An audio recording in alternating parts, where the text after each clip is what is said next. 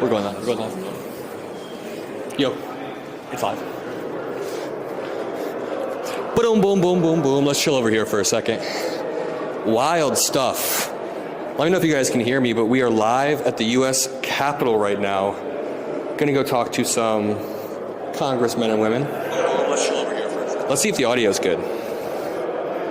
Images. Audio? Can you guys hear me? Hello, hello. Okay, just making sure. Okay, how's everybody doing? Someone said no left track for audio. Is that true? Is your body back on? Yeah.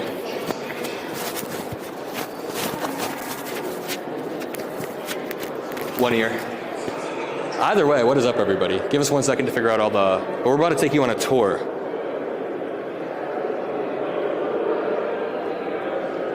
Already 1,000 live. Make sure you're hitting the like. Make sure you're keeping this rolling. We're trying to prove something today. We're trying to prove something because congressmen and women, especially Democrats, need to be interacting with creators more. So if we can have a live stream that has like a few thousand live viewers and some likes, we can prove to them that this model works. We're fixing the audio in 1 second. But yeah, we're about to have some really good conversations.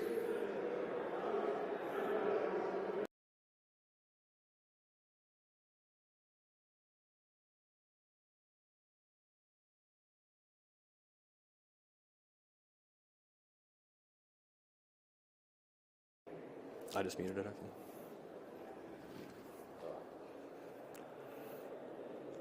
Let's go take a walk.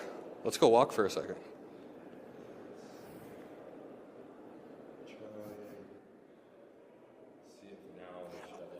Can you guys tell me, do you now have left-right audio in both ears? Let's take a walk. This is the U.S. Capitol. I've never been here before. Never in my life. Actually, my first time in D.C. was in November, and now I've been back like 7 times. Oh, sound is better now? Nothing wrong with the audio? All right. Still only left ear.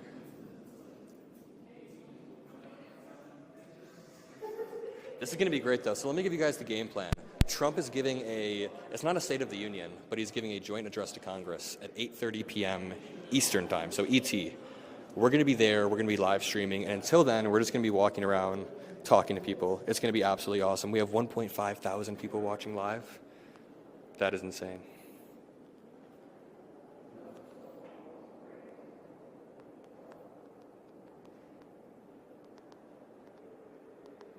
I can do the off screen if you want to unplug and replug.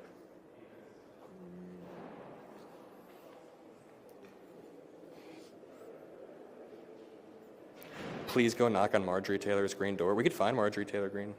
There's no reason it should be just up to it. The sound's not stereo. Someone said. No, the sound is stereo. I think so. Oh yes, 2,000 watching. We have a bunch of people looking at us in this hallway because we're just standing here with a big ass rig. But yeah, today and last night, just yap politics while we're here. Trump cut off all funding to Ukraine last night while I was traveling. Now you guys should have left-right. I'm sorry about the audio. I'm very, very sure that you guys should have left-right now. Let me know. Someone said, please don't talk to Marjorie, I just ate. Oh, someone said fix. Everyone shout out cameraman Nate.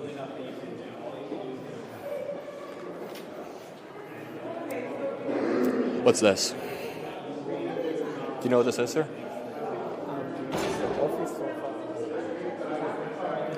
AOC's office is yeah. Check this out.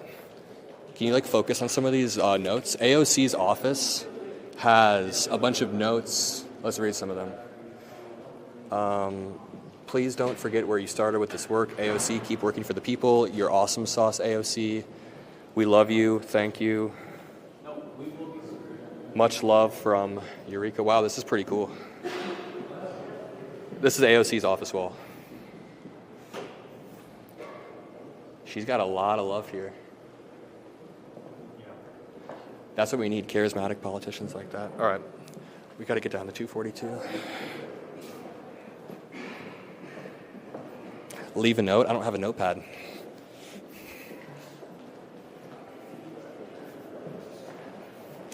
But yeah, we have some cool interviews lined up for you today. It'll be a lot of fun. And we have 2.8 thousand people watching live. Let's go. If we can bump this up to 3,000 or 4,000 live, not to be dramatic, but we're kind of trying to prove something here. What we're trying to prove is that digital media, or this new space that we're in, that we've created together, you and I, like the people watching this, and cameraman Nate and everybody, is that it's worth it, and it's the new future. It's a new way to engage and interact with media.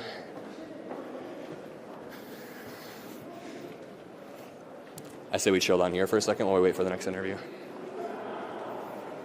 There it is.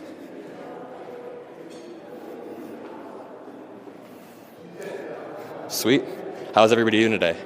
We now have 3K live, which is really awesome.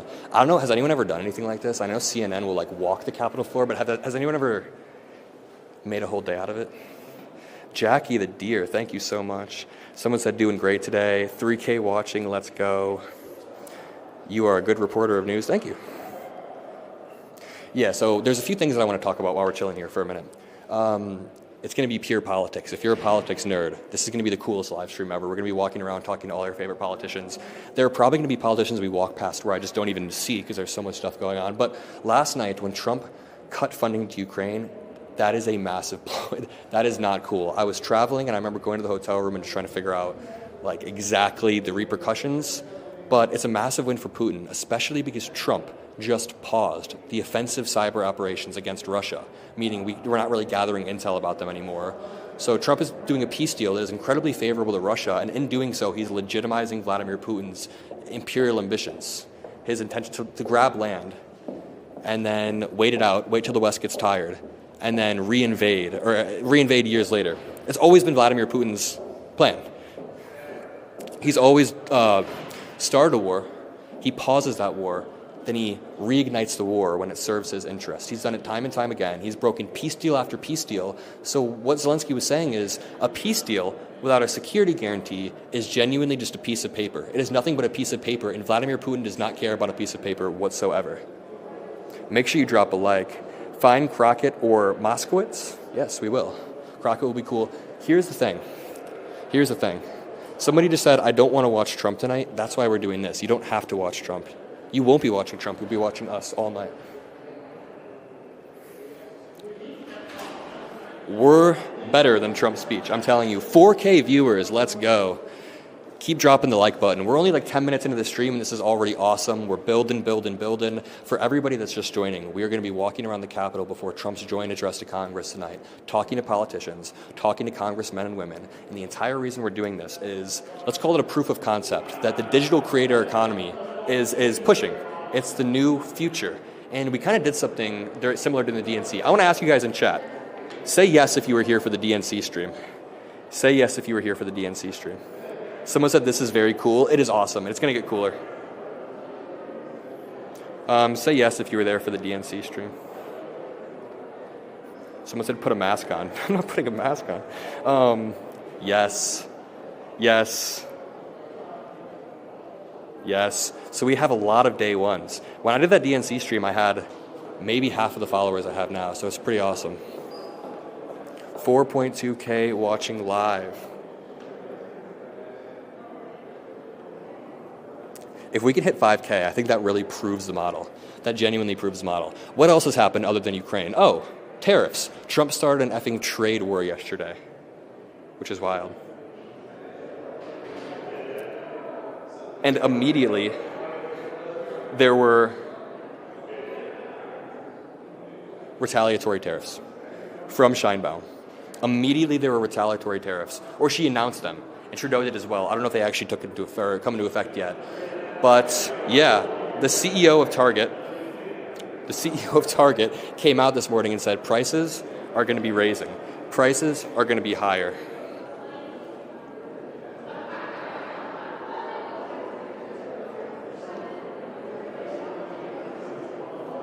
And it's bad.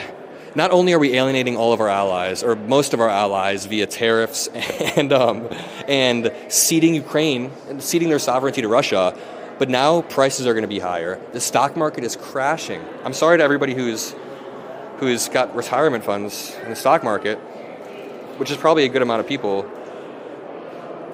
It's scary. Boycott Target, someone said. I don't know. 4.6K live. This is truly impressive. I love all you guys. Someone said audio is doing great. Hell yeah. When will prices rise? It depends. It's actually it's not like immediate in the sense that tomorrow prices will be rising, but I think within a week we could see the effects. You could see the effects of tariffs within a week or two. And I don't know, Trump's tariff strategy is entirely incoherent, it feels like. We'll talk to some actual politicians about this, but it feels entirely incoherent.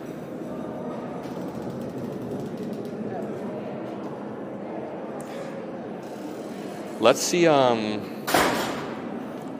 what's going on in the world of online. Elon Musk, who I don't even follow, is for some reason at the top of my Twitter feed, as always. And he's just spreading disinformation. Let's go see. Elon Musk tweeted 6 minutes ago. He tweeted 5 minutes ago.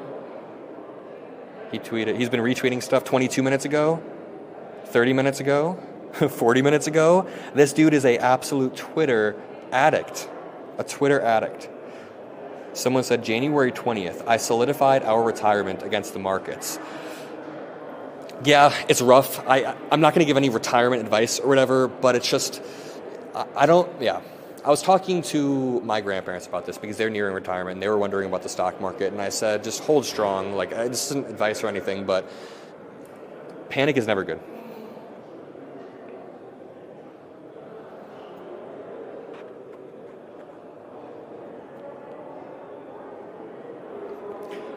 This is awesome. We have 5K live. We can do a little bit of let's see what's over here around this corner.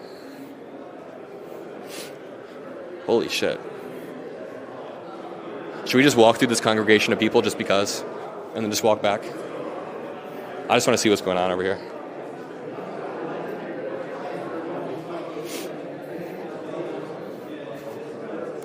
I feel like this is very important and we're just about to walk right through it.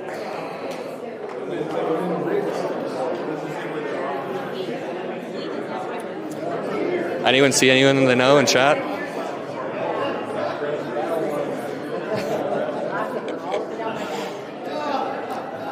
This is funny.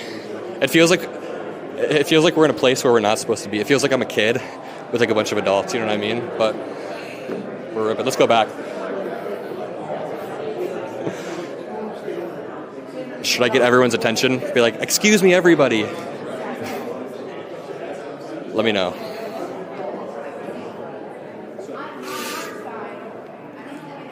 Someone said, fix the foam on your microphone. You guys got some OCD, but I will fix it. That's a good point. I will fix it. All right, we're about to be doing some really sick interviews. We are currently live in the Capitol. Yo, for all the people just joining, currently 6K. 6K live, which is absolutely amazing. And it's only going to get bigger and bigger and bigger. All you guys have to do, I'm not even saying this to self-promote or anything, but just drop a like on the stream and drop some blue hearts. That helps boost it in the algorithm, and it helps prove our concept that, hey, maybe creators do belong at these events. Hey, maybe politicians should be spending their time talking to people like us.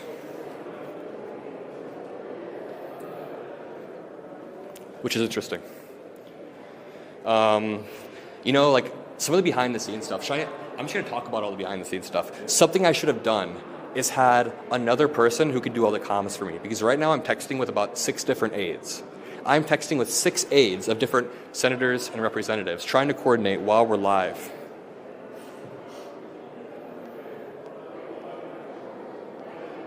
What hallway is this again?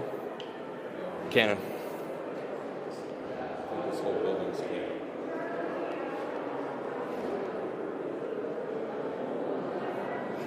Got some friends hitting me up saying, what are you doing right now? I'm like, I'm live. I can't chat.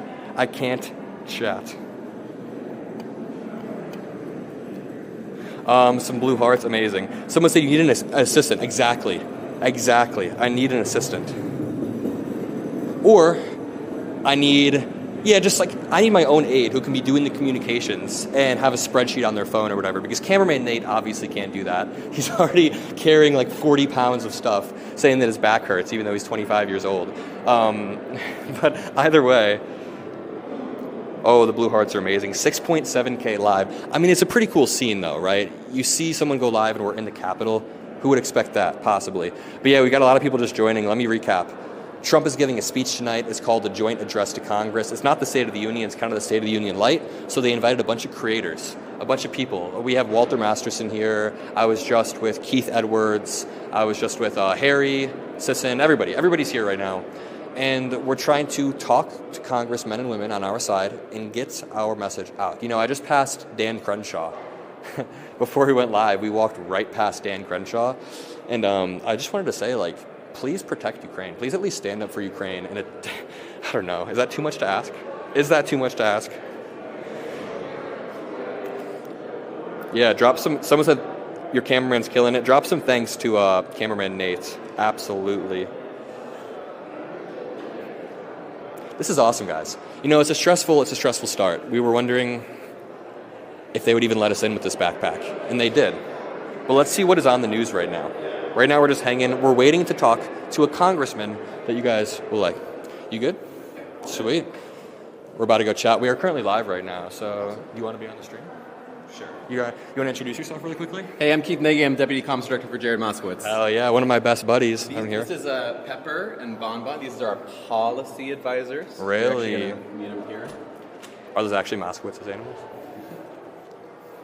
He's back there, so I don't know if we want to cut.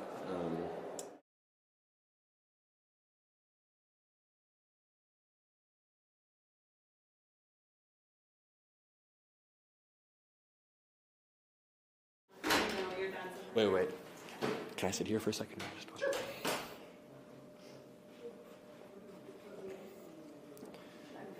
No, you're good. You're good. I don't want to be on camera. We currently have 7,000 people watching us live, which is wild. So it's going to be cool.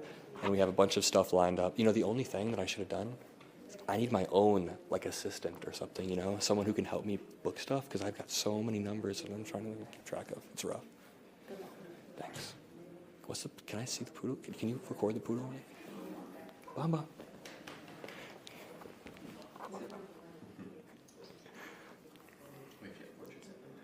The numbers are going through the roof. There's a dog involved.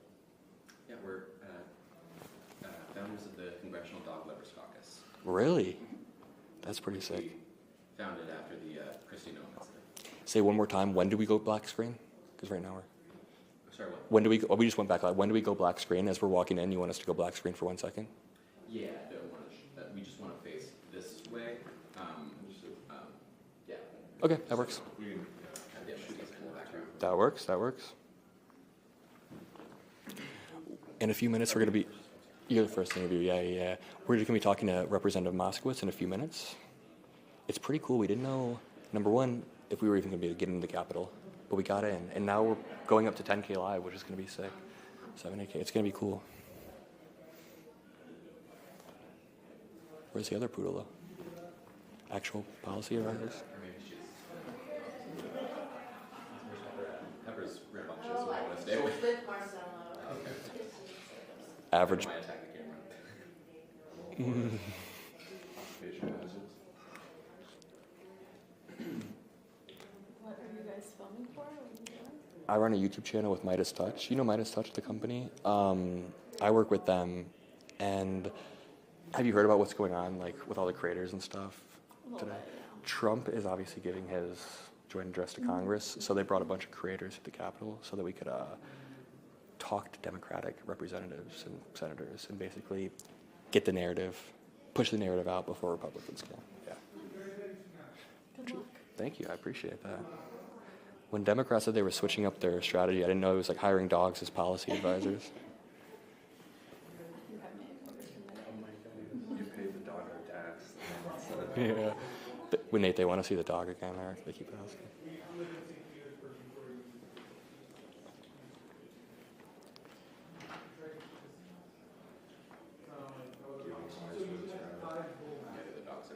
Okay. That's probably a really cool shot. on the camera.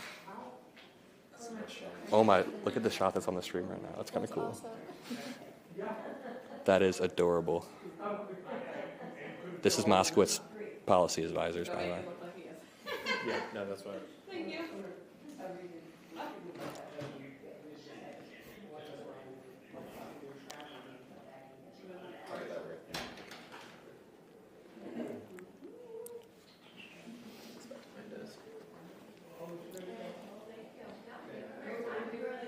Yeah, one of the craziest stories I think I've read over the past few days is that Elon Musk is currently trying to essentially nuke a $2.4 billion Verizon contract with the FAA and replace it with a contract with Starlink. They're trying to replace it with a Starlink contract. It's the biggest example of a conflict of interest you could ever see. Oh, cool. Yo, 7.5K live. You guys are the best. And all my friends are No offense, but can we get the dog to do the reporting? What is that supposed to mean? What is that supposed to mean?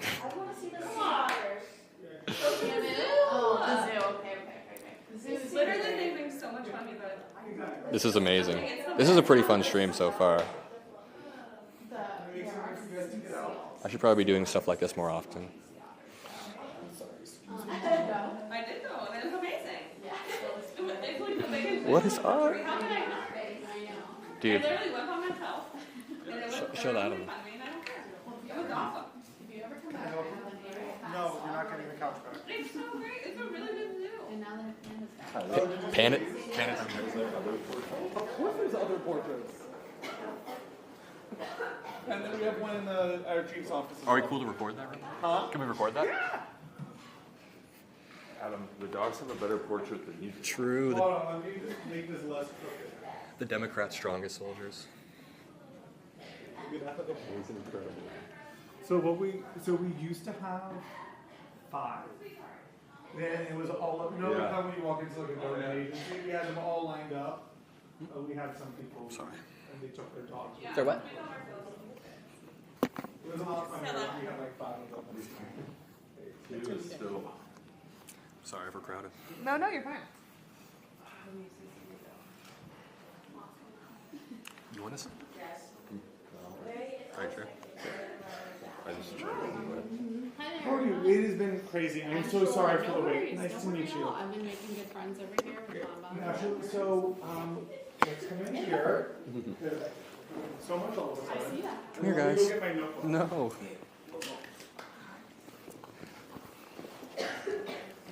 Oh, hi. What's up? Dying. Just an interview with Brian Knuckles earlier. Oh, really? Why is this dog licking my hand so much? All right, we're staying out here this time, okay? Adorable. What's the committee you just started? The Congressional Dog Lovers Caucus. Congressional So, Dog chair of Lovers the Caucus. Congressional Sneaker Caucus and Dog Lovers Caucus. Trump is so evil that he would probably dissolve that just if he could, like just to do it, you know.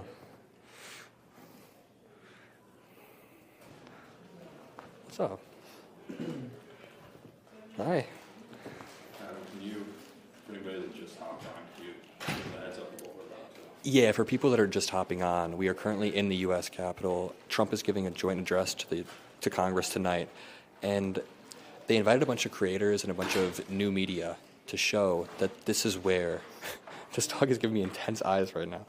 We're trying to prove the concept that new media is where it's at, and that we can push this format forward, and that there is upward mobility within digital media to keep having bigger and better interviews. And I think this is the stream that we're doing right now is kind of proving the concept that yeah, that we're able to do this. The interview that we're about to do. And we're about to interview. I kind of wanted to be a surprise, but Come on in.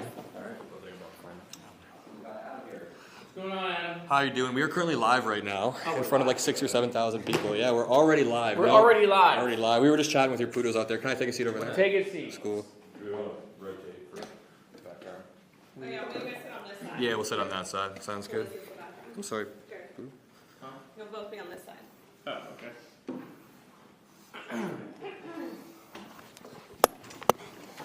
You want to hold this mic? I'm mic'd up over here. Sure, I'll hold this mic. Yeah, how you doing today, sir? It's got the MTN logo on it. Oh, Minus okay. Well, this one. let me make sure I have it turned correctly. Yeah, we got to get that. brand. No product placement. No product placement. No endorsement. Not for free, at least. So, Can't endorse. Let's chat about a few things. I'm limited to 10 or 15 minutes, but can we start off with Ukraine?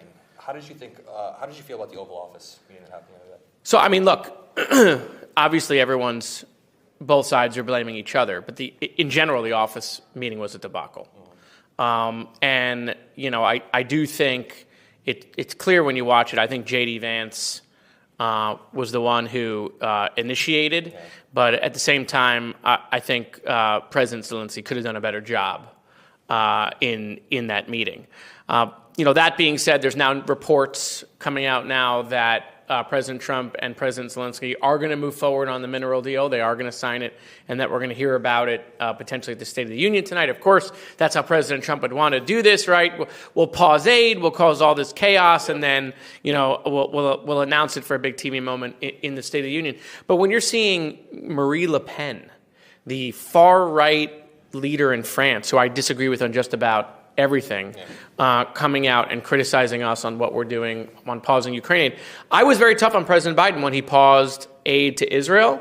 And so I'm going to apply that same standard to President Trump. This idea that we're pausing aid to an ally, in military aid to an ally, we have to be consistent. And so this idea that I'm seeing people who didn't like that Biden did it to Israel, Republicans, are now saying they like it that we're doing with Ukraine. Total hypocrisy. Do you think that Zelensky should take the mineral deal without security guarantees? Because I feel like all Trump has done is legitimized Putin's strategy of grabbing land, waiting until the West kind of tuckers itself out, and then reigniting the war years later. He's done this with Georgia in 2008. He did it with Crimea in 2014.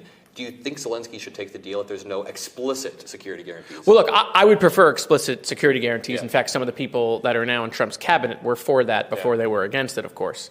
But here's what I would say. If we look at it holistically, right? So if Europe is willing to give those security guarantees, okay, which it looks like they are, and we are a member of NATO and Article 5 exists, in the event Europe put boots on the ground and there was an issue, they could invoke Article 5, which would bring us in with security guarantees. I do agree that if we had a presence in Ukraine because we were excavating raw earth, it would make it harder for Putin to attack in the country. So there is some logic to the strategy, but I don't like how we're playing coy. And we're not just giving the security guarantees because we're trying to play footsie with Putin. Look, I'm not sure that this is still going to wind up in some dramatic ceasefire. I hope it will. But we haven't even seen or heard what Putin wants. Yeah. We're waiting. We're doing this deal with Ukraine, and then we're going to go meet with Putin and say, what's the deal? And remember, China's watching because they want to go take Taiwan. Yeah. China's like, oh, well, look, if Putin gets 2/3 of Ukraine, maybe 2/3 of Taiwan sounds good to me. And these are both UN Security Council members.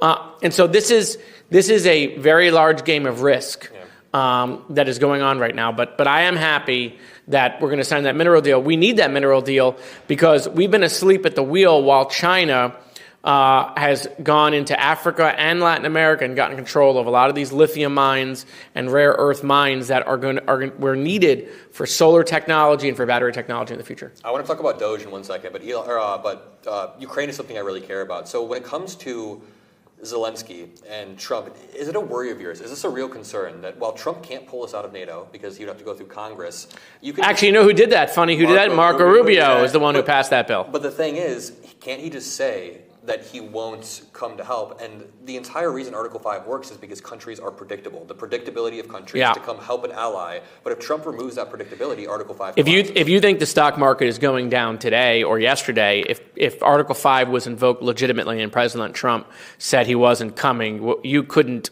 The stock market crash, the crypto market crash that would come would be epic because at that point in time, trading routes, shipping routes, all of that would be a disaster. And so it's not as simple. I'm sure we'll see, Trump do his messaging, maybe I will, maybe I won't, don't know, right? Some people are saying I shouldn't. But at the end of the day, if Article 5 was invoked, the United States would have to step up. But there is no doubt that Trump is changing transatlantic partnerships. There's no doubt that he's shifting us again closer to Russia. It's the same sort of thing we saw in the first term, right? I don't know why we're shocked. This was all predictable. We saw it in the first term. We all talked about it. It's happening again. You see some very few of my Republican colleagues coming out and pushing back. Most of them are falling in line with President Trump. But, at the end of the day, we should never be aligned with Russia. Yeah. This is something that Republicans used to be the fixture on back to Ronald Reagan. And so the idea that we're going to get cozier with Putin is just gross. Yeah, one more question regarding Ukraine. When it comes to Lindsey Graham, I don't want you to talk about people that you work with like that. But, when Lindsey Graham fell in line, I wouldn't say I was shocked, but I always kind of viewed Lindsey Graham as someone who genuinely wants to fight for Ukraine. I still think he does. Wasn't he good friends with Zelensky as well? It felt very odd to me that Lindsey Graham made a tweet saying Zelensky was very disrespectful. Is that just an example of him falling in line? Is there a game there is it just politics? They're all falling in line. Yeah. Well, just wait. I know we're going to talk probably about the government funding in CR, but you want to talk about falling in line? I'm watching Freedom Caucus members who have never voted for a CR in their life talking about, well, maybe the time for CR, even though they've railed against the status quo, railed against government spending, railed against the debt ceiling. But Trump says, I need you to vote for a CR, and they may do it. So look, they are a party of one. It's not breaking news. We know this. And they're all doing what Trump says. They just added trillions of dollars to the debt, something that Doge was supposed to be attacking. Thomas Massey, where's his debt clock showing it? He was the only no vote. Everybody else added trillions of dollars to the debt when they voted for Trump's budget a couple weeks ago. We added trillions, but did you hear that Elon Musk cut $300,000 in, I don't know, some... Well, it's all a show. It's all a game, right? Look, don't get me wrong. If there is waste in government, we should root it out. Hundreds of thousands and millions and billions of dollars to find is a lot of money to an American family. But when you're $36 trillion in debt, these numbers don't affect that. They don't even come up to the interest on the debt. So the only way that's going to get solved is in Congress. Republicans used to say they care about it. Meanwhile, they're coming up with plans to add trillions of dollars to the debt and not solving this issue and running up the price of goods, with all the tariffs that we're seeing. Yeah, so what are your thoughts on the looming government shutdown? I think Mike Johnson has failed to pass it. Run me down what you're thinking. So look, you can bet on this on Polymarket. I don't, but you can if you want to. Unless the Republicans are willing to forego the things they used to care about, I think government will shut down on March 14th. Look, the American people voted against the status quo, right? Whether I like the results of the election, they want to attack the status quo in Washington, and the polling shows that, right? 75 to 80% of Americans support the idea of Doge, but only 34% of Americans support the execution of Doge. So people think government should be more efficient and it should spend less, but they don't like how Elon is doing it. Okay, that's clear in the data. But Americans voted against the status quo. The idea that Johnson's coming with a status quo CR after he promised Republicans that he was going to do individual spending bills, and these guys are going to roll over. Look, as a Democrat, I'm not falling into the trap. Okay, this is that scene from Star Wars where the Admiral says, it's a trap. Okay, this is a total trap for us to vote for a clean CR. They say they found all this fraud, waste, and abuse. That's what they say. Okay, we can argue with that. We can argue how much. But that's what they claim. A CR would refund all that fraud, waste, and abuse that Johnson says that Doge found. It's a total joke, if that's what they're going for. I'm not going to be part of it. Can I ask you, how have you been feeling about these town halls that Republicans hold, where they're? I think they're going well. For the people that are booing them, maybe. But it's here's how I view it, and I'm sure I want you to let me know if my analysis here is correct. Congress has the power of the purse because of Article 1. So when constituents see their representatives cede power to Elon Musk, to the executive branch, he's cutting fraud, waste, and abuse through extra legal means. Doesn't that cede power from the actual constituents? 100%. Yeah. 100%. And look, the Republicans now have this line. It's paid Democratic actors. Right? By the way, we hear that every time there's a mass shooting. Oh, it's paid actors. No, these are their constituents. Okay, and even if they are Democrats, they're still your constituents, right? I have Republican constituents just because I'm a Democrat. I got to listen to them. And so, look, these town halls have not been going well. So you know what we do when town halls are not going well? We hide.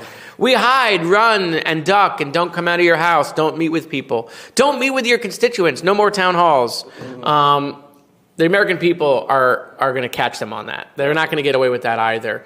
I think if you're watching the poll, and the American people know what's going on. They know that what Elon is trying to do and what Trump is trying to do with some of these tariffs also is they're trying to figure out how to pay for these tax cuts for billionaires.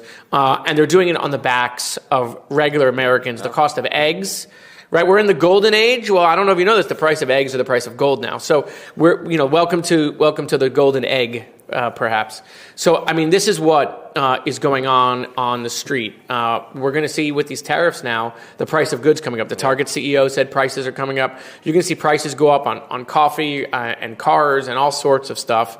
And that cost is going to be passed on to consumers because we're in a trade war now. Canada has put on reciprocal tariffs. China has put on reciprocal tariffs. The stock market, has gone down hundreds of points. Seniors' 401k has gone down. These were the things Trump promised he would fix on day one, and he's made them worse. We've given up all of the gains that we made in 2025 in the stock market. And here's my favorite. There's always a tweet for that, right, Donald Trump? There's always a tweet for that. In 2012, Donald Trump said, if a stock market goes down 1,000 points in 2 days, a president should be impeached. Now, I don't think Donald Trump should be impeached, but that's what he thought. He thought that he should impeach himself. He also said, I've never seen a thin person drinking Diet Coke, which is also a good classic. But when it comes to the government shutdown, I want to ask you one more time regarding this. How do you think Democrats should be messaging about all of this? Not only the shutdown, but DOGE and everything. What's the Democrats' message? We should not be wanting to shut down government. That should not be a goal. That should not be an objective. How do we show that the onus falls on Republicans, though? Well, first of all, they have the House, the Senate, and the presidency. How much more of government do they need to have to take responsibility? I mean, give me a date on the calendar where we can stop blaming Joe Biden. Just give me the date. I just want to circle it, remember it, and start counting up to that date. Joe Biden ain't here, although I heard he had dinner in D.C. last night. But Joe Biden ain't here anymore. He's not in charge. They're fully in charge. They want a mandate, by the way. A mandate. We heard all about this mandate, right, which is not a date between two men. It is that they control all of government. So great, good for them. A great accomplishment. So they got a lead. Yeah. Now, Democrats should try to work with them where we can. We should try to figure out where there's common ground. But they're not talking to us. And so since they're not talking to us, they got to do this on their own. They're in charge. I think that's why you see the president and Elon Musk coming to Congress and trying to convince Republicans to vote for the CR because they know they're going to get blamed. Listen, we're willing to work with them, but you got to talk, and they're not talking to us. They're not including us in this conversation. And so we should not go out and vote for a government shutdown. We should vote, though, for the fact that we should stop funding government by a CR, and we should start funding it by passing a budget. The reason why there's all this waste is because we're continuing to pass a budget that's 10 years old and 15 years old, so things are not getting corrected, okay? And if they found all this fraud, waste, and abuse, bring the list to Congress. Show the transparency. Let's do an up or down vote. Back to your constitutional powers, a power of the purse. On DOGE, it's very simple. Democrats should not be defending the status quo. Democrats should not be defending any waste that's found. Democrats should say, we think government should be more efficient, right? By the way, you're going to have to invest in that because the technology in government is terrible. So we think government should be more efficient. We think government should spend less money. I mean, as the American family spends less money, so should government. But there's a right way to do that and a legal way to do that. And what Elon Musk is doing is both probably unlawful and he's taking a hatchet to a problem that needs a scalpel. He's firing veterans, he's firing senior people with all sorts of experience at FEMA and NOAA that are irreplaceable. And so that's why the American people have given his execution of that a 34% rating, which, if you know, is not a good grade. Why go through the proper and legal channels when you can tweet 200 times a day? Selective numbers, like 400,000 found here and here. It's all pretty upsetting. You go on Twitter yourself, right? You scroll through Twitter. I do. Do you see Elon Musk's tweets always at the top of your feed? Of course. Yeah. I mean, look, he's the algorithms are pushing his stuff. Yeah. No doubt about it. Sometimes I laugh. Yeah. But yeah, I love his tweets. Wow. Interesting. Concerning. Something to look at. Concerning. Unbelievable. Right? So he's got a whole list of adjectives and verbs he likes to use. Really deep commentary from Elon Musk there. I do want to ask, do you think it might be a mistake to assume the American people will automatically blame Republicans? I know that it's intuitive. They hold both chambers of Congress and the presidency if the government shuts down. How do you blame people that are not in power? I ask, Republicans will find a way. No, Trump. Well, hold on. They have no choice but to try to do. Don't we have to message back rather than assuming the American people? Well, that's why we're messaging right now. Yeah. And that's why I've been messaging for a month. I'm not voting for a clean CR. I'm not going to fall into that trap. I'm not voting for the status quo. Yeah. If you want to do it, go right ahead. Obviously, the House Freedom Caucus that supposedly stood for something, all of the positions they've taken goes out the window as soon as they vote for a CR. We don't have to listen to them on their soapbox anymore if they go vote for a clean CR. But no, Democrats got to get ahead of it. There's no doubt. But at the end of the day, they're in charge of government. We want to work with them. At the moment, they don't want to work with us, so they're on their own. They're going to have to keep it open on their own. Now, if the Speaker starts putting the individual spending bills and we're starting to fund government the right way, something he promised his caucus, something Republicans have wanted to do that he's abandoning now, then we could start making votes, up or down votes on each of the departments. I really like your messaging about the mandate. Flipping back their wording about the mandate on them, like they've talked about that relentlessly. We had a mandate from the American people, so as they continue to screw up, you say, hey, this is your mandate, the onus all falls on you. I think that's a really strong message. Yeah, I mean, look, that's what they say. Yeah. They say they have a mandate, which is, look, we've always known they only have a 3-vote majority in the House. Let's see if they can get it done. Yeah. And Trump tweeted, I think it was February 15th, somewhere around there, 3 words, all caps, Biden, inflation, up. It's just the simplest messaging ever. I'm sure it works for some people, but this dude has been the president. Come on, how much did we hear about eggs before the election? Oh, eggs. Meanwhile, eggs are at the highest. Now all of a sudden it's bird flu. Oh, yeah. Okay, now all of a sudden it's bird flu. These were the guys that, believed that, bird flu was something that was made up to affect the election. And so, at the end of the day, they never want to take responsibility for anything. They always want to point blame. The American people are smarter than that. They're figuring it out. Yeah. That these day one promises aren't coming to fruition, and that Trump is not even focused on the economy, right? He's focused on Greenland and Gaza, and Canada, the 51st state, and he's not focused on the economy, something that people thought he would do when they didn't vote for a continuation of the 4 years of Joe Biden. They wanted someone to focus on that, and again, if you look at the polling, it shows that the American people think he's too focused on these other things and not focused on the economy. Yeah, and his economic policy is entirely incoherent. Even when he's talking about it, he's talking about tariffs. There's a way you can use them where you reshore manufacturing by giving a grace period, right? Yeah. But you can't just slap tariffs on. What I always say is, the phrase, when you only have a hammer, everything is a nail. Trump thinks that tariffs are our only tool that we have, and he's like swinging this hammer around, hitting all of our allies, which is wild. Well, look, I'm for some onshoring back, bringing jobs Which back. is rational, yeah. Bringing jobs back to America. COVID proved that. I was, the emergency management director during COVID in Florida, and so I did all these logistics. I had to buy products all over the country because we don't make things here anymore. And by the way, we didn't fix that. Trump didn't fix that. Biden didn't fix that. The supply chain. So I am for onshoring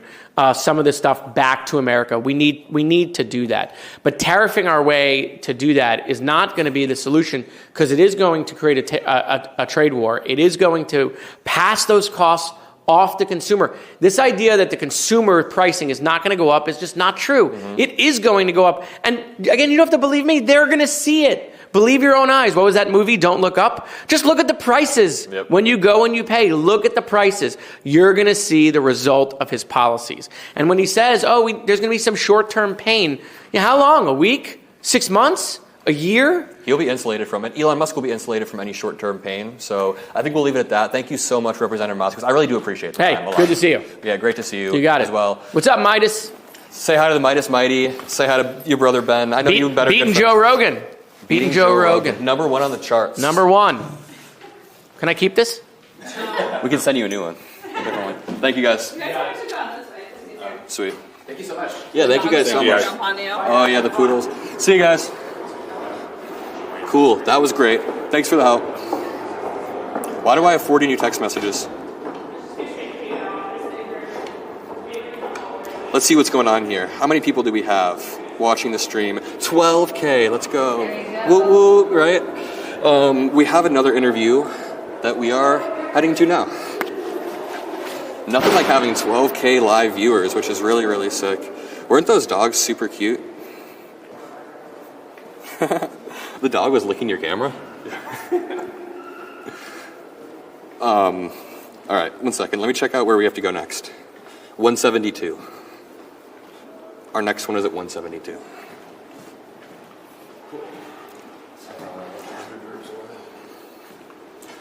Yeah. Cameraman Nate just sighed and he said, it's 100 rooms away. This dude's carrying a lot of... One more time. Wait, let's show this one more time. People who are just tuning in, this is Representative AOC's office, if you want to come show...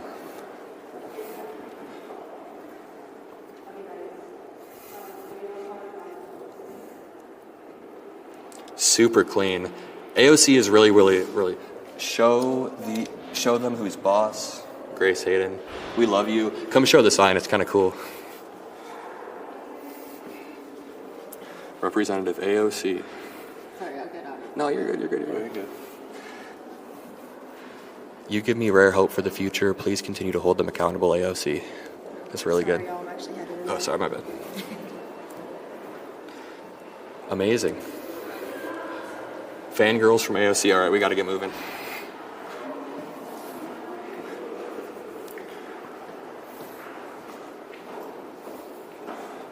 Cool, cool, cool.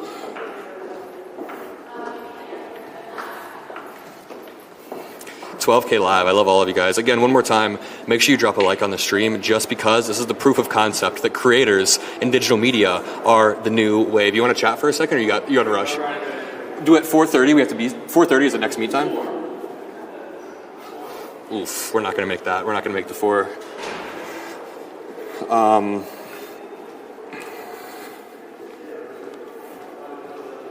I'm going to ask our So we have 3:45, don't we?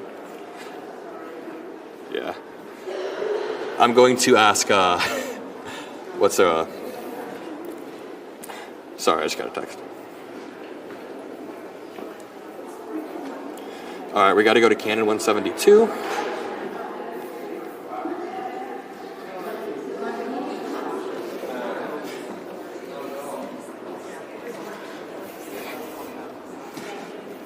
Should I cause a scene in front of all these people?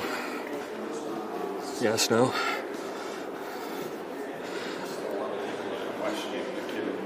For real, yeah, I know. Every single time we walk through a group of people, all of the adults are like, why does this very young kid have a microphone and why is he walking around like this? Let's go over there. 172 is over here. Let's hope we don't run into our escort around the building because she'll try to tell us we gotta wrap up.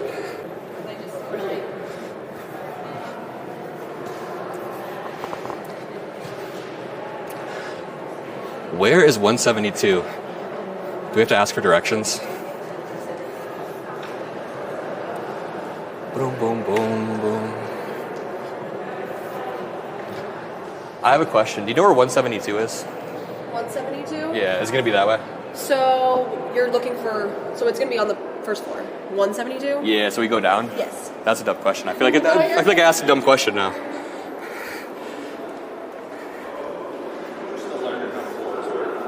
Yep.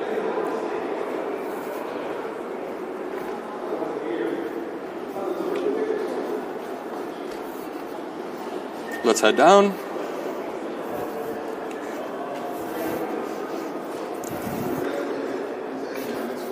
Yeah, this is great.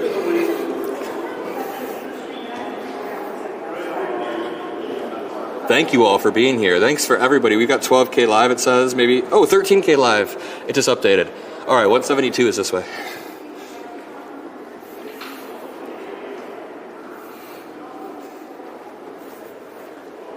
Boom, boom, boom.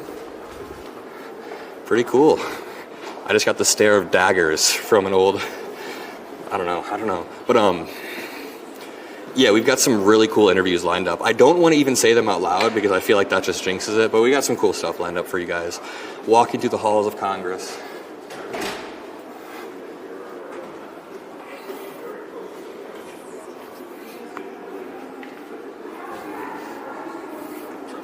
Give me 1 second, I gotta shoot a few texts off.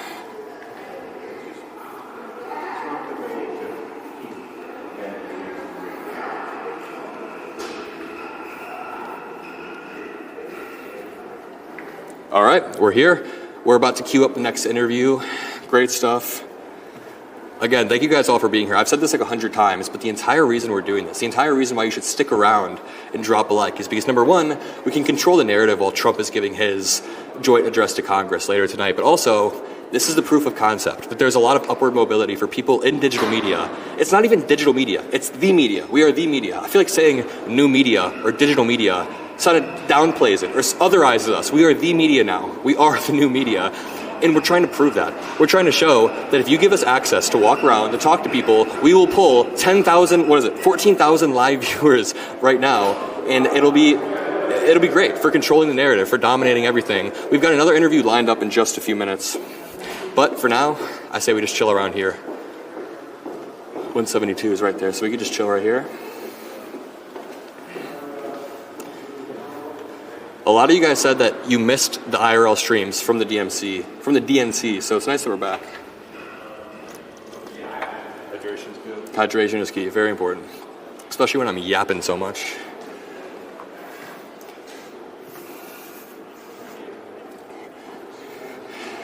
And yeah, we're going to be meeting with some of your favorite creators later too. Like we just walked past Keith Edwards, he was in a rush. We just walked past Harry Sisson. Everybody's doing their own thing, you know.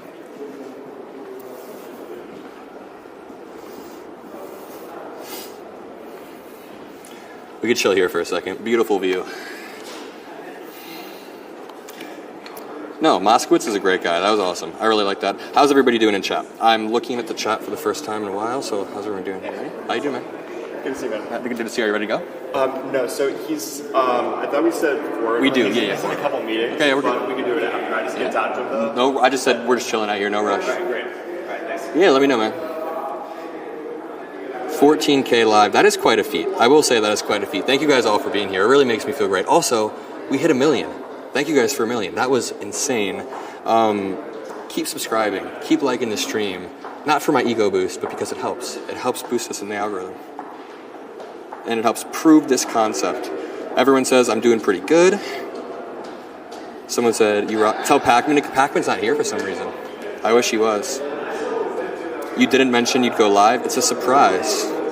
Mockler million push. What's up, Midas Touch in the chat? Who's the next senator? I'm not telling you. Why would I tell you? Thank you so much, Somita Fakete, for the donation. I appreciate that a lot. But yeah, really good vibes. I mean, just to like give a little bit of a backstory, my first time ever going to DC was in November, late November. And since then, I've been back to DC 7 or 8 times, I'd like to say, for panels, for events, for like this White House meet. I'm back to DC basically every other week now, which in some respects is kind of like stressful. It's hard to travel a lot, but also it's a really good sign of growth. 1 second. Hello? Hi, sorry. Hi, are you guys just planning on meeting microphones at like 4 for the long thing, right? We have an interview at 3:55. We'll be done at like 4:02, and then we'll head over there. Okay, perfect. Okay. Just like run and I'll let them know you'll be a little bit late. Okay, what's it? How far away is it? Which building are you in right now? We're in Commons? What is it? Gannon? Okay. Just like exit the building. The easiest way to get to the front door is like from the outside of the street. Just exit the building and then you can go past it. Do we have to go through security again? Not on the way out, no. Okay, wait, on the way into the new building though? Yes. Okay. Okay, we'll figure it out. We'll see you around 4 or 4:02 or 4:05. See you. We have a little bit of a chaperone. I mean, if you guys want the full behind the scenes, this feels like a school field trip right now. We have like this person who has to guide us around, and they were like, we'll give you an hour to do what you want, but there's a hard cutoff at 4, and we're trying to push it. Can we do it at 4:05? Can we do it at 4:10? And I subscribe to you. I appreciate that. You want to chat for a sec, or are you busy? You're late. I think I'll still be Run. Go. If you're late, then run. You should be running. Someone said they subscribed to our YouTube channel. Pretty cool. Pretty cool. I'm sure he's a Midas fan. We got Midas Mighty in the house.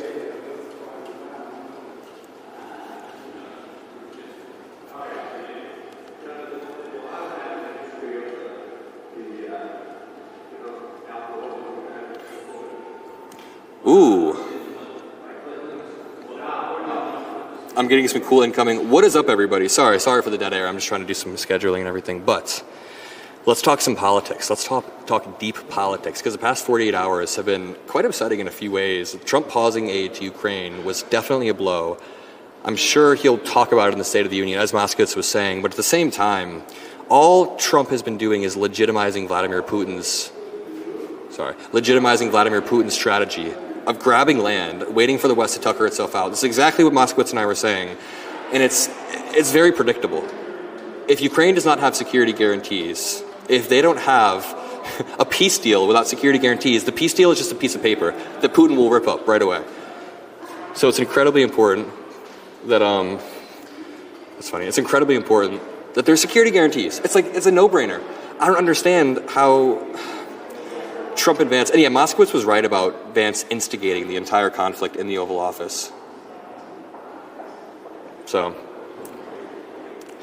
Interesting. Let's see, what else happened? Elon Musk. As we were talking about earlier, Elon Musk is literally, number one, he's trying to uproot a $2.4 billion Verizon contract with the FAA for communications. And he's trying to change it to Starlink. He's trying to make sure the contract is now with Starlink, which is absolutely laughable. It's open corruption. Like, I don't even think conflict of interest, that might be an understatement. It's not a conflict of interest, it's an oligarchy.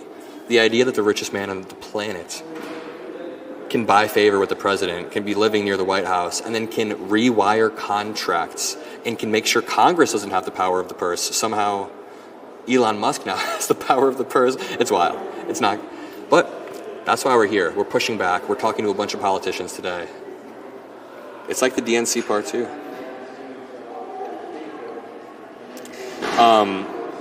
Yeah, I've been working. My 1-year anniversary with Midas came up a few days ago. That was great. And on my 1-year anniversary of being with Midas, I hit 1 million. Is that a message from God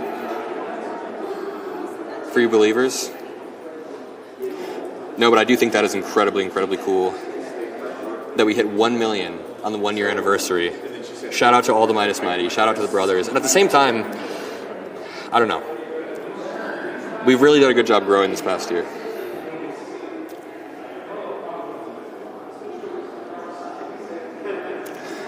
We've got a couple cool interviews. We've got to be escorted around, but it's all good. Let's see what's going on Twitter. Trump's overall net approval on the economy are, quote, historically awful, weak, going into his first address to Congress tonight. Trump has the second worst net approval rating, +1 on record, beating only himself from 2017. His net approval on the economy. Net approval on the economy, -4 points is the worst. Yeah, I mean, that's what happens when you have completely incoherent policies. You're trying to tariff people for no reason. Not only that, but it's messed up. Someone says, gotta say, maybe voluntarily crashing the economy isn't good for your approval rating. As Moskowitz said, I don't know if you were able to see this, but Trump tweeted out in 2012, if the Dow drops 1,000 points in 2 days, the president should be impeached immediately. The president should be impeached immediately. Let's check the stock market. It has been tanking today. Lord have mercy. I mean, this is just the S&P 500, but look at this big red candle. It's not good. Oof. Not good. 1 month into the Trump presidency, and this is what we have.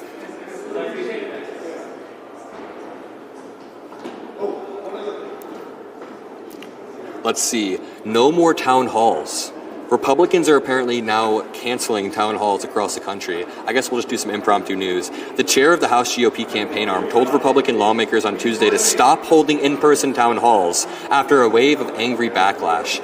And it's funny to me because you go talk to your constituents as a representative, the people that you're supposed to represent, the people that voted you into power, and you can't even answer the most simple questions, and then you have to run away. Representative Richard Hudson told Republicans to stop doing town halls. Trump on Monday said that they were paid actors or paid troublemakers. There are people who do this as a profession. They're professional protesters, said Speaker of the House Mike Johnson.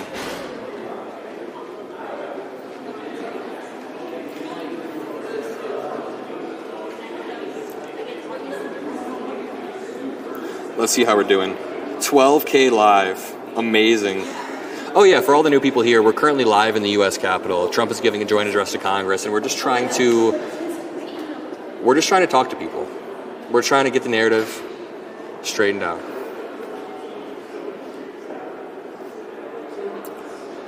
I will say, though, I'm tired. AOC's office was super, super cool.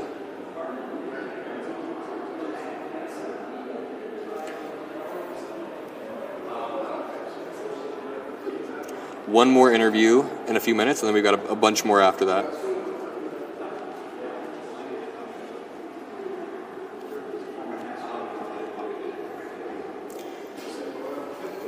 Let's keep going. Let's keep going. Cross 10K likes on the stream. Let's go. 10,000 likes on the stream. You guys are the best. Find Jasmine Crockett. We could do that. Get AOC and Marjorie to debate. Do you think I'm a magician? That'd be wild, though. But yeah, we're about to exit the Capitol and re-enter in 1 second. It's gonna be interesting. Trump is right now tweeting about tariffs in all caps, illustrating that he has no understanding. The president doesn't have any understanding of not only tariffs, but anything that's happening. Whoa, what's so funny? Some of the reactions you get in the whole way. Yeah. My cameraman is saying that as people walk past, they're just, either they give us a dirty look, a confused look, or like a dismissive look.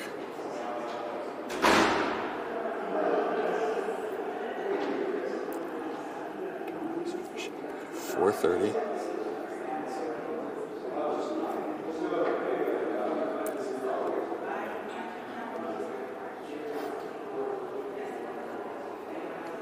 Amazing. Sorry for the dead air. My bad, guys. Tell me in chat how you guys feel. We have 13,000 people watching live. I wonder if we can hit a solid 15K. Wouldn't that be a great goal? Maybe when we talk to Warren later, Senator Warren, we will hit that 15K. Somebody on backpack asked what your backpack essentials are. You guys want to see my backpack essentials? All right. I mean, I just pull out a bunch of Pop-Tarts and like random shit. Let's see my backpack essentials for a trip. Someone said, take me through the Capitol tunnels. That'd be cool. All right.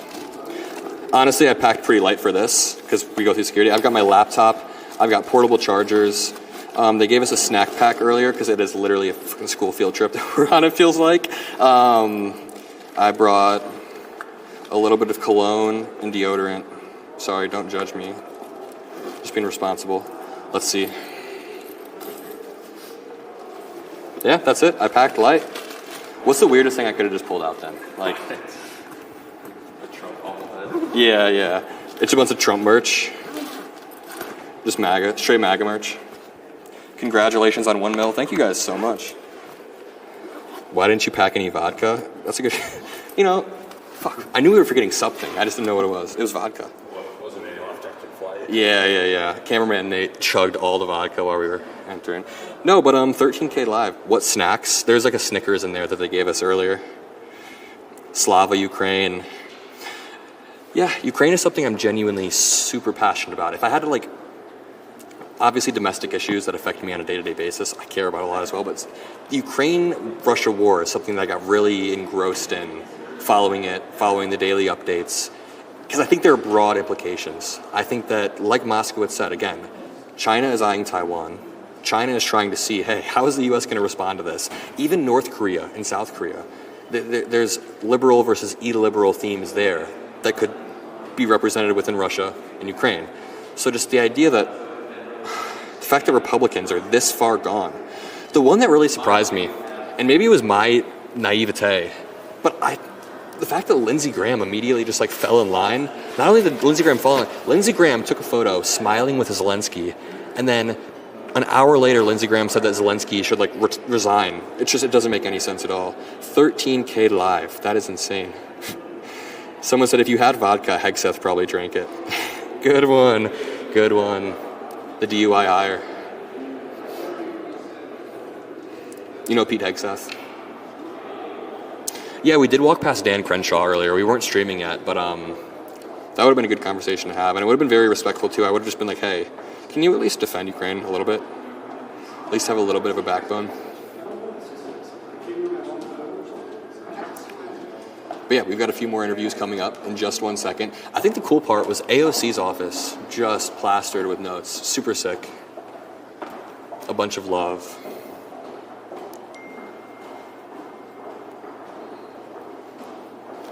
Let's see.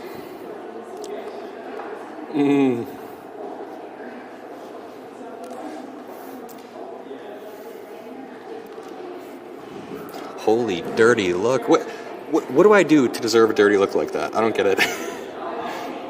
We got some... Yeah, I guess when you hit 1 million. Maybe it's the Midas Touch logo. Maybe there's Republicans. That person was nice. Someone said, I love watching you do this. Yeah, it's fun. It really is a fun experience. The DNC 4-day stream was probably some of the most fun I've ever had. Yeah, I mean, it's strenuous, especially for Nate. Nate was like jacked after those 4 days. But no, it was a fun 4 days, for sure. About a year ago, I remember there being 1,000 on your live. Congrats. Hell yeah. We are pushing hard. CNN will be going live with Trump at 4. Nobody cares. Why would you watch that when we could watch this?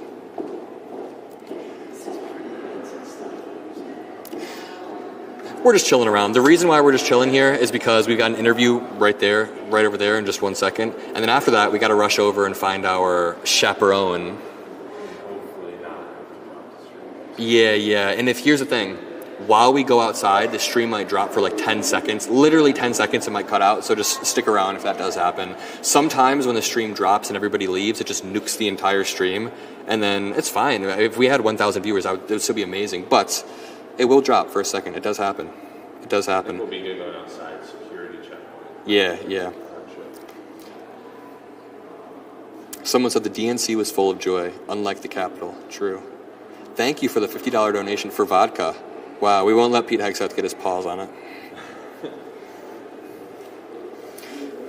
Chat with Bob Ferguson.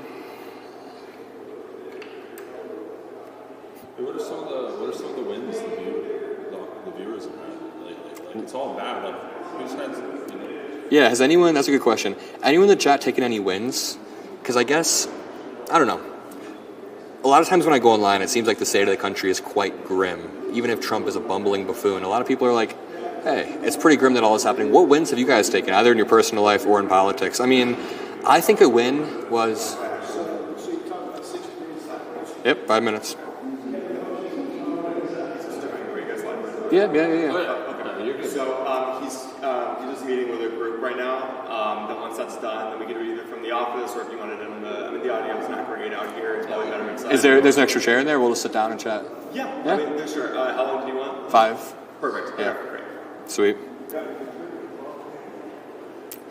And then after that, we got a dip. Just wanted to, so he really asked him just like explicitly, like his big thing is just like he doesn't like how disrespectful the firings are. Yep. Like, have like a 22-year-old coming in and saying like, oh no, your job that you've been doing for 30 years is worthless. Yeah. Kind of thing. We'll talk about the federal workers. That's a good topic to prime on right now. The federal workers, or the firing of federal workers from Elon Musk and all of the 16, 18-year-olds around him, I think is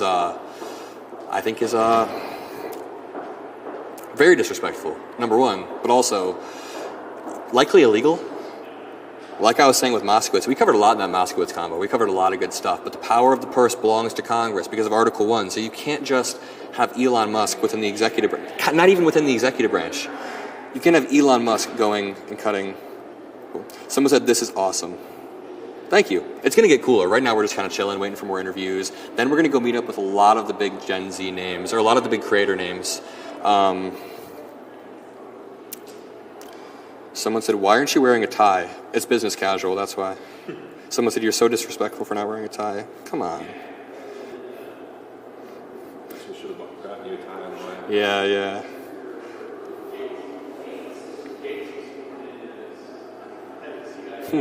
Is Crockett around? I'm sure she's somewhere. It's interesting hearing all the nerdy political talks. Like, the people walking down the hallway were just talking about Matt Gaetz resigning. It's just interesting. We're in the heart of it all right now, you know? Yeah. It's interesting to hear these conversations as they happen.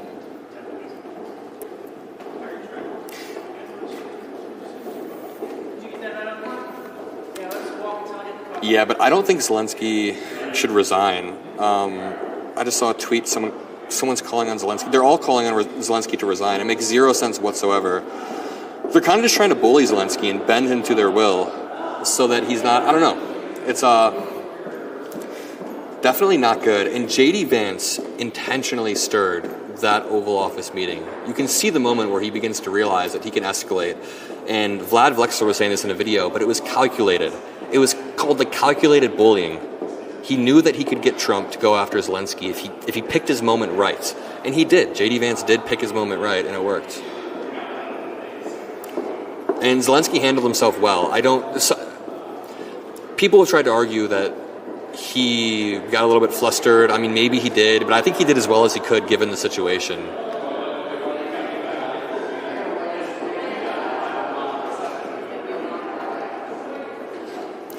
Amazing. 12K live.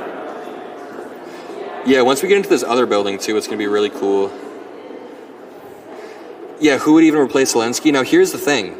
Even Zelensky's opposition within Ukraine, even the opposition parties to Zelensky, the candidates are saying, hey, number one, he's not a dictator. Number two, he shouldn't resign. And we'll have free and fair elections. You need me to hold anything?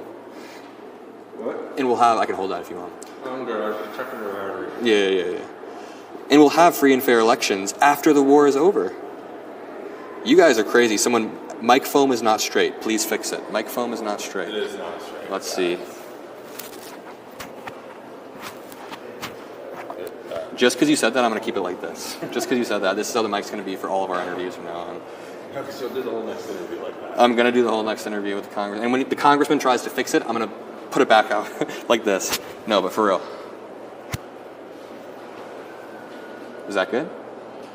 Is that good? So that's it.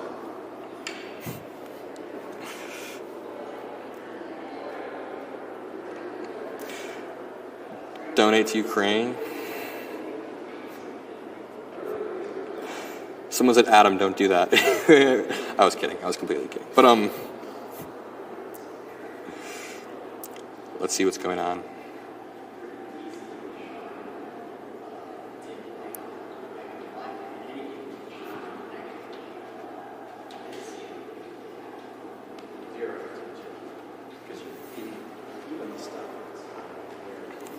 Oh my gosh, this is bad. We just got an invite to interview another congressman in this building, but we have to be out of this building within like 5 minutes. So what do we do?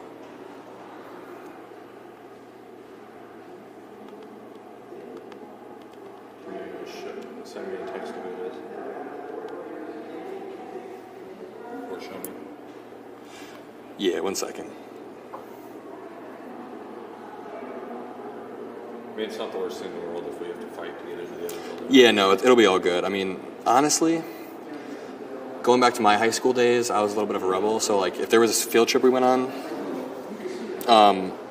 I would totally go off on my own, whatever. We probably shouldn't do it for that long, but, you know, if we spend an extra 10 minutes interviewing a representative, it's not the end of the world. It's not the end of the world. I feel like our escort's probably watching the stream and is about to call me and be like, what the fuck are you saying? You can't just walk around on your own.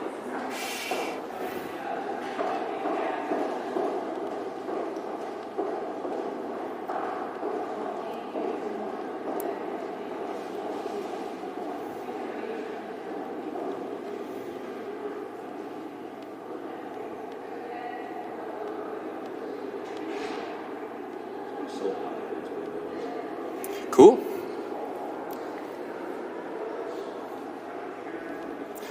Awesome. This is going to be great.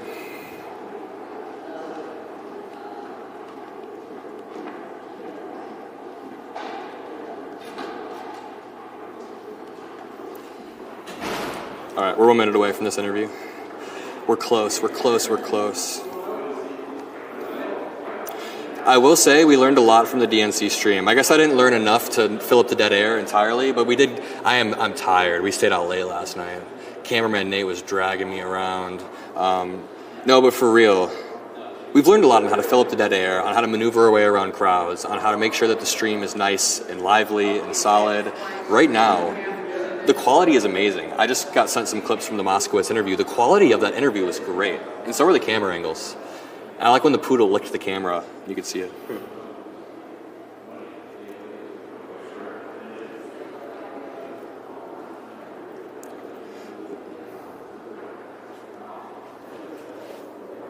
One second. Us. Auchincloss. We are so close. We are so close. If we don't get this interview in like 2 minutes, we got to dip, though. We got to dip. So we are talking to, I guess I can name drop. Let's see. We're about to talk to Representative Bera in just 1 second. And then right after that, Auchincloss, Representative Auchincloss. We are very, very close, very, very close, very, very close. You know what was interesting? Someone said, this kid looks like a mini J.D. Vance. What the hell are you talking about? You know what I find interesting? This is going to be really grim, but when I flew into D.C. yesterday, did you have the same thought when you flew over the Potomac and you were like 100 feet over it, were you like, wow, like this is where that crash happened a month ago? It's just weird because you can see exactly where it happened when you're flying over it. Yeah, I mean, it's definitely scary, but if you think like that when you're on an airplane, it's, you gotta. Did you see that there were flights coming in over the weekend that their systems were saying there were airplanes like in a collision course with them throwing hurricanes? Yeah. We're gonna get so cooked by our group leader, chaperone person. So currently it's 3:58. We had to be across to another building by 4. And on the other side of the building, and we said, okay, we'll be there at like 4:05. We're still standing here at 3:58. No, we are so cooked. If they're watching the stream, we're sorry. Yeah, if you're watching the stream, it was an accident. It was not intentional.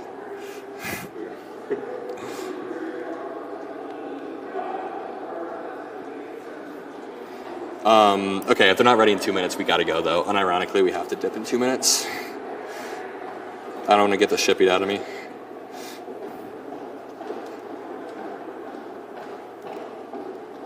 I hope you guys don't get locked out.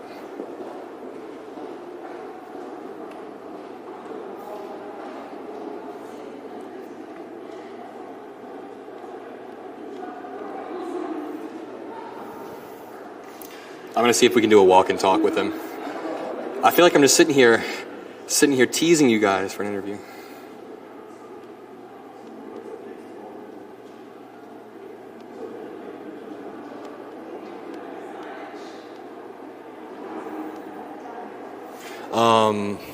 Oh yeah, we're about to get cooked. We gotta go in like 1 minute though, unironically.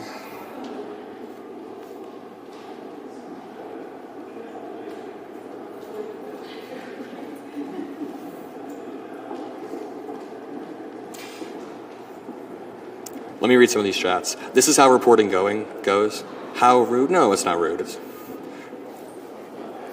just very, very...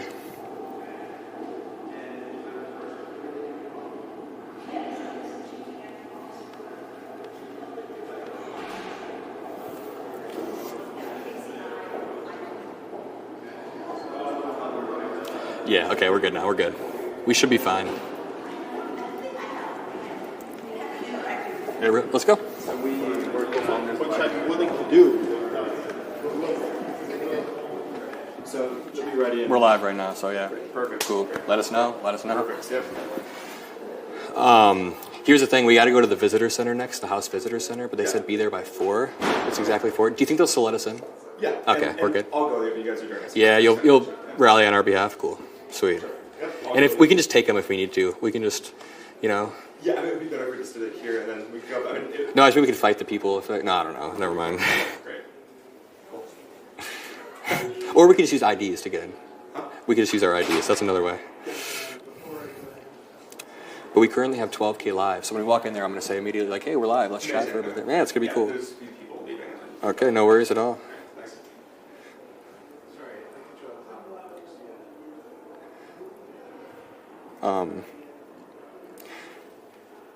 People are begging for Jasmine Crockett.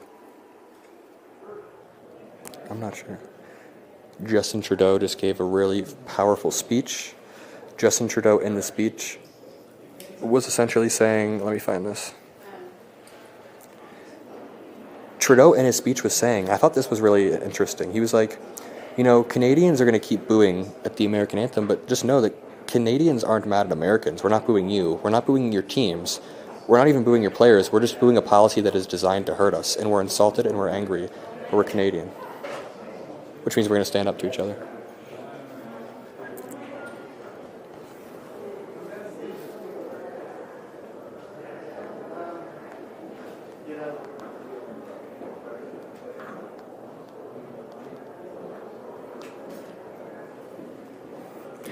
Very, very interesting. How far away is the visitor center? Capital. Yeah, 5-minute walk. Cool. And again, I'll go. You guys start. Sweet. We've also got another interview right up there in like 5 minutes. Cool. Okay. Great. And then you can Yeah, no worries. see. Thanks a lot. Very nice to meet you. How you doing, sir? My name's Adam. I work with Midas Touch. We run a YouTube channel. Yeah. Should we sit right here? Sure. Cool. You want to sit? You want to stand? We can sit. Let's sit. Okay. Let's get comfortable. You wanna? This guy. There we go. Yeah, my good side is over here. Here, you can hold this mic. Okay. You wanna introduce yourself to the stream really quickly? You want to close the door? Yeah.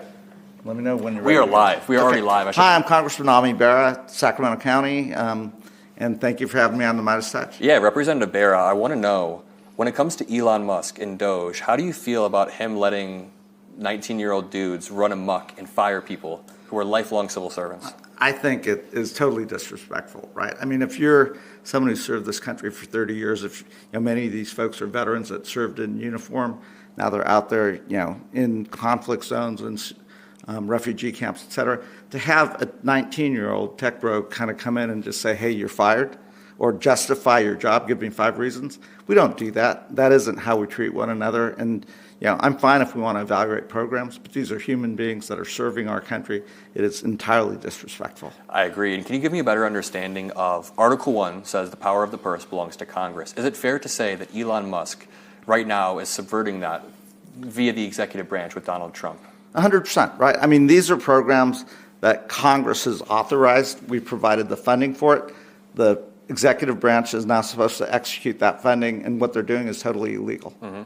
Absolutely. So how do Democrats message around? It's like the basic question, how do we message? But how do Democrats show that Elon Musk is not fighting for you? Because he does this slippery thing. He does this thing where he delegitimizes an institution like USAID or Social Security by spreading lies about it. And then after they cut that, he can endlessly justify it and say, hey, they were corrupt in the first place. How do we fight back? Well, so we are fighting back, but we need Republicans to join with us, even just a handful, to sit there and say they know better in private conversations. They understand what he's doing is really bad. Mm-hmm. We need them to stand up. I mean, we need them to find that courage to say, hey, wait a minute, this isn't how we should do this. Look, if you want to look at efficiency, if you want to look at modernizing programs, great, Congress can do that. They're in the majority. Let's do that. But that is our job, not his job. Absolutely. And I guess my next question is regarding Elon Musk. You go on Twitter, right? Yeah. Have you seen him tweeting about 200 times a day, no matter what you post? It's the top of the feed. I feel like he's, number one, relentlessly spreading propaganda. But what do Democrats do? I guess the question is, how do we beat this media infrastructure that Elon Musk has created? What's your opinion? I mean, it's hard. He owns it, right? Yeah. So I think we've got to appeal to the American people. And that time is coming really fast. So when Joe the plumber's health care is taken away, or he tries to drop his kid off at Head Start and the program's canceled, or he tries to make his VA appointment and nobody picks up the phone, or it's 6 months, that's when it's going to get real. Yep. And they own it. Elon owns it, and we're going to have to make sure that folks are paying attention. You said Republicans know better in private conversations when it comes to this stuff. Do you think, and I don't want you to speak on other people's behalf, do you think Republicans also know better when it comes to Ukraine? Like, do you think they truly, deep down, like, you think I got Lindsey Graham on a one-on-one, no record, do you think he would tell me Trump's probably wrong on Ukraine? Like, well, I mean, unless something's really changed in the last 3 months, go back to what they were saying in the last Congress, in the last administration. I mean, they clearly were singing a different tune. So all of a sudden, they've gone silent, crickets. Yeah. Dan Crenshaw, I just walked past him, and I wanted to have a respectful conversation. Like, hey, please protect Ukraine. Please do anything. Please do not give up. But any last thoughts about Doge or Elon Musk? I mean, again, like, I want to see the Ukraine conflict come to an end. I think there has been a lot of senseless loss of life. But Zelensky, the Ukrainians, they're not the villain here. Vladimir Putin is. I mean, let's work with the Ukrainians. Let's find a way to guarantee their security and bring this conflict to an end.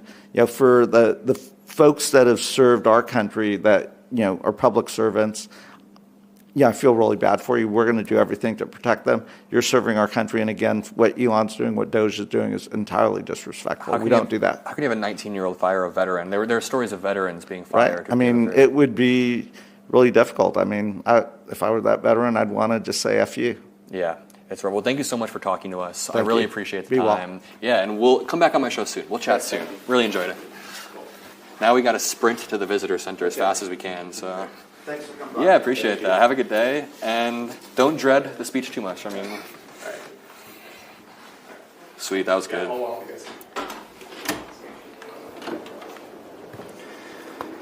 Awesome. First time in the Capitol, I feel like I own the place, right? Oh no.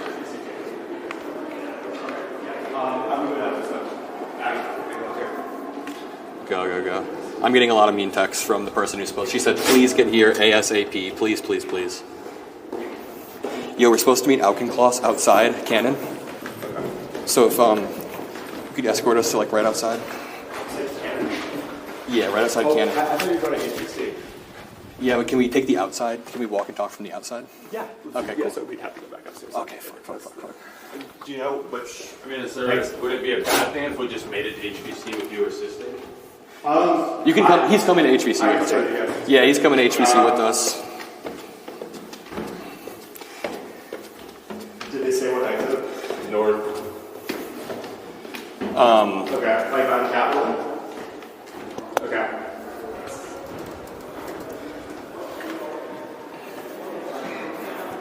This is cool though. This is my first time in the Capitol, man. It's very easy to get lost. Yeah, right? yeah. A lot of hallways, twisting and turning.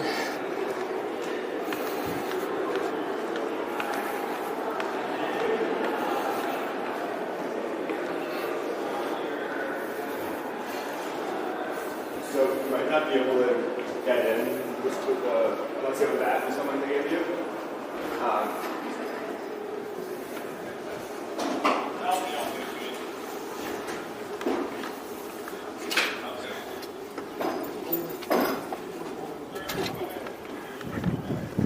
Do you see the representative?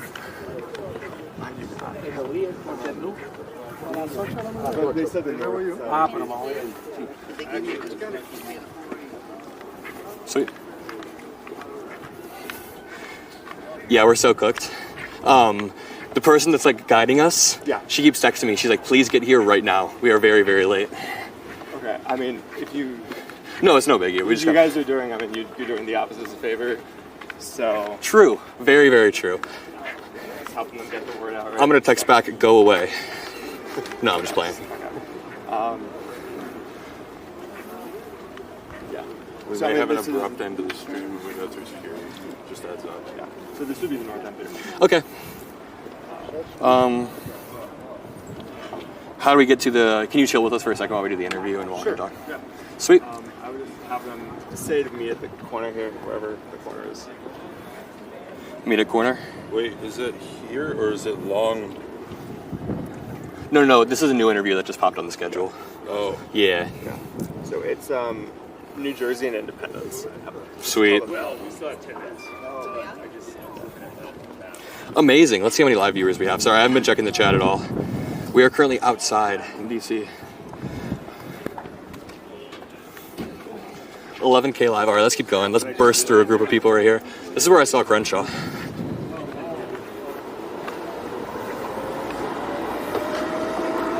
Sorry.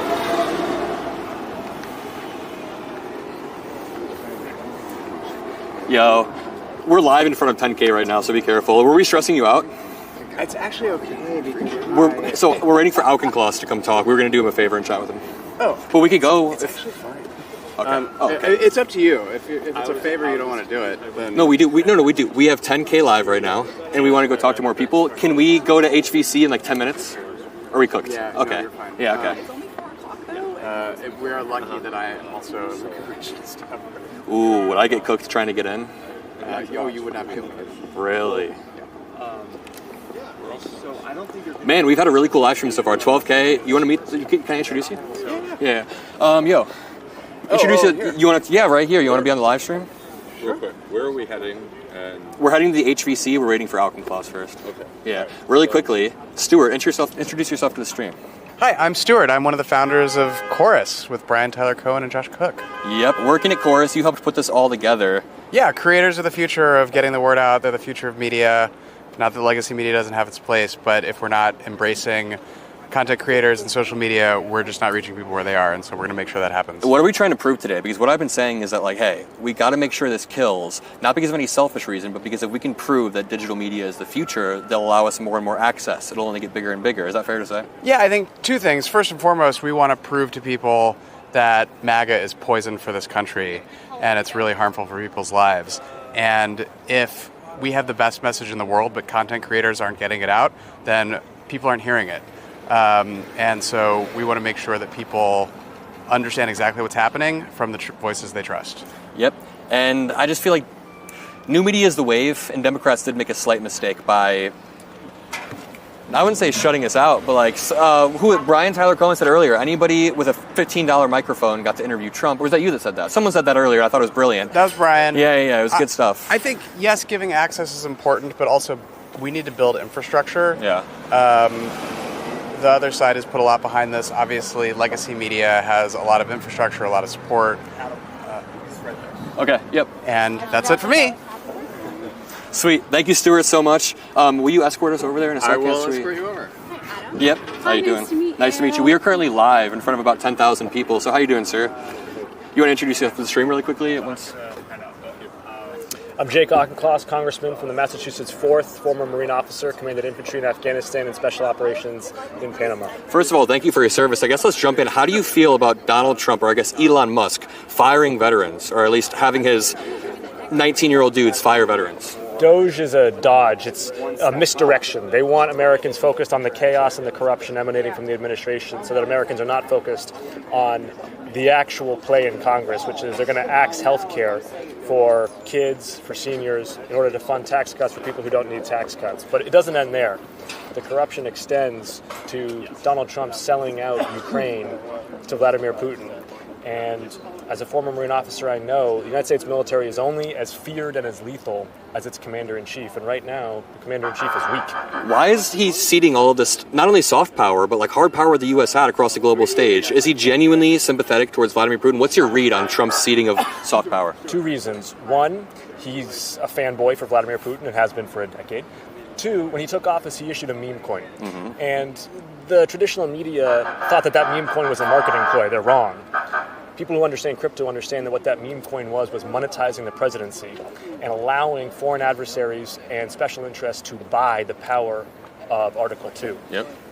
I can pretty much guarantee you that the Kremlin owns a significant share of Donald Trump's net worth right now. Yep. And when it comes to that Dogecoin, or no, the meme coin, the Trump coin, he used the hype of his inauguration to pump it, and then Melania announced one the next day. It is just blatant corruption. I do want to ask you, when it comes to Zelensky, Ukraine is something that I really care about. I've cared about it since day one of the war, even before.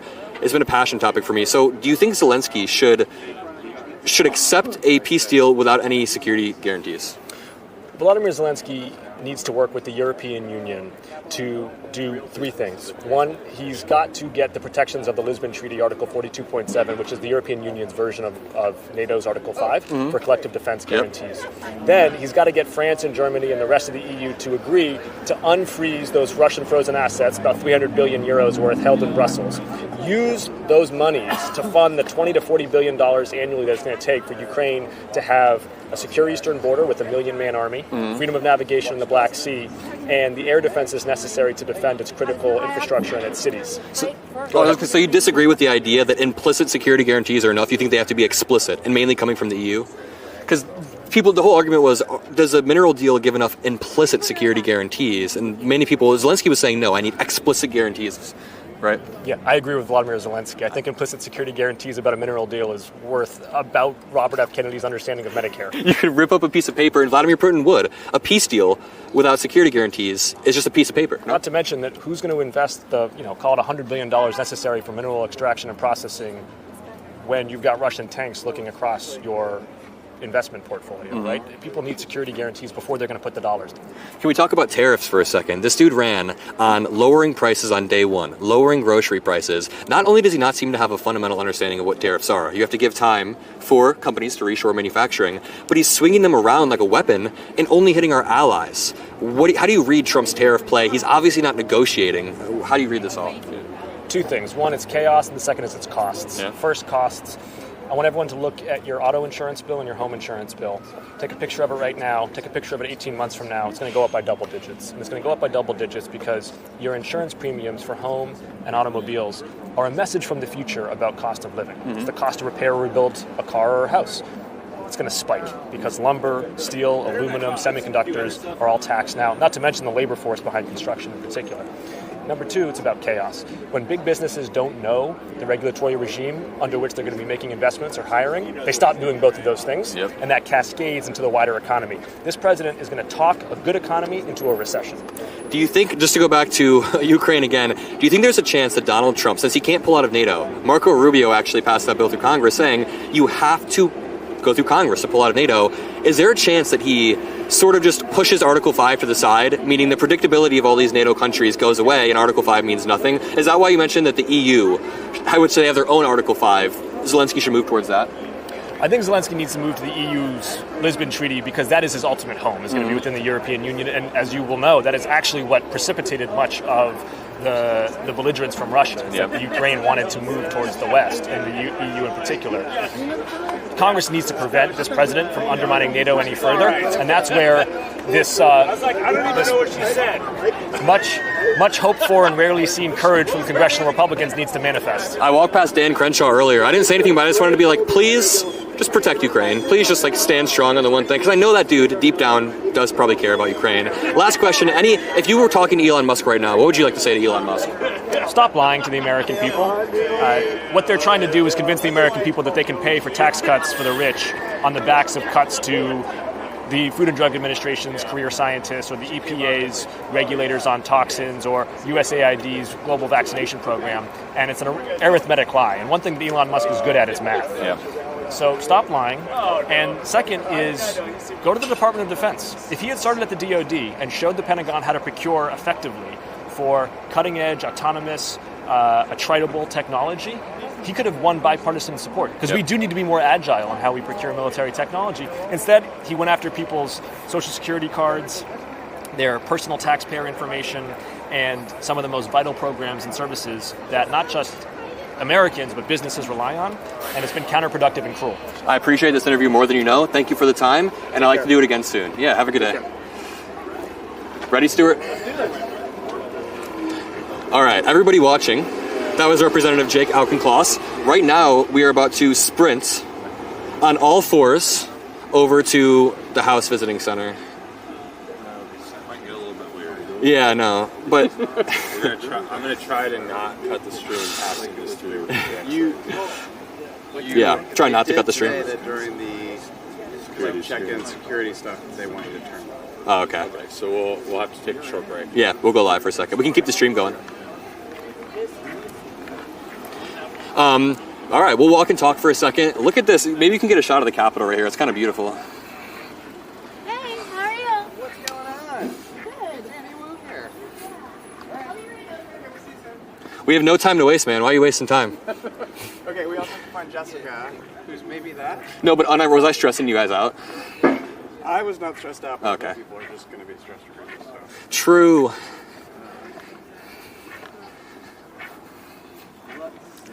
Let's see how everyone's doing.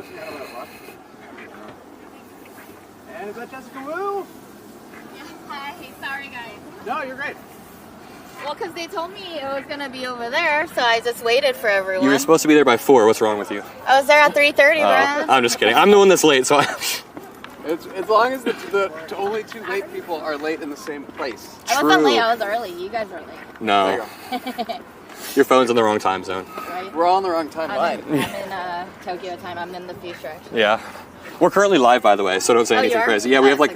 a lot of people watching live. These three. Okay. Thank you so much. Trump, fuck Trump. Was Fuck Trump, that Fuck Trump. was that that wasn't the security? That right? was not. Okay. That was work. Just getting started. Why are you guys acting like it was a dumb question? You're live? We're On live. your YouTube? Yeah, on YouTube. What's your name? Adam. Adam? You're I'm the Bento Box Queen. the bento box queen. Jessica Wu. Jessica, okay.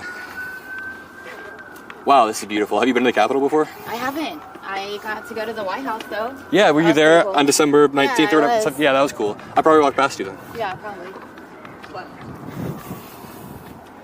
To the left. Good, How are you? Yeah, with staff ID. Yeah, they're with me. Okay, I see. Thank you. Oh, there's another line. Oh yeah, they're part of us. Should we berate them and say that they're late? No. Okay. Hey, you guys know you're supposed to be here at 4, right?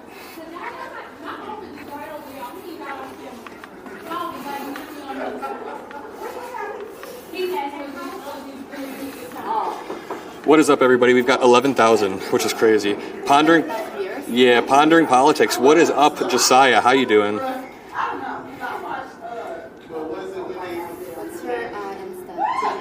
Adam Mockler.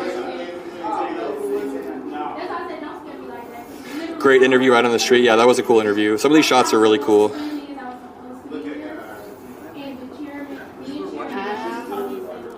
Where people are watching. Why you say it like that? People are watching this? I'm riveted. Yeah, Adam Mockler. M-O-C-K-L-E-R. Oh, my daughter's teacher follows you. Who? My daughter's teacher. Really? What the hell? Let's Is see who she libbed up? A super big lib? Huh? Is she liberal? She must be, right? Yeah, very. Wait, can I ask you guys can I ask you guys a genuine question? When you were flying over the Potomac, did you think about the crash a month ago? I thought about the crash the entire flight. Really? Me too. I was never afraid of flying until Donald Trump. Yeah. Really? If you can't hear, he said he was scared the entire flight. I kind of just tried to drown. Like, if I have that mindset going into travel, it's not going to be good for me. I'm not thinking. I will recommend it. I was already stressed about my ID. I didn't have to be stressed about a plane crash. But you know, on Threads, a lot of pilots came and said, it's fine, it's safe. So, you know, that kind of gave me a little bit. I should have asked you before I got on the flight. There's a psychological effect where when something happens once, you start to see it happen more and more, even if it's not happening at a more It's like frequent when you rate. buy a car, you see the You same see car that exactly, and then I get it. then- are you guys in line? Yes. Okay. Why are you so late, Zachary? It's a good question. So in actuality, we are live right now. Yeah, in actuality, I wasn't actually late. I was with two groups, so I started off, of course, but then I had to go to join and support the members of the Congressional Black Caucus. You were late? What time? It's 4:24. You're late. They do good work. Yeah, no. You know, he just hit $1 million. The only reason He just hit $1 million. Behind us. The only reason I'm scolding you is because I'm late and I'm embarrassed. Yeah. Well, We when were you have stressed 1 about million followers on YouTube, you can take your time. True. We own this. No. We own this place now. No, this is my first time at the Capitol. You? No. You've been there before? A couple times. Because you're an adult. Because I'm an adult. Can you introduce yourself for the stream? Everybody, how you doing? I'm Zachary Kirk, and you can follow me on all social media platforms, The Zactivist, Z-A-C-T-I-V-I-S-T. I don't have 1 million YouTube followers, but I need more. And what I talk about, people, politics, and pop culture, specifically how it impacts the black, brown, and queer communities. So check us out on YouTube, The Zactivist, Z-A-C-T-I-V-I-S-T. You can also follow on Instagram and TikTok for the next 32 days. Genuinely, go check it out, The Zactivist. You know, we hosted the DNC chair debate together, which was interesting, and yeah. I'm mic'd up too, so you can hold the mic too. So yeah, and it was we had a great time, and fun. we saw some great candidates. Are you happy with the outcome? I am. You know, I just saw Ken Martin. Before we went live, I talked to Ken Martin, and he recognized me from the stream. And I was like, I thought you wouldn't like me because we tried to pin you and Wickler against it. He was like, I loved it. Like, that's what journalists are supposed to do. Because I kind of tried to pin them against each other. I don't know if you remember, but I was like, hey, Wickler, Martin said this about you. We got to move. Excuse me. We got to move. Sorry, you can go around. Let's continue. All right, guys, here's the thing. It's about to get very rocky for a second because the stream will shut off while we go through security. So stick around for like a minute. It's going to drop from like 11K. They're going to strip search him. They're going to, yeah. They're going to. You're going to have to take that apart. Oh, I know. Sorry. I know, it's whatever. But there's a very real risk that the stream goes down from like 10K watching to like 3K watching because people just... Yeah, no, so I know. all that I ask is check again in like 5... When we go through security, just come back in like 2 minutes because it'll be fun. If they even let me through. Where are you from? Chicago. You? Vegas. Oh, shit. Dude, I was in Vegas for the first time last month. Really? All right, guys, we'll be back on stream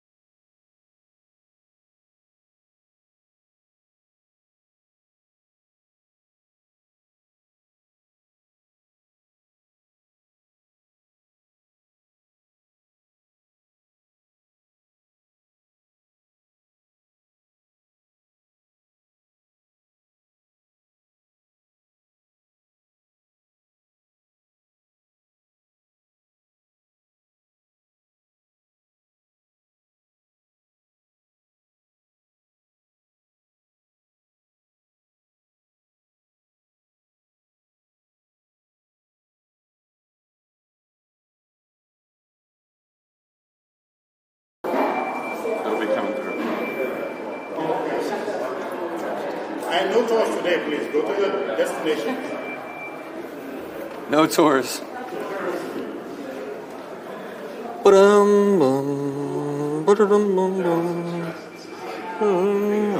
Yeah, we're good. We're back.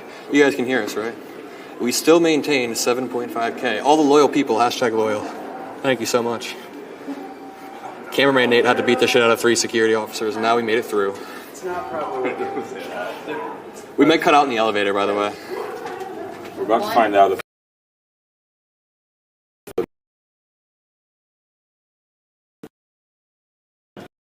you will go there.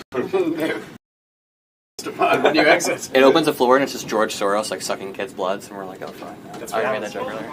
No, not anymore. Okay. We're allowed to stream in this room, right? Yes. Bitrate is great. Of course. Just a little few clips after we start walking. Hey, I want to get to that HBC area. HBC? Okay, so HBC, you're going to take that ramp down. Okay. Oh, you can only go one way. That is the HBC. Great. Okay, you go to the second floor, so you're going to go up one flight. Okay, great. Thank you. Nice, thanks for bringing us down the... I do think that we need to get into the bells first. It's still recording. It's still recording. Yo, what is up, everybody? Let's build this back up. We're back at 7.5K, which is solid. You know, sometimes when we like cut the live, it'll drop by half, but they're loyal now. Oh, we're back up to 8.5. Let's go. They love me, and I love them. I'm always like, you hang up. No, you hang up. Do they? No, that doesn't. Okay.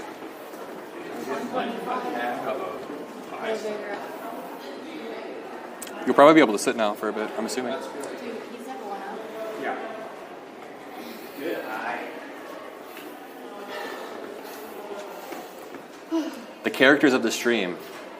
We've got Jessica. We've got Stuart. Cameraman Nate behind the camera. These are the characters that we're building up.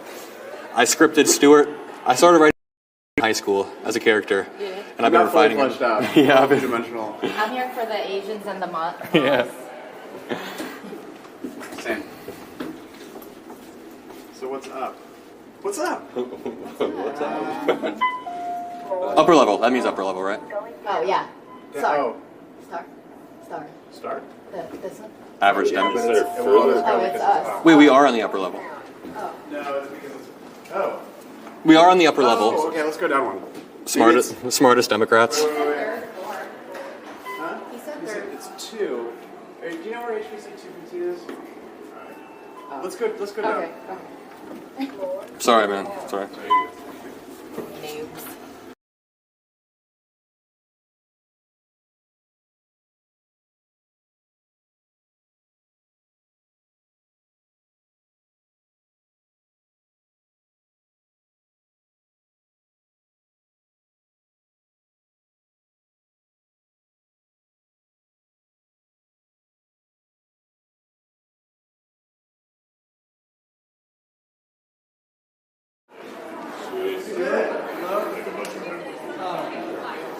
Ooh, I'm about to get...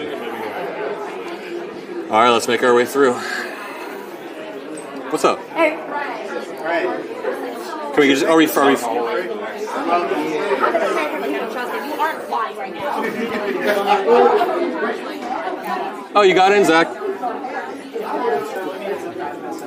Sorry about that. I'll put it on other podcast platforms.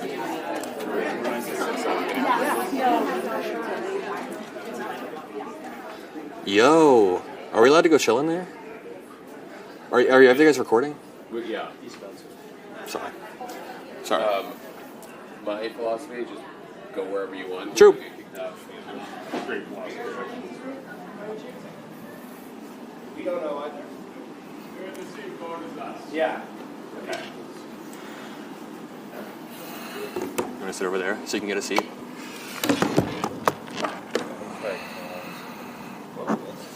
Yo, what is up, everybody? We are in DC, the Capitol. This is sick. You know, I haven't sat down for a minute, so we're just gonna chill for a bit. You're still live? Yeah, we are still live. You want to come chat, bro? Well, I'm uploading a YouTube video right now. Cool, you can come chat and promote it. It's a little meta. How many people watching? 10K. Well, we had 10K, 12K, and then when we went through security, it dropped. But, yeah, this is great.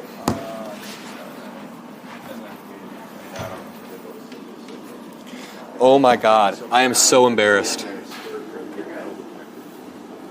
I haven't been unbuttoning my bottom or my button when I sit down. I'm so cooked. You stood up, so that's all the shots off. Someone in chat said, Adam, please unbutton your button when you sit down. Oh yeah, somebody in chat also said stop saying cooked. I'm not going to stop saying cooked.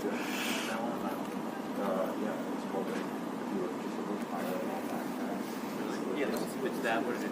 So it's called an IRL backpack. And you can connect your own camera. I'm not going to stop. This was the room that the Watergate trials were held in. I'm just kidding. I just made that up entirely. Is your belt open? No, the belt's good. That's what runs the live. The belt, yeah, it's fine. This is the encoder, right? And then in here, there's two there, and there's two other modems. So we're pulling 4 different settings in that motion now. And they have a fancy encoding word. So, buy this. And we're going to have competition in the live world. Keith's buying a backpack. Right now. Keith, you want to come sit next to me and chat for a minute while I go up there? Yeah, he's buying a backpack. To be I can wait. This is it though? 9K. The gun run IRL. 9K. Sorry, I'm going to do a victory lap. Why can't I pin this on correctly? Like, the cool thing with the cameras, you can like cross on your shoulder, so if you actually truly just wanted to Can you pin this on me, sir? backpack or walk around, it's junior day, you just, the camera sits on your shoulder. So, oh, you need me to help you tie your shoes too, Adam? No, the pin was like broken. Thank you, man. I think it was an operator. True. I'm trying to convince the audience that this is where the Watergate trials happened, or something like that. I'm going to convince them of that. Wait, respond to my text in chat.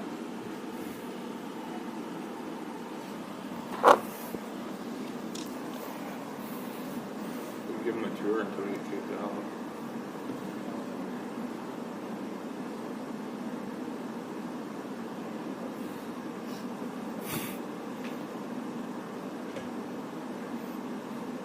No, people are angry at me because my belt. Adam, check your belt. My belt's fine, just the buckle is like a little bit messed up. Stinky Don is about to smell up the room. You guys. Midas Touch. Midas Touch, can you not embarrass me like this? Midas Touch typed in the chat, buckle up, Adam. I might need some of the viewers to help me like, pick out my suit next time. We have proof that your belt is not fine. It's hard to describe. I bought this belt yesterday. It's hard to describe. My belt is fine. As long as, like, a senator doesn't call me out. Could you imagine I'm interviewing a senator and they're like, sir, kid? They're like, why is your top button not buttoned? Or buttoned. Check belt while standing. Check out Luke Beasley's stylist. I should actually. He does have some solid clothes. I was with him last night. Great guy. Finally browsing chat. I wasn't able to, homie. We've been walking around.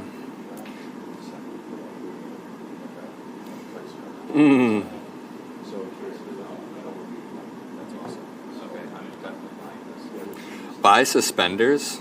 Nope. I'm vetoing that idea immediately. I would get bullied if I bought suspenders.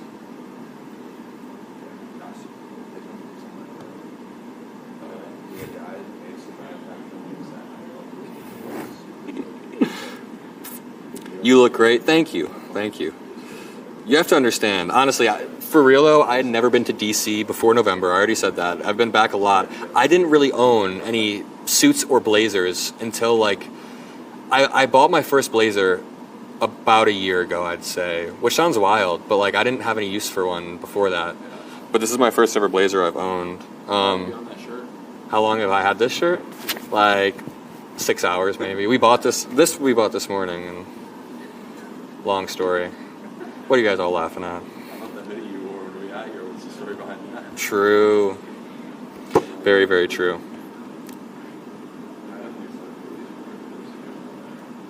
Yo, we can go, should we go find some people to chat with us? I feel like we... Yeah, I mean, they're all, like, packed in that hallway. Yeah. Give me 1 second. No, stay there. It's all good.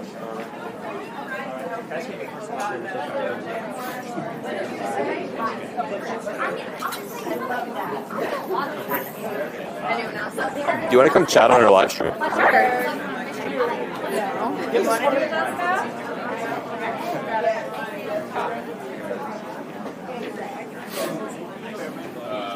You want to come chat on the live stream? I just really wanted to tell you guys that my bias. We have guests. I was sitting here yapping alone. Okay. Feel free to take a seat, though. I'll yap with you. Jessica, Hi. you want to yap? We've been talking about, first of all, a lot about Ukraine. First of all, let's just start from the beginning. What kind of interviews have you gotten today? This is my first interview today. Really? Oh, yeah. Have you tried, or have you just been chilling out? We've been walking around to offices, but I'm meeting with the Women's Caucus soon. Interesting. So things are coming in. What are you going to talk about them? Or talk about them? We're going to talk about them while wearing pink today. Yeah, come chill. All of them are... We're live still. Oh my gosh! Jack Cochiarella, come over here. You couldn't have told me that before I posted. It's fine. People know. People know that we're bros. It's alright, they couldn't see your face. How many people are watching? Yeah. Bro, come take a seat. 9,000. I will. Just 9,000. Moskowitz went great, though. Yeah, it was good. You can come chat with us. So, yeah, sorry, what were you talking about with the Women's Caucus? Women are wearing pink or black, so we're going to talk about why. Mm-hmm. And what they want us to actually hear tonight versus what we're going to hear. What are your expectations for Trump's speech tonight?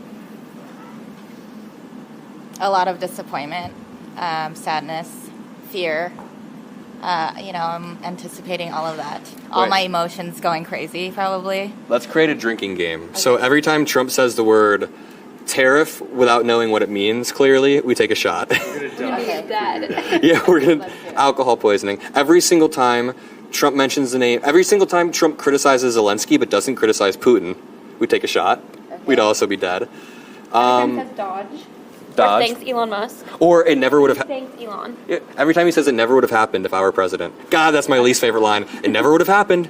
He'll sit there and say that for like 8 minutes in a row. What's my hot take Yeah. for what's going to happen? Yeah. I think half of it is going to be a Biden speech. Did you see what was announced today? Talking about a multi-billion-dollar investment in chip manufacturing, and it was very quickly pointed out that was a part of the CHIPS Act. Mm-hmm. I would not be surprised if he just said, we're going to do a bunch of this stuff, we're doing this, because he needs some credit to take on what was a successful economy, and he knows the markets are crashing. He knows he has to talk about these things.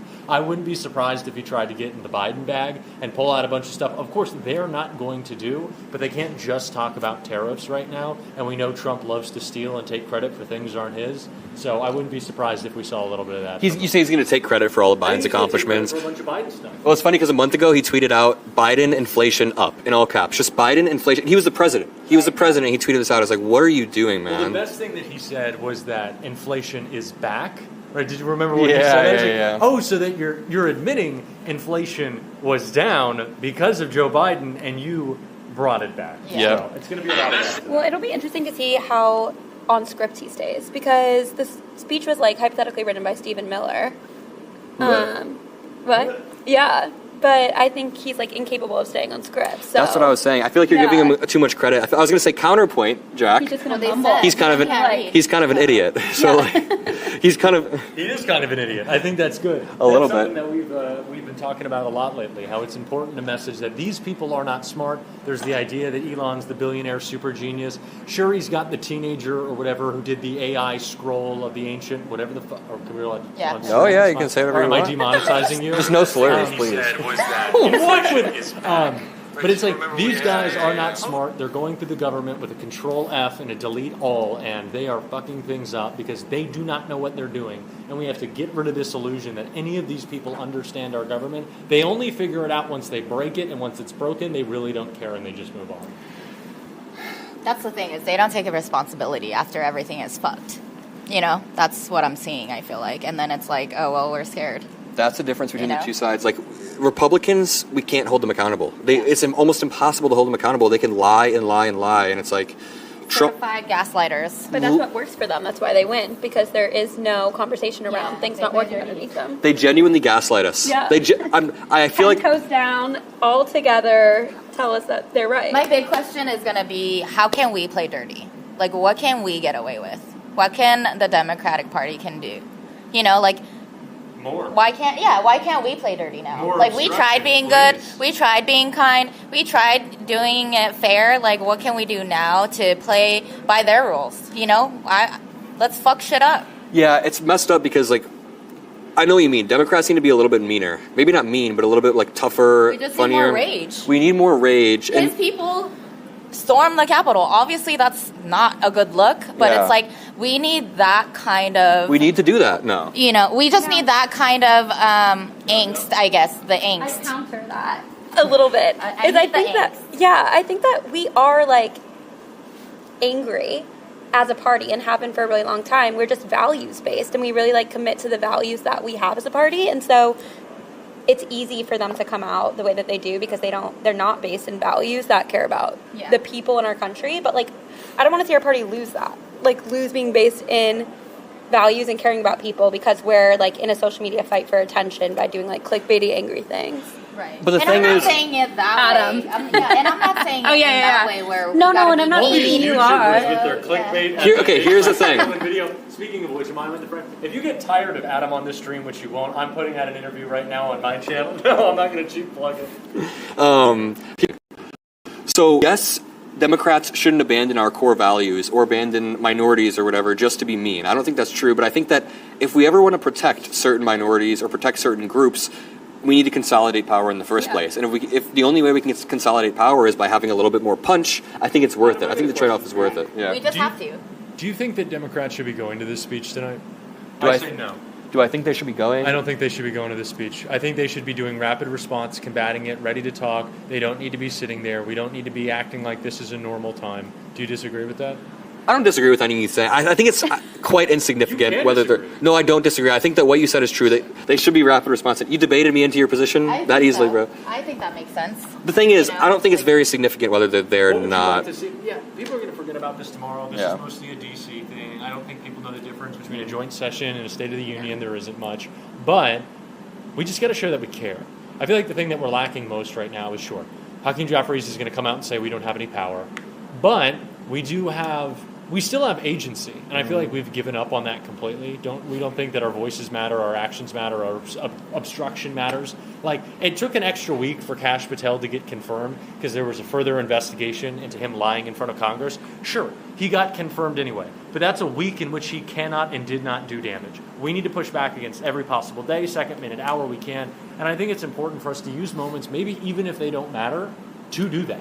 So do you think we're going to shut down the government, like the Democrats? Do you think they should? Well, Democrats can't shut down the Well, government. do you think that they will, like, allow a government shutdown by not working with the Republicans? I think they should. Yeah. I think they absolutely should. We're not gonna, unfortunately. Like, we don't have the power to shut down the government. Moskowitz said he doesn't want the government to shut down, but Democrats should not.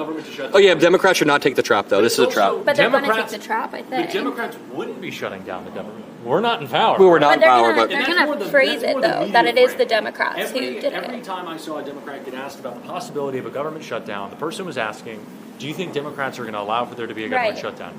That framing, The framing is so bad. is broken. But again, that's how the media covers us.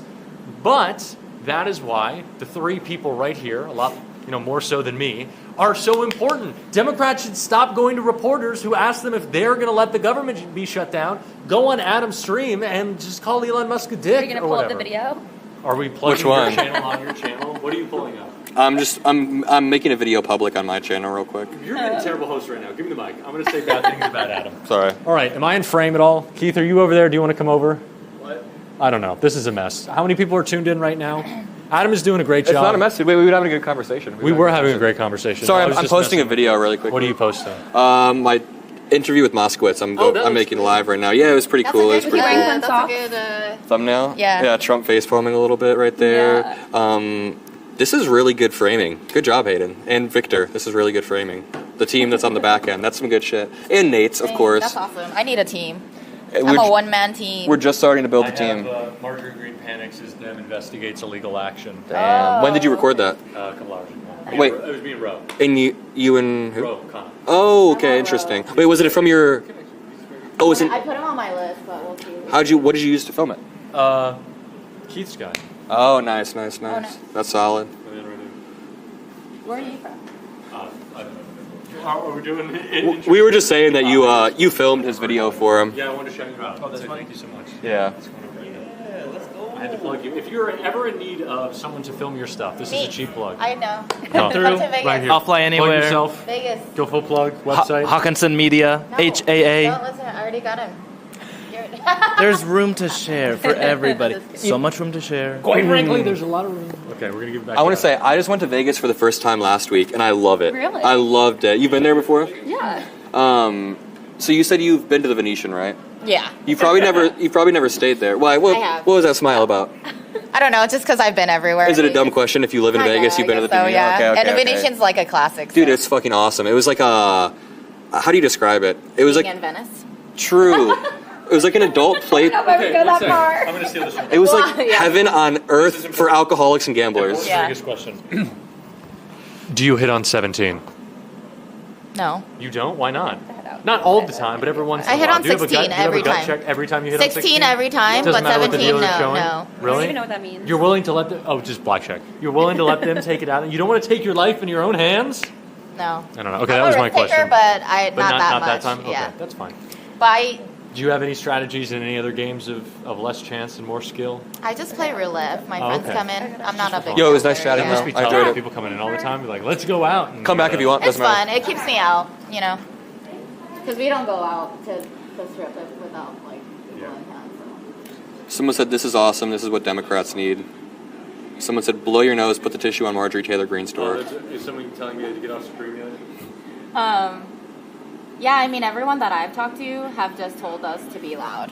You know, Be loud. just keep doing what we're doing. I just want us to be as angry as they are. That's what I'm saying. And that's why I feel like we need to have a little bit more fire lit under us. By the way, we're not even supposed to be in this room. I don't think. As we walked in, someone was Like, as we walked in, someone was like, "Oh, are you guys the people in this room?" And I was like, "Yeah, it's I not get us saying though." fuck stuff every single day of my life Wait, online. You know, Really like quickly, what are your social medias? Because you plugged them a bit ago. Plugging. it's Sully Jessica, SULHEEJESSICA. You might know me as the Bento Box Lunch Mom on TikTok. I make lunch for my kids, and you might have heard me say, "Let's make some lunch for my kids." And here I am, trying to fight for our country. What's the latest and greatest bento box combination?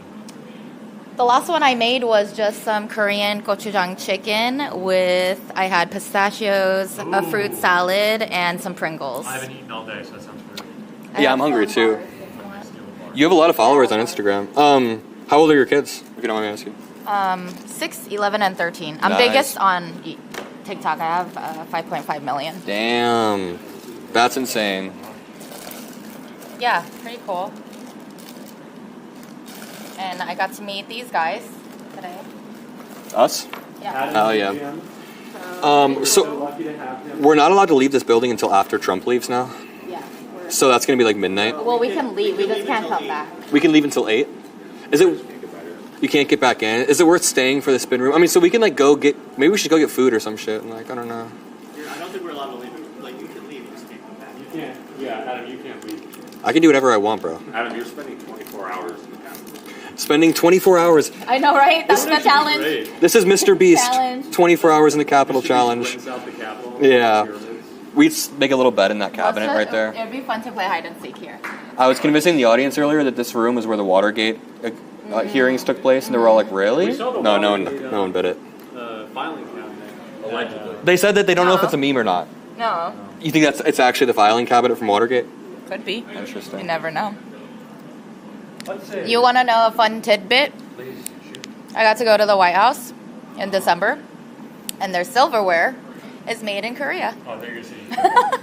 I'm Korean. Crazy thing. So it was just funny. What? I thought you were gonna say you took it. Oh, no. No. In the silverware. I thought about it. I thought about it real hard. I thought about it really Did you hard. see my latest bento box? Yeah. White House China. You know what I find cool? the fact that you are not really a political creator, right? That's so important. Yeah. So you've been invited to a few parties so far. Here, you can hold the mic for 1 second. I speak a lot about politics. I just speak about whatever I want. And I always have fought. I always fought for political stuff, like gay rights, all that stuff growing up in high school. And I would go to protests and stuff. So naturally, I have to do it. So I'm like that first, even before like an influencer. So for me, it's natural. And there's no like, oh, am I going to think about it? I just do it, yeah. And, you know, a lot of content creators message me. They're like, I love seeing this. I love that you don't care about the trolls. You don't care about, you know, your brand deals or anything. And I tell them, I'm like, I got my biggest brand deal last year. You know, don't be afraid. And the people who support you will support you because of what you stand for, you know. And the businesses that don't, then I don't want to work with them anyway. What's up? There you go. Thanks, man.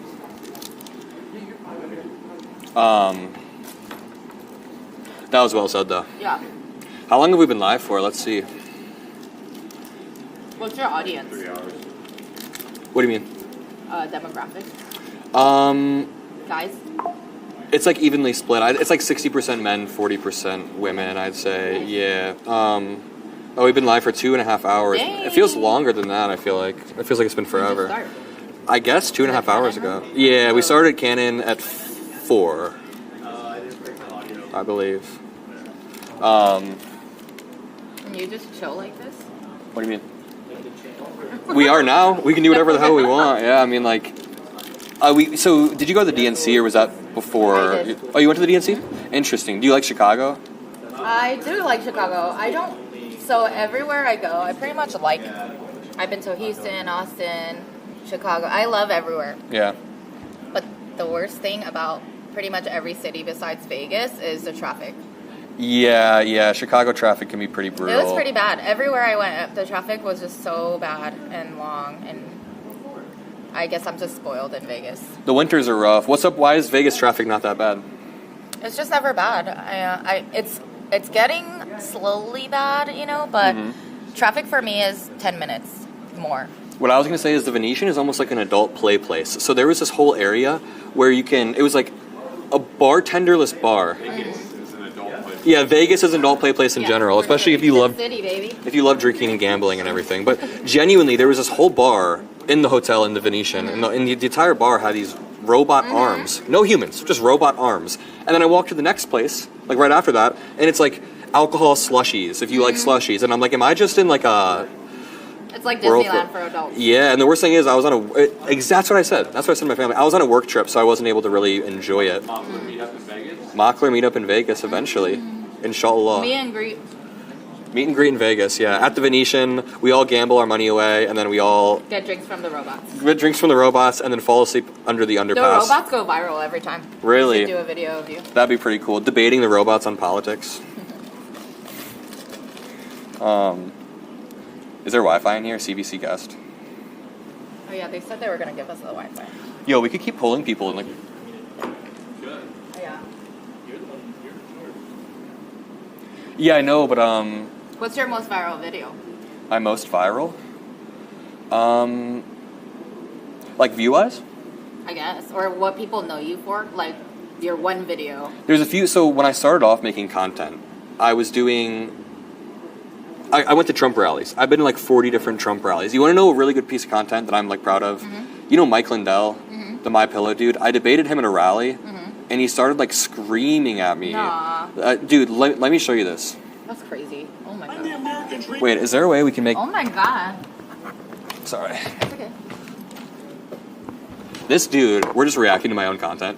Can you see that? Let me tag you on my story so people can watch your stream from since I'm with you. This dude starts yelling at me, and the crowd starts... Look at. The crowd's not there, but look at by the end. There's a... Oh my god. Dude, it was scary. It was wild. Wow. And then Seth Meyers covered it. It was wild. I mean, I can't play the full video because it's like 10 minutes, but it's wild. I'm going to see, yeah. terrible statement. 3 months later, he was on Morning Joe, and they asked him, what's the biggest threat to our country? This was in the spring of 21. What's the biggest threat to the United States? He's he tweaking. Said, bar none, a cyber attack in our elections right down to the local level. Bill Barr, crooked Bill Barr, what he did in the spring of 21, if you remember correctly, or not, actually it was in the winter. It was Who was Bill Barr appointed by, though? I mean, it doesn't matter who appointed him. Because you say Donald Trump picks the best people, but then everyone... Who said Donald Trump picks the best people? Donald Trump said that himself. He said it himself. I picked the best people. I'm a businessman. Bill Barr told people to stand down in Pennsylvania. Stand down. Do you like your country? I love my country. You're the problem. I'm a patriot. Oh my God. Look at then the crowd starts to kind of scream. How are you? How was that? It was fine. Honestly, it's hard to describe, but when you're in that environment, you just kind of go, look at this dude. He thinks he's like, and then at the DNC,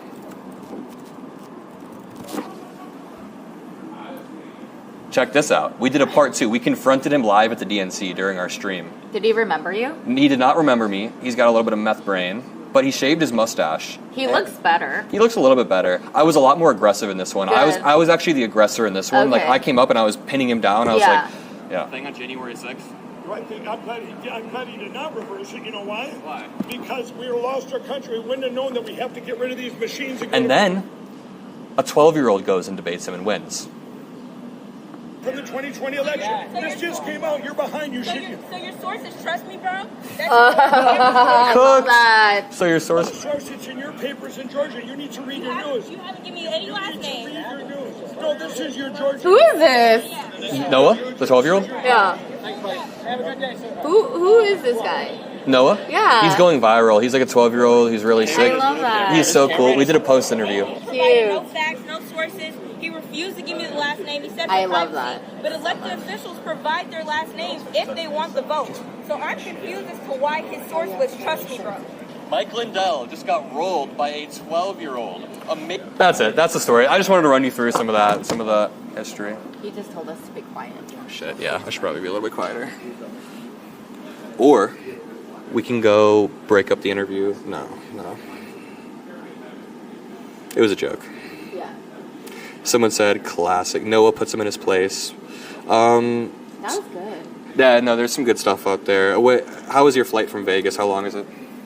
4.5 hours, I think. It was okay. There was like a medical thing happening in the back, so they had to like let them off first, and then the airport was supposedly closed because there was a power outage. Really? So average day in Trump's America. Had to wait a little bit, but it was good.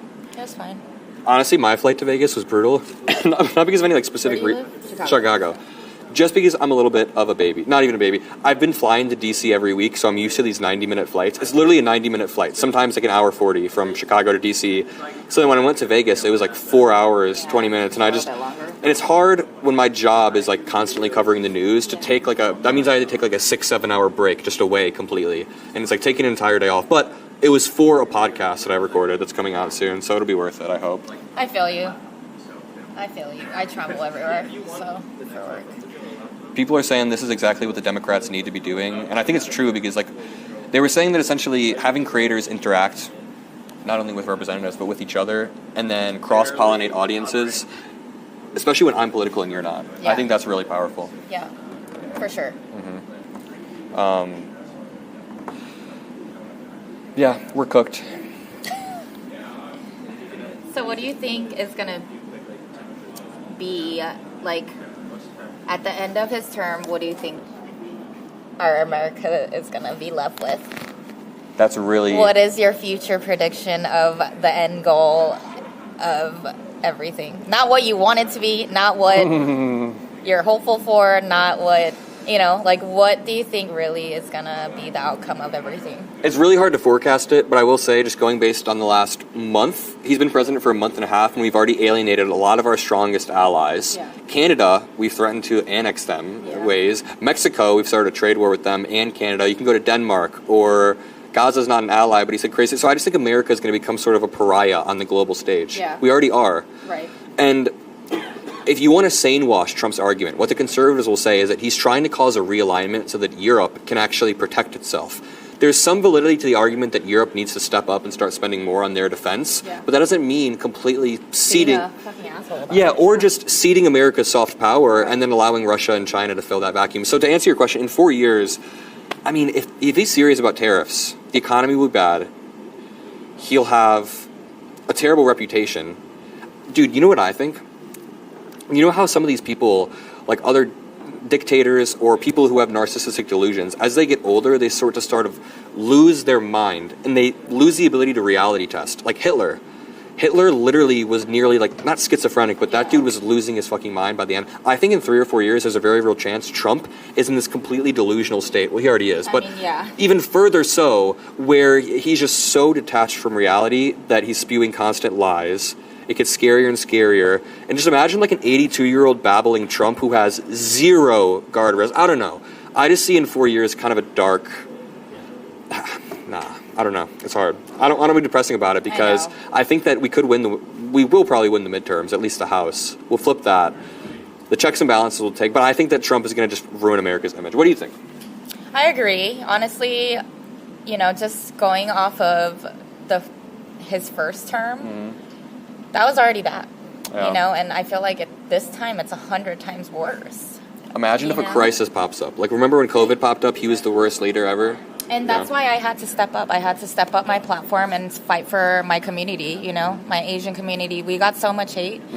All our grandpas and grandmas were scared for their lives. They were getting killed for no reason for being Asian. So I saw it firsthand, of the racist stuff that came out of him and his, and his followers, technically, his little subscribers of his reality life. He emboldens them. He emboldens them in the most literal sense. Yo, Keith, you want to hop on? You want to try? Yeah. Tell them to click like on my video. Sure. Not doing well. Is it an interview? Yeah. It's rough for interviews to do well. Interviews suck. Yeah, interviews are boring. I mean, interviews aren't boring, but... To the mass, most of them.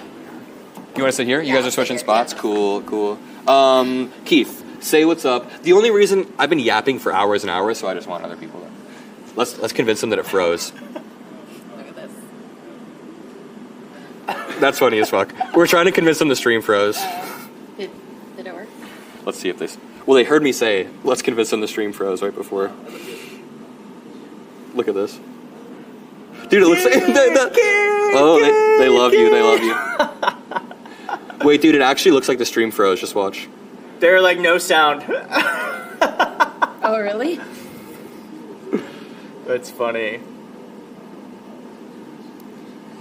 Someone said, I'm curious about that buckle. Is it still loose? There's no way this person's serious. Jennifer. Adam, you've just lost 4,000 viewers. Now they're fucking with us. Whoa, did the stream freeze? You guys aren't gonna pull one over on me like that. Not gonna happen. Do you have your link on your story right now, or no? What do you mean? Like, do you have your YouTube linked on your story? Maybe. You should. I should probably, right? You should. Can you tag me, and then I can tag, and then I can repost it, and then people can go to your link. True. Is that fine? Yeah. Oh, it is in my. It is in your stories? Yeah. Okay, let me find it. Oh, the link to the actual stream? No. Who's that? Or at least your channel. That's Schumer and Parnas. So you've been streaming for 2 hours? Yeah, we've been going for 2.5 hours. All right, let's talk. Yeah, let's chat. Where's the live chat? Do you have it here? No, it's right there. That's it. Okay. Let's take a photo, and then I'll... Okay. Ready? Great picture. Wow, I look so old. I'm the oldest person here. No, you're not. I'm the oldest How old person are here. you? 40. I'm close. How old are you? 38. No way, millennials. What the fuck? What the fuck? I seriously thought you were like 25. I get that all the time. Yeah, I'm a well, mother of I three. used to. I I'm used to. almost 40. What the fuck? Wait, so you're 38 and you're 40. Yeah. Would it blow your guys' mind if I said I'm 52? No. Yeah, but you're not. Okay. You look I mean, like a I'm not child. 52. You look like I a mean, baby. no, because I know Here. you're not 52. Not because I think you're old. Is this the link to my channel? Yeah. Or the video? Link to your channel or video, just so I can have people go watch this. Okay, yeah. Hi, everyone. Slava Ukraine. That's right. Slava Ukraine. Very true. She looks great for 38, 40 here. Thanks. Hi, Keith. Adam, you're a youngster. Post your buckle on Blue Sky. What's the buckle about? Okay, so like this buckle right here is a little bit, and they're all like giving me a bunch of shit. Oh, it's fine. It's no big deal, right? It's fine. One of them was like, "Have you ever owned a suit in your life?" And I'm like, "Maybe I haven't." Yo, what's up, Jack? How'd that go? Yeah. Are we Keith Yeah. Edwards? Yeah. Yes. At Keith Edwards. Someone said Keith is so hot. Oh my gosh. Hottie.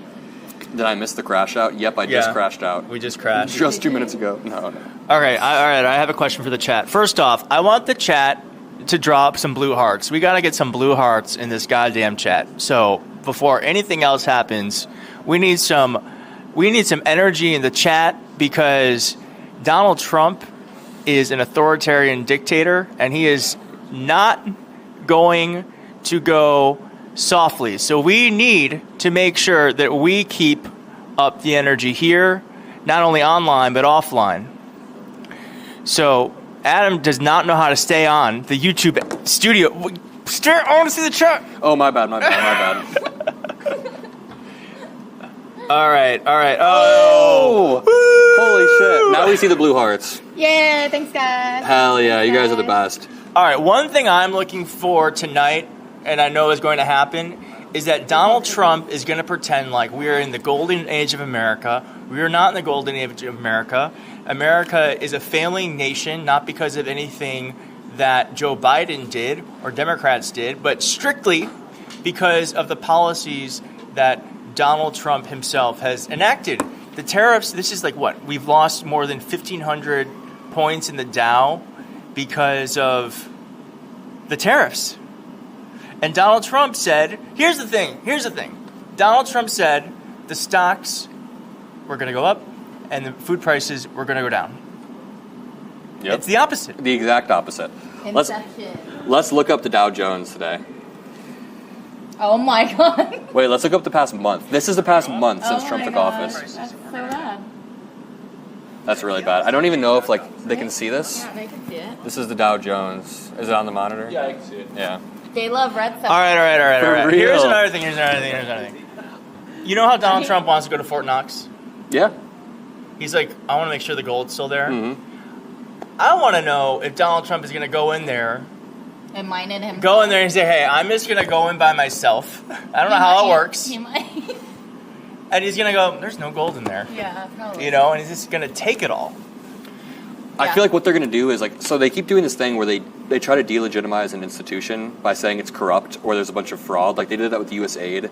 They did it with Social Security. And then they use that as a pretext to then dismantle it. So I feel like they're going to say something's wrong with Fort Knox. Something's terribly wrong with Fort Knox. And it's just going to be a pretext to basically, dismantle it. Absolutely. Bro, are we really trapped here till midnight? By the way, Can I steal this? I just, You can everyone, don't leave this channel. Use that. But open up a new tab. Go to Keith Edwards' YouTube channel.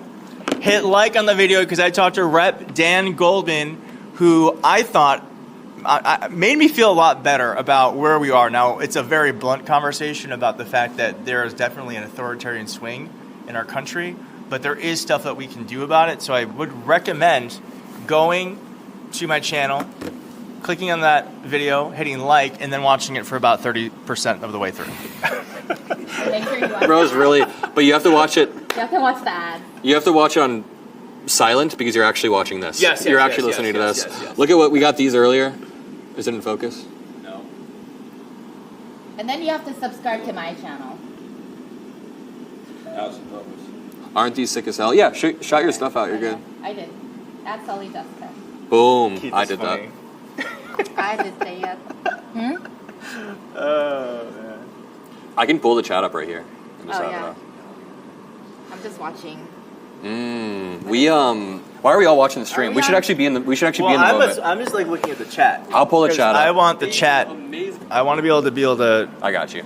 Because the chat, to me, live streaming is not about. It's you are a conduit for what is happening in the chat. I don't know. I hit like on Keith because he's hot. Thank you. I'll take anything for a like. Not anything. Someone said they're asking what your channel was. Hot like? They're asking what your channel is. Oh, my channel? Do you have a YouTube? Yeah. Okay, then it's shout out Sully YouTube. Jessica. Can you write it on the How do you spell that? SULHEEJESSICE. Sully, SULHEE. How did I get that so wrong, as you were saying? No, my dad wanted to do SULLY, and my mom wanted This? to make it difficult. Yeah. Space? It's together. You can just add it or whatever. That's so true. I don't even know how YouTube works.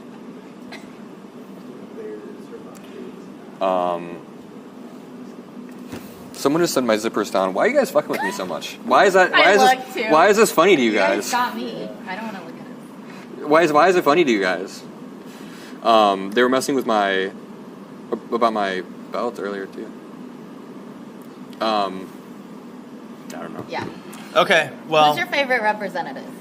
My favorite representative? Yeah. Like in Congress? Yeah. I don't know. It's not like X-Men. I don't know. I know, but like, who do you really like? You have to have someone that stands out in your mind. I will say this. Like, I don't think AOC and I agree on every single policy. I think we're different shades of blue. But I have to say that of the people who communicate, this is not a new idea. Bring some people. Bring a new idea. But the people who of the Democrats who communicate online, I think she actually does a great AOC? Yeah, She's does great. a great job of being authentic. Yeah.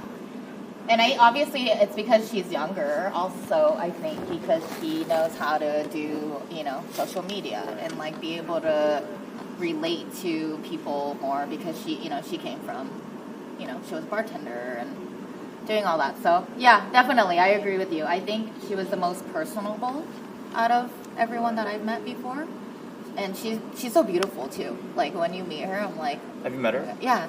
I want to meet her. You didn't meet her yet? She follows me everywhere, but I've never met her. Really? Yeah, I have her saying, AOC? let's make some lunch for my kids. Yeah. Crockett. People are saying Crockett's good. Yeah, Crockett's good. She's the cool. thing with Crockett, I think she's good at getting attention, which is we are in the attention economy now. Yeah. You listen to the Ezra Klein episode too? What's that? There's an Ezra Klein episode about that. That's Is really it? good. Yeah. Yeah. So we're in the attention economy, which means that more than anything, more than money, more than fame, more than like seniority. The most important thing right now is whether or not you can get attention. Yeah. And it's the media time. The best It's example the of that clips. is Elon Musk buying X. Because right now, Elon Musk isn't the most powerful man in the world just because he has a bunch of money. He's actually powerful because he can command all of this attention on the platform X. He can get, that dude will have a tweet that has like 300,000 likes, and he'll do it like 10 times a day, 20 times a day. So it's like he has all of this attention on him. And yeah. It works. It genuinely does work. Let's scroll through and see how the stream It's is. crazy because back in his first term, Trump, Meta took him off the platform. I had a which they screenshot, should have. yeah. And now it's like Well, now now what? Now I want guys are standing. Well, I want to ask the chat how they feel about Merrick Garland because You're not going to get a warm reception. I think about Merrick Garland dropped the ball because Meta did the right thing. Instagram and Facebook removed Trump's social accounts. Twitter removes Trump's social accounts. But there was no actual legal consequences to what Trump did. And so he was able to come back. Check out this earlier. The dogs in Moskowitz's office started like licking the camera. Oh my gosh. Oh, I would have loved to see them. They were so damn cute. So cute. That was his son? Yeah. They're his policy advisors, actually. Oh, okay. Yeah. That's cool. That's what they say. Keith Nagy. Yeah, he's cool. Yeah, man. So you've gotten some good content. Yeah. Do you want to see the beginning of my Instagram story or my Instagram reel? Mm-hmm. Watch this. Oh, my interviews. My desk, and I'm in real life. I do have legs. I have legs. They exist. I'm here in front of the Capitol. Why'd you say that? Because I'm always behind a desk. Oh, okay. That's hilarious. That's funny. I thought you didn't have legs, to be honest. I was questioning it. So you how many videos have you gotten up today? 2. Does it kill you a bit that you haven't really like gotten to cover the shit? Or are you just fine? Like, well, I'm leaving. So oh, you are leaving. I'm leaving. Fucking I'm live streaming. Big shot over here. 8:30. Nice. And nice. Rep Ro Khanna is going to be on after for his immediate response to Trump's Trump's speech. So stay tuned for that. I'm trying to get some other folks too. Some rapid response. Yeah. Do you guys want me to ask any of the representatives about TikTok? I don't think they care. No? I don't know. Maybe YouTube doesn't care. No, they want YouTube to go. Or they want TikTok to go because it benefits us. No, not your TikTok. Everybody's TikTok but yours. Adam, I love your channel, but you are losing me here. We're just chilling for the I first know, time. we're just chilling. Sorry, we don't. What time? So it starts at 8:30. Mm-hmm. And you're gonna be somewhere else. I'm gonna go home. How are you gonna be live streaming? That's where I live. Like you're just gonna be watching it? Yeah. Oh, and like talking about it, Yeah. but not like actually live streaming it here. Okay. We should go find some of the other creators, though. I feel like, where is everybody? Yeah, he's the camera guy. Just went to open the room so he was trying to see if they had food. Let's go say what's up to everyone. Keith doesn't give him per diem, I guess. That's what he said. Go. Oh no, they're making fun of my belt again. Where is everybody? No, we're just moving rooms. I'll show you to the room. I know.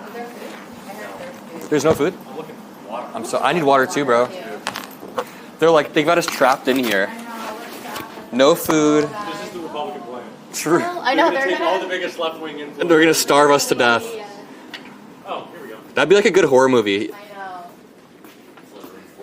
What are we doing? Oh, wow. Oh, you're filling up your water bottle? Alright. Well, let's go walk around. Smart. What's up? Where's everyone? They're all the way back there to the left. Sweet. You guys complained and you got what you want. What? Well, they were just like, what are you guys doing? You're losing me. So it's like, know. alright, we'll go talk to more people. We have no fun right now. Sorry we walked around for 3 hours. That's where they store all the deleted emails. Data closet. Oh, Should my we bad. try to open every door? Yeah, literally. Yeah, I'd want them to be honest. The George Soros room, the, I don't even know. The communist that on right now? Marxist room. It dropped like 7K, 6K or something like that. Oh, only 6K. Well, no, we were just, I don't know. It dropped right about the time you got on. Yeah, not a shock, actually. There was water over here, by the way. I saw someone walking with water bottles. I must have just kept it away from me. You guys want water? Who wants water? Can we go in here? I'll be back in 1 second. Or you can come, it doesn't matter.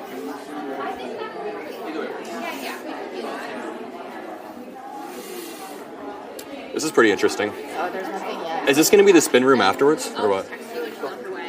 This whole entire area will be? Interesting. So during the, yeah. We're live right now, by the way. But I was going to ask you, during the State of the Union, where the creators are they're going to be around here? Yes. Sweet. And they'll take down the food. And they'll. Cool. Interesting. And then there's different creators for the House and the Senate. I'm part of the House, but can we commingle? I don't know anything about the Senate. I don't know about They're the. holding their own separate thing. Yeah. Interesting. Well, I'm going to crash it, so... Thank you. A lot of people in this room. A lot of interviews to do in this room. Let's go. This is what people wanted to see, I guess. Walter Masterson, we're live right now. Sorry to walk up on you with a mouthful, but say what's up.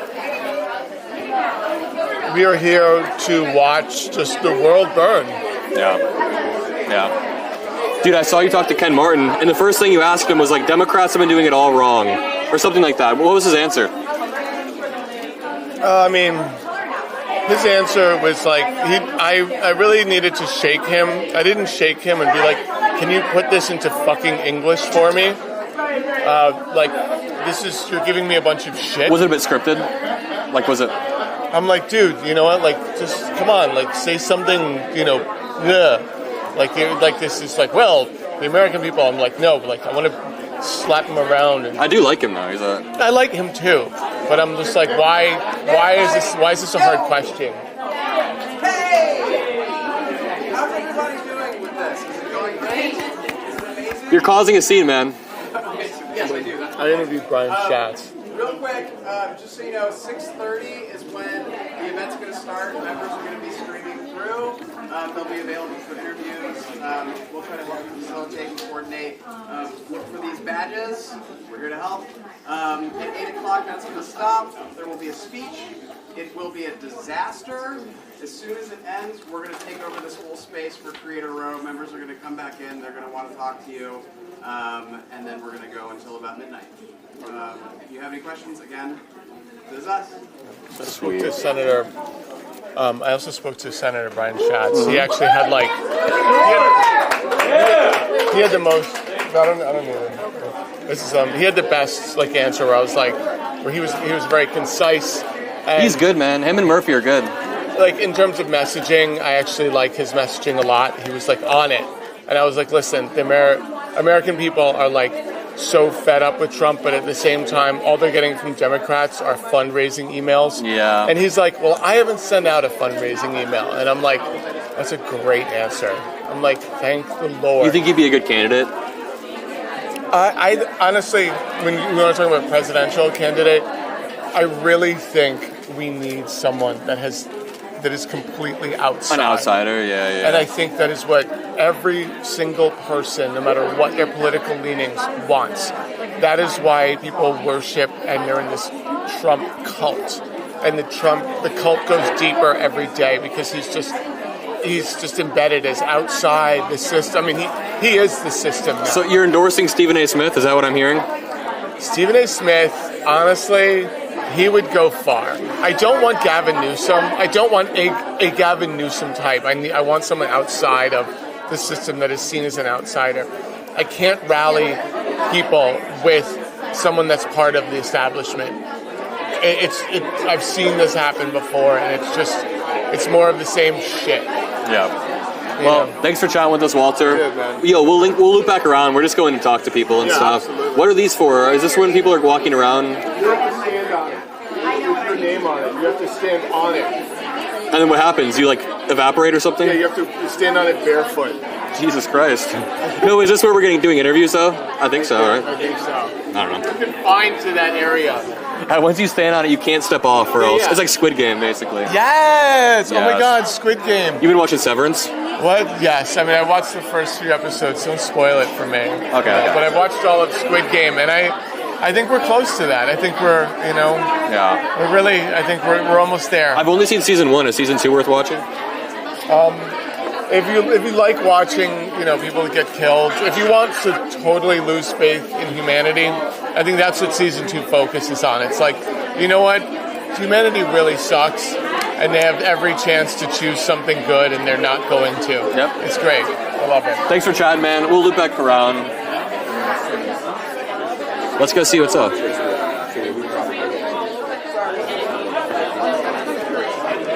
We should go snag this interview after. We're about to give you guys some good interviews, don't worry. We're finally here.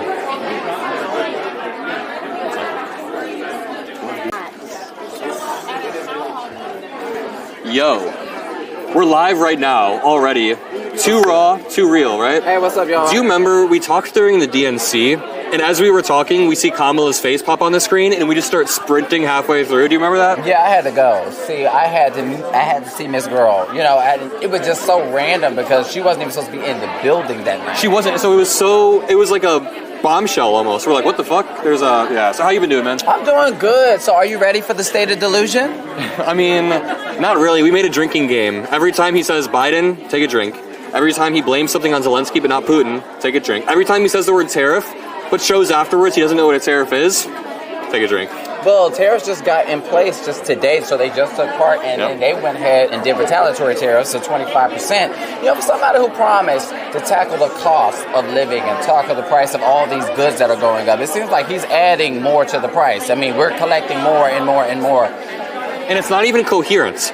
There are reasons you can use tariffs to help reshore manufacturing, but he's not doing it in a coherent way. His economic policy is just take our allies, apply tariffs, and basically, I don't know, hope for the best. But it's what did you think about the Oval Office meeting with Zelensky?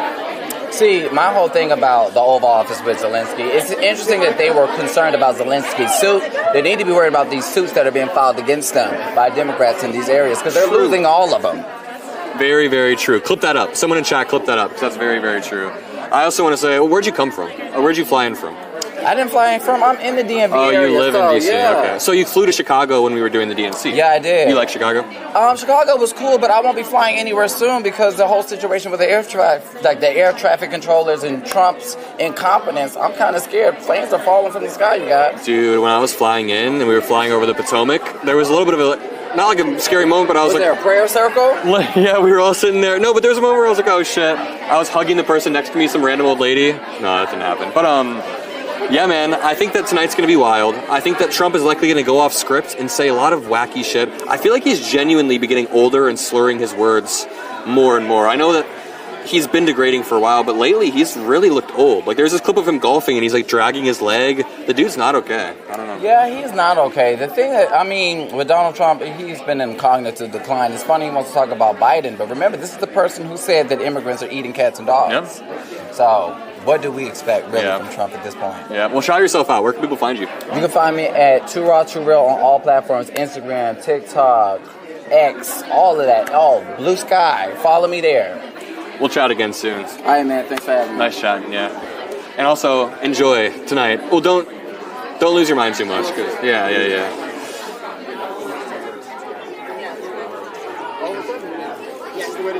Are you down to do an interview? Sure. We are currently live right now, but I want to chat really quickly. Hi, America. What is up? Really quickly, can you introduce yourself to the live stream? I'm Lauren Underwood. I represent Illinois' 14th District, suburban and rural communities outside of Chicago. I just flew in from Chicago yesterday, You so did? yes. You made it. I did make it, Thank yeah. you, air traffic controllers. I was just telling, this is grim. It's really grim, but as I was flying over the Potomac, there was a moment where it's like, you're thinking about it. Really dark. Really dark. But let's talk about something less dark, like Donald Trump ruining our country is equally as dark. Let me ask you, what do you expect from the State of the Union tonight? I expect it to be really cringe. I expect to be frustrated and really sad. I expect him to lie and to belittle and to demean people. I expect him to not acknowledge the pain a lot of people are feeling with high costs. And he's just going to make it one big Trump rally, and my colleagues across the aisle will nod and smile and stand and cheer throughout. That is a very good point. It is genuinely going to be a Trump rally. I feel like he's going to start taking credit during this rally for a bunch of things that, number one, are either didn't happen or he wasn't even in control of. Like, when he took that win, he claims there was a win with tariffs on Canada and Mexico. Those were already in place, right? So do you expect him to start taking credit for, like, Biden's achievements tonight or taking credit for stuff? Just blustering, basically? Well, I mean, we can't be surprised when liars lie. So, the technicalities of it, we've seen the Doge people misrepresent facts around, what they're doing. I think Trump likes to deflect and yes, I think he will. Yes. What do you think are some issues that are local to your district or Illinois as a whole? We talk a lot about Trump, and that is very important, but what local issues do you think people in Illinois, you said you're right outside of Chicago? Yeah. What do you think, what issues are pressing? Well, I've been hearing a lot about Medicare and Social Security. A lot of our seniors are really worried about what he's going to do. He said he was going to get rid of the Inflation Reduction Act, and that's how people get $35 insulin. And folks are very worried. We've heard reports this week about closing Social Security offices, and there's one in my district, and folks need their check, right? We're also hearing that people are, really concerned just about, like, what's going on and why it's so mean-spirited and how we fight back. And I want people to know that the way that we fight back is by making our voices heard, like literally know your rights, and your rights are outlined in the Constitution. And if you haven't read it recently, like download the Constitution and just know what it says, because he's trampling on all these rights. And so you might have heard that, like, oh, I'm allowed to have, a speedy trial. Well, where does it say that? Yep. How do you know? Or, oh, well, I'm an American. Well, how do you know? Yep. That you are, supposed to be a U.S. citizen. I mean, all these things are outlined here, and people need to know their rights. And so I think if we're looking for concrete actions, call some Republicans. We just need 3 to stand with us. Okay, I'm sure you've heard that already. Yep. Okay. And so have you called your 3? I have not called any, but what? I was going to go to a town hall soon. What? I was going to go to a town hall soon so I could ask questions to the representative, Okay. but they're not going to hold them anymore. They said no more town halls. That's so democracy, I guess. We're going to have to pick up the phone, guys. And so are you Gen Z? I am Gen Z. Okay, see, I'm a millennial. We believe in phone calls and voicemails. Mm-hmm. I know that dates me a little bit, and that, Gen Z maybe be a little less enthusiastic. You said the about word that. cringe earlier, so that makes up for it. You still got... Thank you. Yeah. Okay, but this is what we have to do. If they're not going to show up in person for a town hall, pick up your phone. Yeah. If they're not going to meet with you, pick up your phone and let them know. Like, a DM is just not going to do it. You know what I'm saying? And so we have to make our voices heard. As you were just saying, Trump is trampling all over our constitutional rights. And in Article 1, it says Congress has the power of the purse. Congress holds I'm sorry, the power. in Article 1 it says what? Congress has The power of the purse. America, did you hear that? So when he tries to steal your money With Elon Musk. with Elon Musk, he is breaking federal law. He's taking away your constitutional rights. And we now have what we call a constitutional crisis. Exactly. What's your final message to people? We're here. We're working hard for you every day. That rage that you feel pulsing through you, I feel it too. But guess what, friends? We are in this together. If you do your part, I do my part, we're going to be able to fight back and make it through to the other side with all of our rights intact. But if we don't make our calls, or if we don't show up at these events, and I mean we, not just me. I have to do it too? Hello. That's what I've been saying this whole time. Okay? And so we're really going to have to think about this. I'm not here to be given assignments, really, but I'm not scared. Yeah. You know, and we have to do it together. Very well said. Thank you for your time, number one, but also I'm currently building an HQ studio in Chicago so we can do live events. No way. Do you have an aide or a comms person that I can connect with so we can? These gentlemen right here. Awesome. They're standing by, ready to assist. I was wondering. They've been either the aides give me like a dirty eye while they're on the side, or they're laughing at what we're doing. You guys are cool, but the other aides are just like 5 minutes, 3 minutes. It's brutal. It's brutal. Like, get the hell out of here. But you know what you say? Reclaiming my time. Yeah, for real. Yeah, Maxine taught us that phrase. I start filibustering on camera. That Just too. Thank you so much for chatting with us. Awesome. We're making a studio? We are building an HQ. We're still live, by the way. We're live on YouTube right now, and we had like 5. We're basically YouTube. What is up, YouTube? What is up, YouTube? So Like and subscribe. For real. Like and subscribe. Hello. You use a lot of Gen Z slang for a millennial. Thank you. I really feel seen. Okay, so we're building the studio where you know the show Jubilee? Yeah. They bring on like 25 conservatives, and then they bring on one liberal and they debate. We're doing that on a smaller scale. Can we bring people in from the Midwest who are local to the Midwest? You live in Illinois, right? We're bringing people in from Midwestern states to hold little mini productive debates, you know? And people kept telling me move to LA or move to New York to do this, but I was like, there are so many untapped raw voices in the Midwest that can come and chat with us. Do you know how many people in Wisconsin or Michigan or Iowa or even Illinois would be more than happy to come on the show? So yeah, long story short, we're building a little studio. Okay, cool. Well, you have my card. Let me know. Absolutely. Nice to meet you. Yeah, nice to meet you. Very interesting. Let's keep pushing. Are you on stream? Yeah, we're live. What's up? Cool. I'm scheduling mine right now. You can do that, right? Hello, everyone. You will be hearing from me later. Are you doing a post? Yeah. Nice. Can you do that? Yeah. No, like a post speech stream. Yeah, but I'm going to do one when people come in. Yeah. Create a row. Mm-hmm. How do I schedule this shit? You got to go down to schedule on the side. Oh, it's here. Okay. See, this is why Adam is much smarter than me. How are you feeling ahead of this right now? I don't have to do it in an exact time, right? Nah. Well, you do, but you can change it. You wanna know how I honestly feel? I need water, bro. I really need water. Is there? Take my water. It's over there. There's one in here. I'll be right back. I'm gonna go grab some. You wanna come? I'll grab water for us.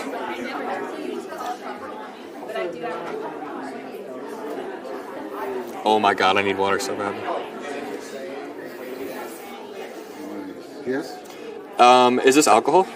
No, it's Mockler only. No alcohol. Is that water? Yes, sparkling and water. This is still? Mm-hmm. Can I get two? Sure. Thank you. Appreciate that. Cheers. No.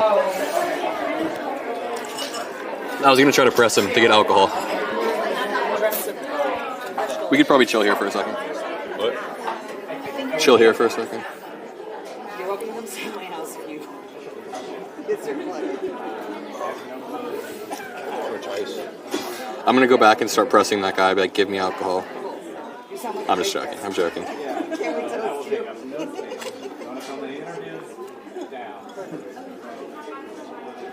the live going? Did they miss me yet? They're all asking about you. Are you guys missing me yet? The numbers or are going not? back up. I'm back. I shared the live with my. Yeah, for real. Does Rhonda show? Okay, let's go. Let's see what they're cooking up with food. Let's see what they're feeding us today. We have the classic cheese board. This looks very yummy. A charcuterie board.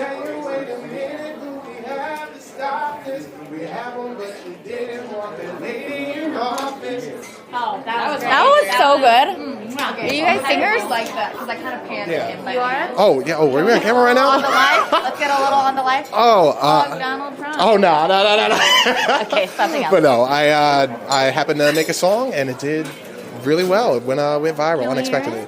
We're in the middle of a hostile government takeover. I want to talk about it, but I'll be late for work. And if you're saying, wait a minute, who we have to stop this? We had one, but you didn't want that lady in office. So, yeah. Beautiful. I just want to also tell you how gorgeous your eyelashes are. Oh, my goodness. Thank you so much. So pretty. Okay, that was your turn. What's me? Sing. I want to hear your beautiful voice. I heard the same song. Whatever It's a song. Sing something different. Yeah. Nice to meet you, man. Nice to meet you. I see your stuff. I'm a big Britney Spears fan. Let's do it. I appreciate that a lot. You're live. Oh, baby, how was I supposed to know that something wasn't right here? Oh, baby, I shouldn't have let you go. And now you're out of sight. Yeah, show me how you want it to be. Tell me, baby, because I need to know now. Because my loneliness, I don't know. Trump is killing me, and I must confess. They just said we lost 6 Democratic voters after doing this. Oh man, after the Britney. We lost a bunch of voters. Democratic voters. Oh man. Come on, we're working hard here. I'm trying to make this The state of entertaining. Brittany is the state of the USA. That's very sad. Okay, I know. We're trying Wait, to help her. Hey, we're trying to help That her, was my okay? shining moment. I know. That was beautiful. Thank you so much. Thank you. Okay, here, Adam, take this before. Someone said Adam. Someone said Adam is so white. I don't know how you It's could because you're next to an Asian and a black man. Is that why? prove that I'm white. How can you tell that I'm white? Is it because I had no rhythm when I was snapping? Maybe that's Dead giveaway. Dead giveaway. But also, I started the snap, and you guys followed along. So, what does that say? Was it on rhythm? I was, unironically. I was going to say, you almost said you thought, and I was like, oh. I need to know how you get your Oh, hair baby, like that. Do you baby. put like a rubber band? Oh, no, just how it gets It's done. just chill like that? That's so all I fun. have I've to never do. seen it Really? like that on anyone. I love it. Nothing too crazy. Could I pull it off?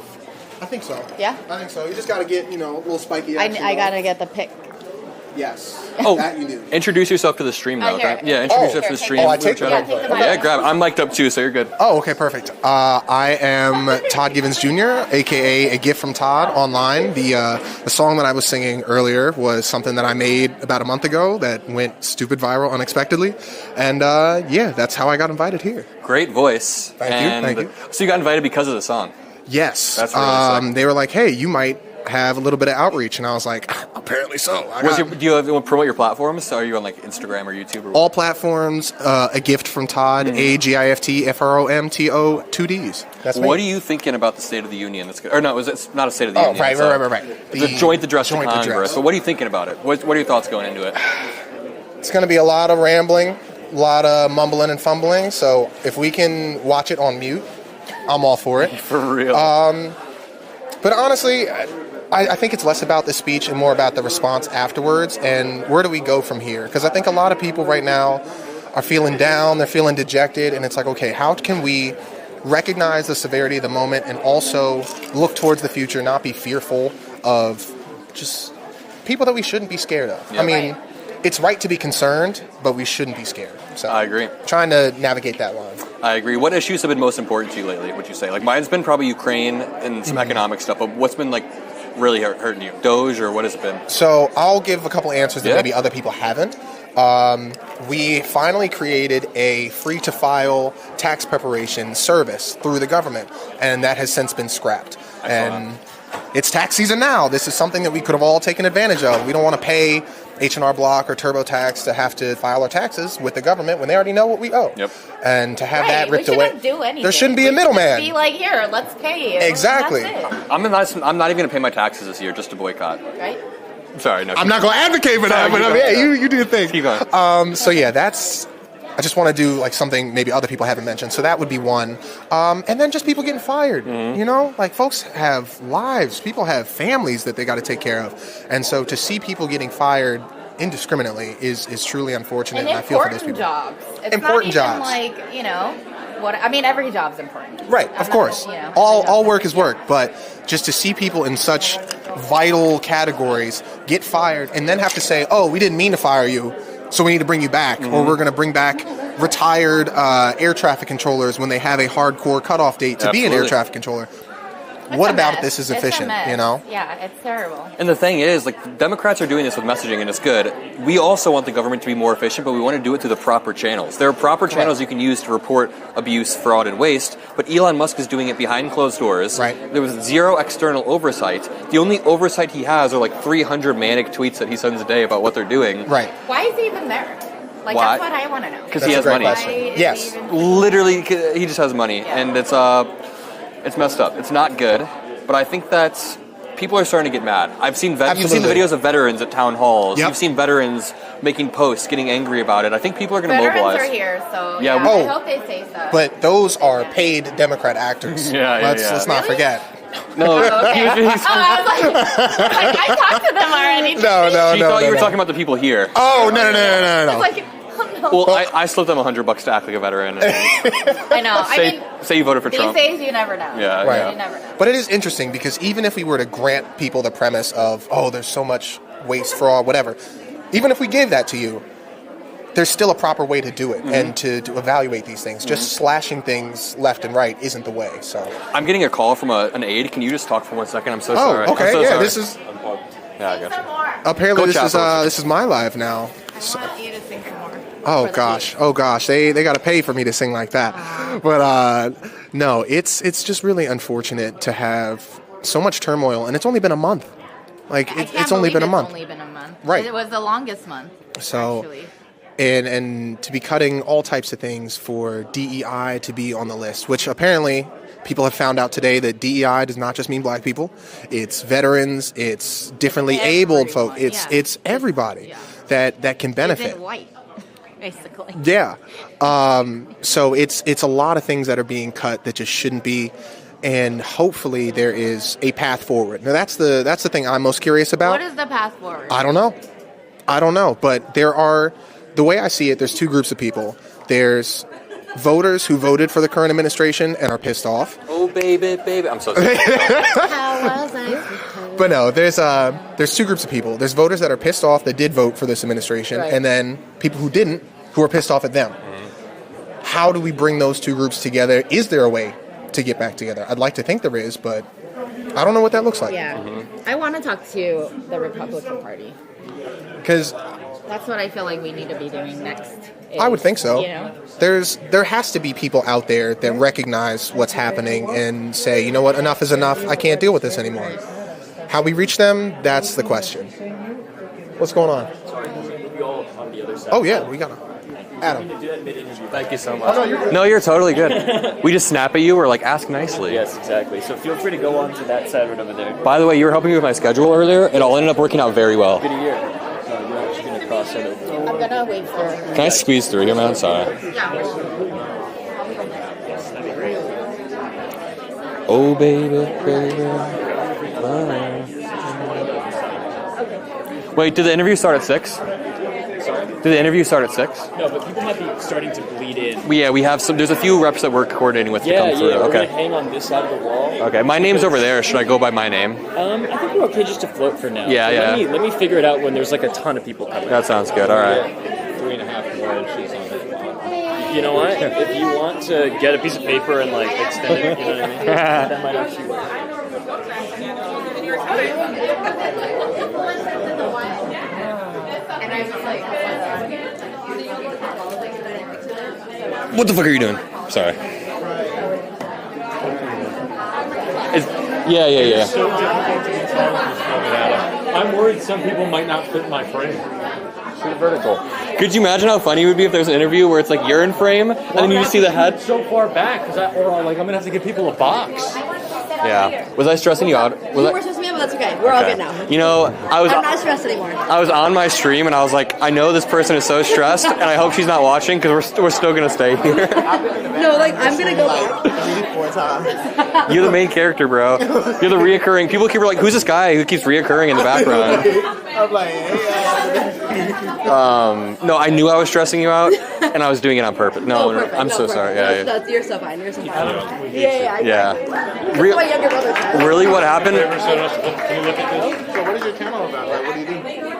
I work with a company named Midas Touch, if you've heard of them. I've been to like 40 Trump rallies, and at these Trump rallies, I'm always debating the supporters in very respectful ways. And now I have a daily breaking news show where I talk news. I still do some interviews and live stuff. We're starting to pick that back up, but after the Trump rallies ended, it's yeah, you're a creator as well? Yes, I am actually. What platform? So I use TikTok and Instagram majority of the time. Yeah, we're live, man. What's good, live stream? It's you, Tony here. So I'm a journalist as well as a Gen Z journalist. So like some of my content mostly consists of like giving real news with the funny Gen Z type twist, and I also make like lifestyle and college content. So if that sounds good to you, follow me on all platforms at AYEITSKWON. A is Quan, and you'll love it there. We gotta connect and stay in touch. Go follow him. Let's talk about him. He's doing amazing. He's been live for I don't know how long now, but I've definitely been in the background like 10 million times. Oh, were you over there when we were talking to Zachary? Yeah. I remember that. I walked past another time while you was recording. I'm like, they're probably like, who is this in the background? We're gonna start following you around just so you're paranoid. You're like yes. brushing your teeth tomorrow and you hear me in the background with the live stream camera. Where did you come from? Yeah, for real. What issues are really important to you right now? Like, what's been on your mind? What's been on my mind right now? Like I said, Sorry.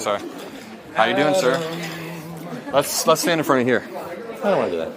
You don't want to? Yeah. How about over here? We're already live, by the way. Yeah. Hey, how are you? We did an interview together a few months back. Do you remember that? It was maybe a month back. Yeah. But yeah. You're from Indiana? Yes, I'm from Indiana. Well, welcome Representative Tom Swazi to the stream. Thank you for making my way over here. You can hold the mic because I'm also mic'd up. Okay, thank you, buddy. Let's start off here. How have you felt about Donald Trump and Elon Musk using 18-year-old dudes to fire veterans and lifelong civil servants? You know, a lot of these guys are like gamers. And I envision them like looking for a pot of gold, to get like extra powers and stuff like that. It's almost like a game. But this is real people's lives. And it doesn't make sense to be. I'm all for trying to root out waste, fraud, and abuse. Yep. But why do you want to fire the people that oversee the nuclear stockpile? Aren't there proper channels to report waste, fraud, and abuse, and you don't have to do it through the executive branch, too? Well, the problem is that the public views the government as being wasteful. I mean, to defend just the status quo is not good enough. Mm-hmm. So I'm all for going after waste, fraud, and abuse. But don't fire, like I said, the people that oversee the nuclear stockpile. Don't fire the people that oversee the avian flu. Don't fire the people that are responsible for rooting out a measles epidemic. That doesn't make any sense. Why are you firing the lowest wage people, the probationary employees? Mm-hmm. Instead, you should have a plan over a period of years where when people retire that are the senior employees, you don't replace those positions. And then you use technology and you use consolidation to try and make things more efficient. For the party that talks about merit, they're firing people very indiscriminately, right? And you talked about the nuclear stockpile, people that were fired. Did you hear that they tried to rehire them 24 hours later and couldn't contact them because they were locked out of their emails? Is this amateur hour? What are we doing? Amateur hour. And you talked about people, okay? There's a woman who came to my district the other day, She graduated from college. She was working as a waitress. She got jobs at office buildings. She finally got hired by the IRS. Mm-hmm. She was working on a backlog from cases in 2022, working long hours every day. They fired her. The problem is she's 7 months pregnant, and she's going to lose her health insurance. She's got a baby to be due in 2 months. So, I mean, these are people that are involved. So let's have a plan. Let's do it over a period of time. I was a county executive of a big county. Mm-hmm. We reduced the workforce by 15%. We didn't lay anybody off. We did it through normal attrition, retirement incentives, and when people left, we didn't fill those positions, and we got consolidation and technology to try and run things more efficiently. So there are proper ways to do it without sending out 200 manic tweets a day and trying to... I didn't know that. I'm telling you for the first time. It's chaotic. And there's all kinds of reports that the things that they're listing on their wall of honor, as they call it, or whatever they call it, that are totally inaccurate. Yeah. There's just mistakes. It's like $300,000 to something that doesn't exist, and then they'll use that to distract from the fact that they're about to pass a multi-trillion-dollar bill, right? That is the point, the best word, distract. Yeah. Okay, because these guys are like pickpockets. What do pickpockets do? One guy bumps into you, and when you're distracted from getting bumped into, the other person picks your pocket. And so we're getting distracted by all this stuff going on, but they want to cut taxes for some of the wealthiest Americans by $4.5 trillion, and they want to cut important essential programs like Medicaid, like hospitals, like nursing homes. 2/3 of the people in nursing homes are on Medicaid. So you can't cut these programs without having dramatic negative impacts on people's lives. Yep. Are you wearing a pro-Ukraine tie? Yeah. Can I ask you, do you agree that Zelensky should not accept any deal that doesn't have security guarantees that are explicit, rather than, because the mineral deal had these implicit security guarantees, as Trump kept saying, but you need explicit security guarantees, Listen, right? I'm a person who wants to work together across party lines to get things done. I pride myself on that. I'm the co-chair of the Problem Solvers Caucus, Democrats and Republicans trying to find common ground to work to get things done. When I saw what happened at the Oval Office the other night, I was so angry.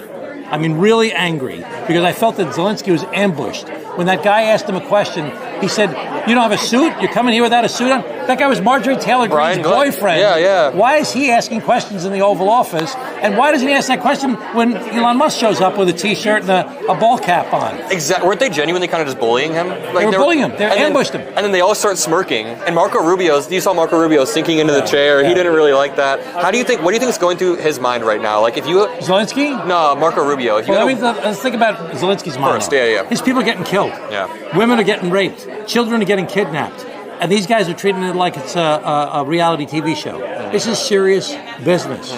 We all want peace. I like the mineral deals idea. It's fine. Let's do something like that. But let's, as you said at the beginning of your questioning, let's have security guarantees. Yep. Because if Putin comes back in again, what's going to stop him? And let me say one last thing.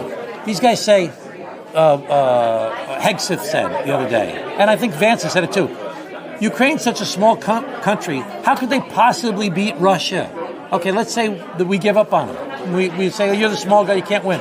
What happens to the countries next door? Yep. Lithuania, Latvia, Estonia. What happens to Moldova? What happens to Poland?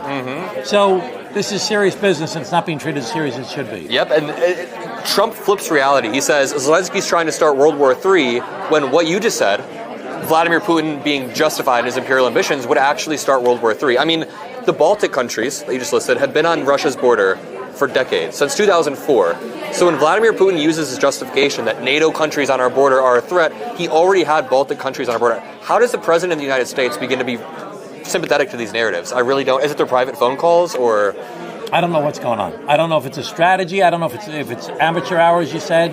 I don't know if it's mean-spirited. We don't really know what it is. And we have to just figure out how we can keep on moving forward. Yep. Working together when we can and fighting back when we must. But tonight is the State of the Union. Yep. And the president in his campaign said a couple things. He said, number one, we're going to rapidly reduce costs. That was part of his campaign. Number two, he says we're going to secure the border and we're going to fix the immigration system. And number three, he's going to end the Ukrainian war in 24 hours, and we're going to have the best reputation in the world. Well, look at those three things. Costs are going up, the stock market's going down, people are freaking out about their 401ks, everybody's worried about the economy.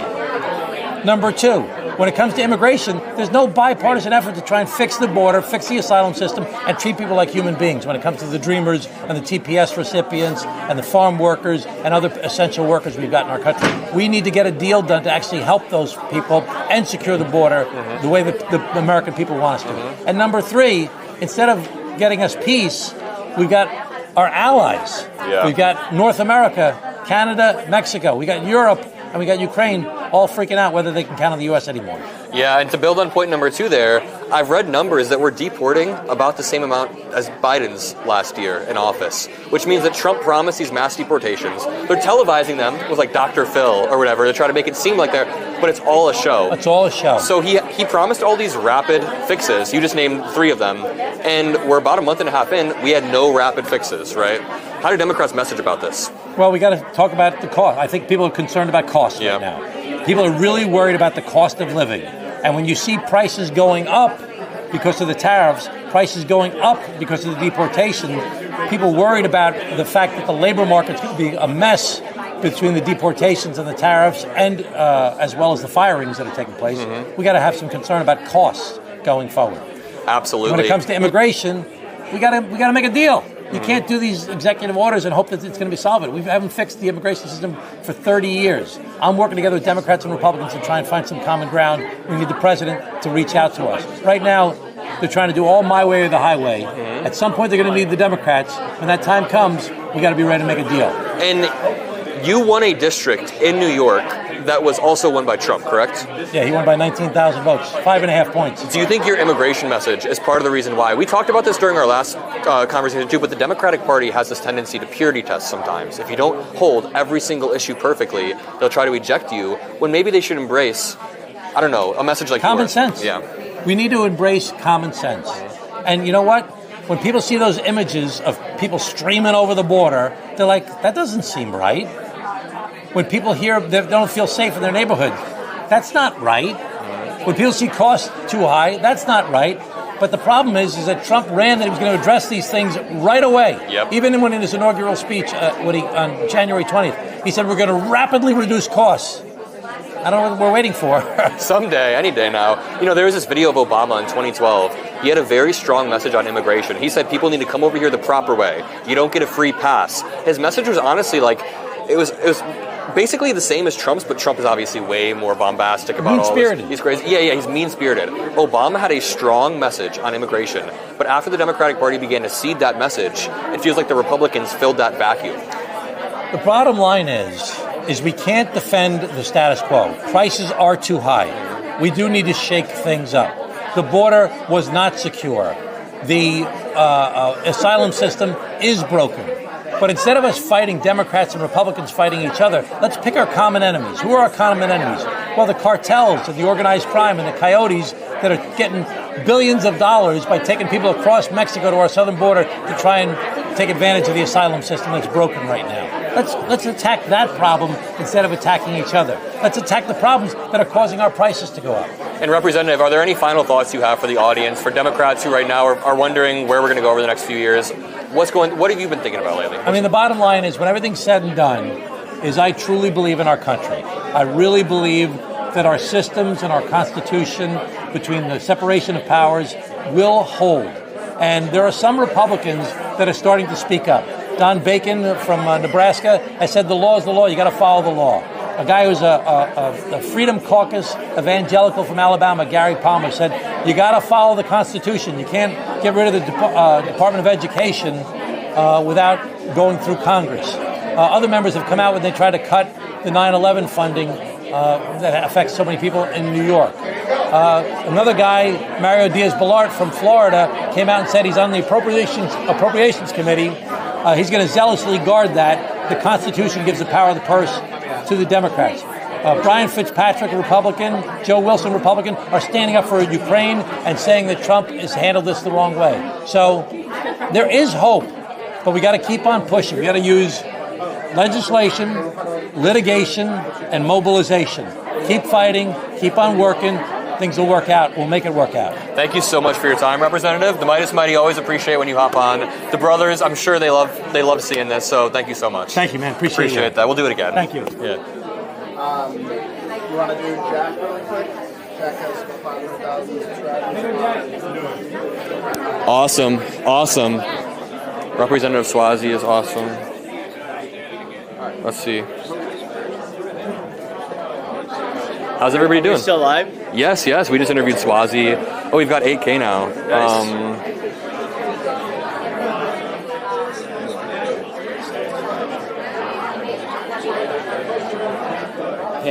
Pain. Dude, he shut down the room looking for us. Did you hear that for a second? Which was funny. They walked in, they goes, Adam, and everyone gets quiet. And I was like, am I in trouble? Oh, we were getting the boot. My mom said, please stop texting while you're live. Stay present and engaged. You're right, Mom. You are right. But, to be fair, I've been trying to coordinate between a bunch of different aides, like 5 different aides to get people here, so, yeah. Taking applications for a field production assistant. Yeah. Yeah, Mom, if you want to be a production assistant, then you can critique me for text. I don't know. Let's continue.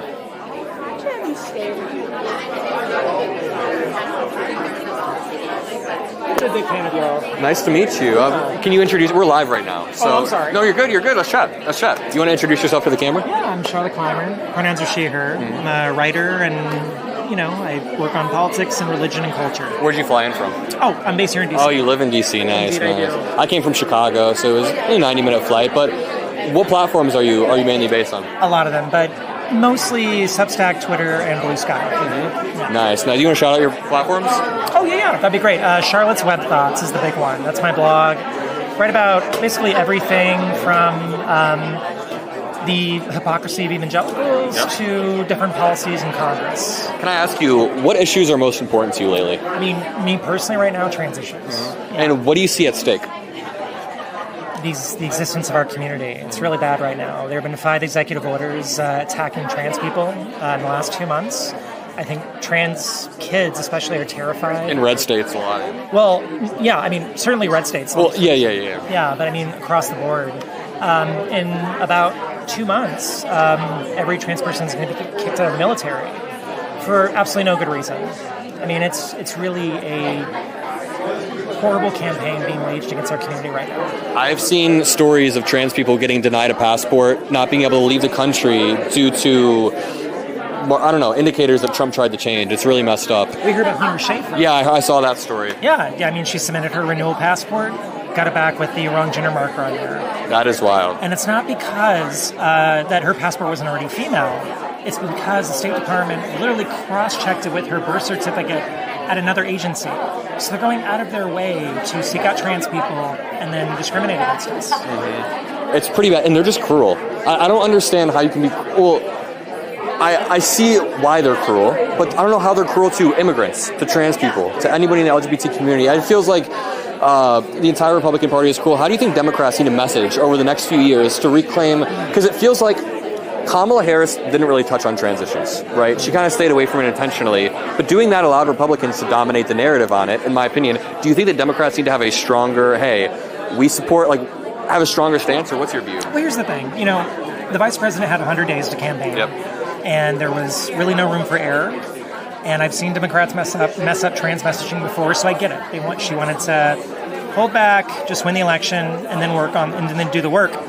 However, here's my warning for Democrats. Trans issues aren't going away. After all these executive orders have been implemented, after all the legislation has been passed, they're just going to look for other trans issues because they see an open goal. So why not keep kicking soccer balls at it? Mm-hmm. Right? Yeah, exactly. You know what I think is a really good microcosm of how the trans stuff works in America? Sarah McBride, our new representative, we have one trans representative in all of Congress, and she said on day one, I want to keep my head down, I don't want any attention. Republicans draw a huge fuss. They even draw up a bill over one trans representative. So they're taking the minority of the minority of the minority of the population, right? And they're trying to cause this massive outburst. Isn't that sort of like a microcosm of the larger scale of what's happening? Yeah, I mean, look, Republicans don't have ideas on how to help working class families. Mm-hmm. However, they do have endless content to satiate these cravings for outrage that their base fills. Because a lot of their base doesn't really want policy ideas so much as they just want to feel angry. Mm-hmm. And they want someone to, I would say, pander to that anger. Nancy Mace. Yes. Every time she goes to the bathroom, she's like, I just taking a picture outside the bathroom. It's like... Look, 5-6 years ago, Nancy Mace was actually a very strong ally to trans people. Yeah, I don't understand how people go through these transitions. It blows my mind with Marco Rubio in Ukraine or Nancy Mace on trans issues. It's just, I don't get how people can flip-flop like this. They've decided that their future growth and professional trajectory is more important than doing the right thing. Yeah. That's what it comes down to. It's power. J.D. Vance is the best example. J.D. Vance. Well, yeah, I keep focusing on trans issues, but he had a trans friend in college. Yeah. Kept in touch with her, and then as soon as inconvenient, he threw it out. Yeah. By the way, the thesis of his book, Hillbilly Elegy, is basically that white working class families need to stop feeling sorry for themselves and work harder and live, I would say, more productive lives. You're not going to hear shit about that book for the next 4 years, I guarantee you, because that's not what the base wants to hear. Very, very good point. Well, tell everyone where they can find you one more time. Oh, yeah. Charlotte's Web Thoughts on Substack. It's free to read, free to subscribe, and please support trans rights and tell your Democratic members of Congress to stand beside our community because we really need it right now. I really appreciated the time. Thank you. Boom, boom, boom. 1 second.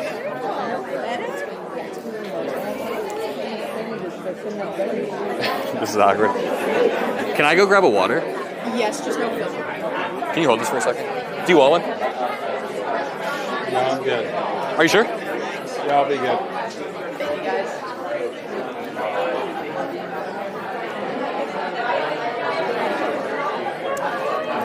For my producer, if I could take one. Thank you. I got you one anyways. Because I'm a nice guy. We can go, if you want to go set that down, we can go sit over here.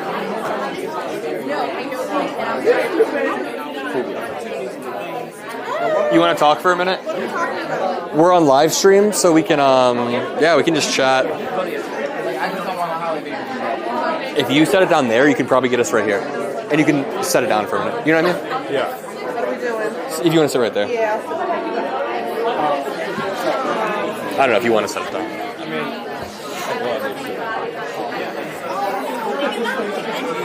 Sorry, guys, you're looking at the ceiling right now.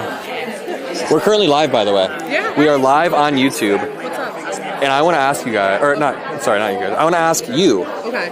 to, first of all, introduce yourself to the stream. Hey, I'm Elizabeth Booker Houston, aka Booker Squared on social media, lawyer, comedian, political commentator, and snarkologist. We had a great time hosting a panel with the DNC. Yeah, honestly, it was more fun before when we'd all get in those calls and just chat shit. But I do want to ask you, what issues have been most important to you lately? This guy. Here's what I'm saying. If everybody can take their bags and through that door and hang things up in there, we're going to have a lot of people coming in. We don't need too many tripping hazards. Thing 2, all content should be on this side of the Iron Curtain. Everything else is casual mingling. That's backstage. So stay over here. Thing 3, anything that you need, again, look for the chorus staff badges. We're the people who are coordinating these interviews for you, so we're here to help. You can trust us. And then the final thing, just be sure that you're staying in and around this room and in these halls, because security will shoot you. I'm not going to name names, but it rhymes with Schmaltish Masterson. He really got himself shot doing some. Well, you can't, go anywhere you want. I thought you could just take a shit wherever you want. As long as it's in this room. Ashley Babbitt's last word. Sorry. Oh, wow. You want to take this? Let us know. Thank you.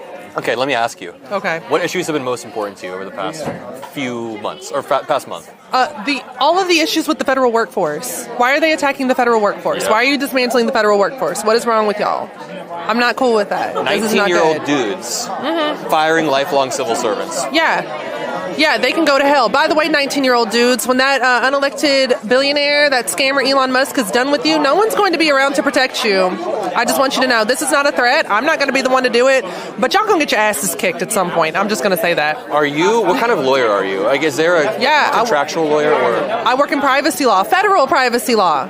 Interesting. Yes. Got any unique insights on what's going on lately with? Absolutely. So those emails that are coming from Doge and Elon Musk that are telling you to do to list 5 things that you did this week as a federal employee, they are trying to reverse map all of the classified work being done by different federal employees throughout the agencies, so they can take that information out of the secured separate servers that are set up for certain cybersecurity reasons in each agency and put those into very, very unprotected documents and figure out what everyone's doing, what our government is doing, and likely use it for nefarious purposes. It's not just trying to do accountability and track what federal workers are doing and make sure they're doing their jobs. It's a cybersecurity issue, a major privacy and cybersecurity issue. Thank God we are now also removing our offensive psyops against Russia. We're also Right. firing people from all these. It's all just like a house of cards falling in a non-satisfying way. You know what I mean? And it's look what this hand is doing, so you don't see what's happening over here. They were saying, oh, federal workers are lazy and we want to hold them accountable. That's why we're telling them that we want them to email 5 things that they did and CC their supervisors. No, it's a privacy and cybersecurity hack, and it's so obvious. It's like phishing. You guys have heard of like email phishing and things like that? PHIS. Absolutely. That's what it is. And so all of these people are falling for it, and they're just like, oh, federal workers suck. They're not doing their jobs. No, y'all are being tricked, and this is why a bunch of y'all don't work for the federal government, because y'all would just be giving everything away.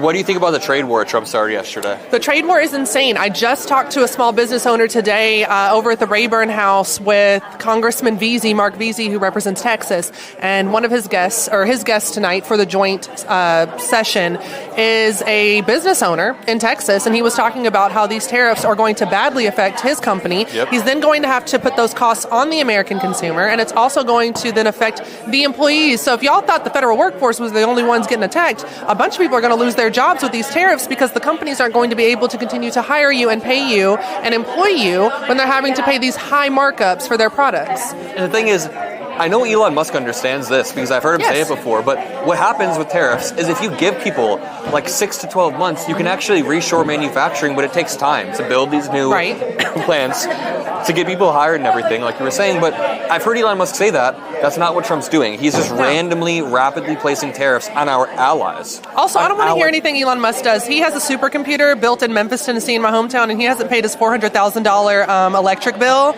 You owe money to the city of Memphis, sir. I thought you were the richest man in the world. I don't really want to hear anything he has to say about business. He's too busy not hanging out with his 13 kids. Yeah, exactly. 14 kids, I think now? Isn't there a 14th? I couldn't tell if that was a troll because he just that was a weird name. That kid had a weird name. Yeah, it doesn't surprise me. That whole family's messed up. His dad impregnated his stepsister. Really? Yeah. That's not normal? No, sorry. No, not normal. That's very much, as I've been saying, 1600 Pennsylvania Avenue has become the white trash house. That's true.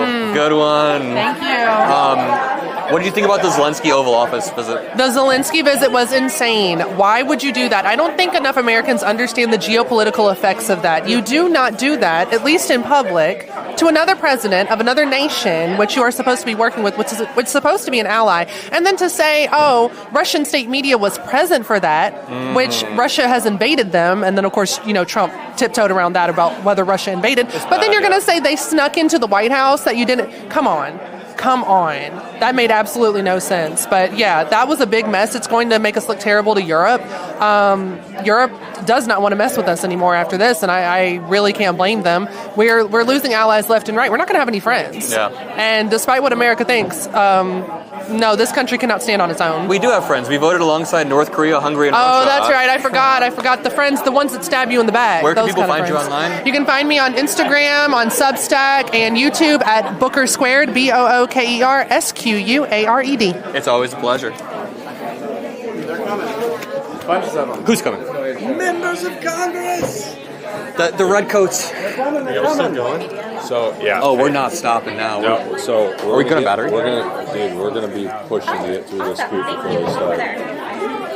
6 hours is our cutoff before we're fucked, and we pretty much have to stop. What do you think? We have like 30 minutes left, or what are you saying? I think we're gonna get.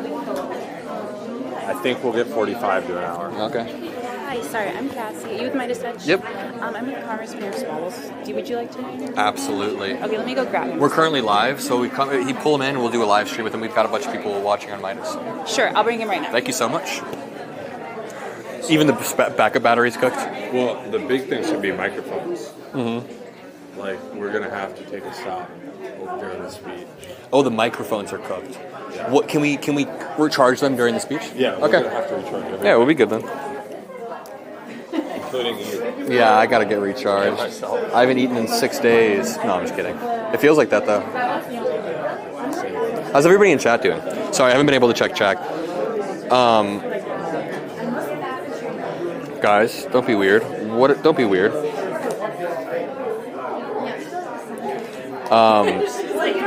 We're about to talk to Representative Swalwell. We're getting closer and closer.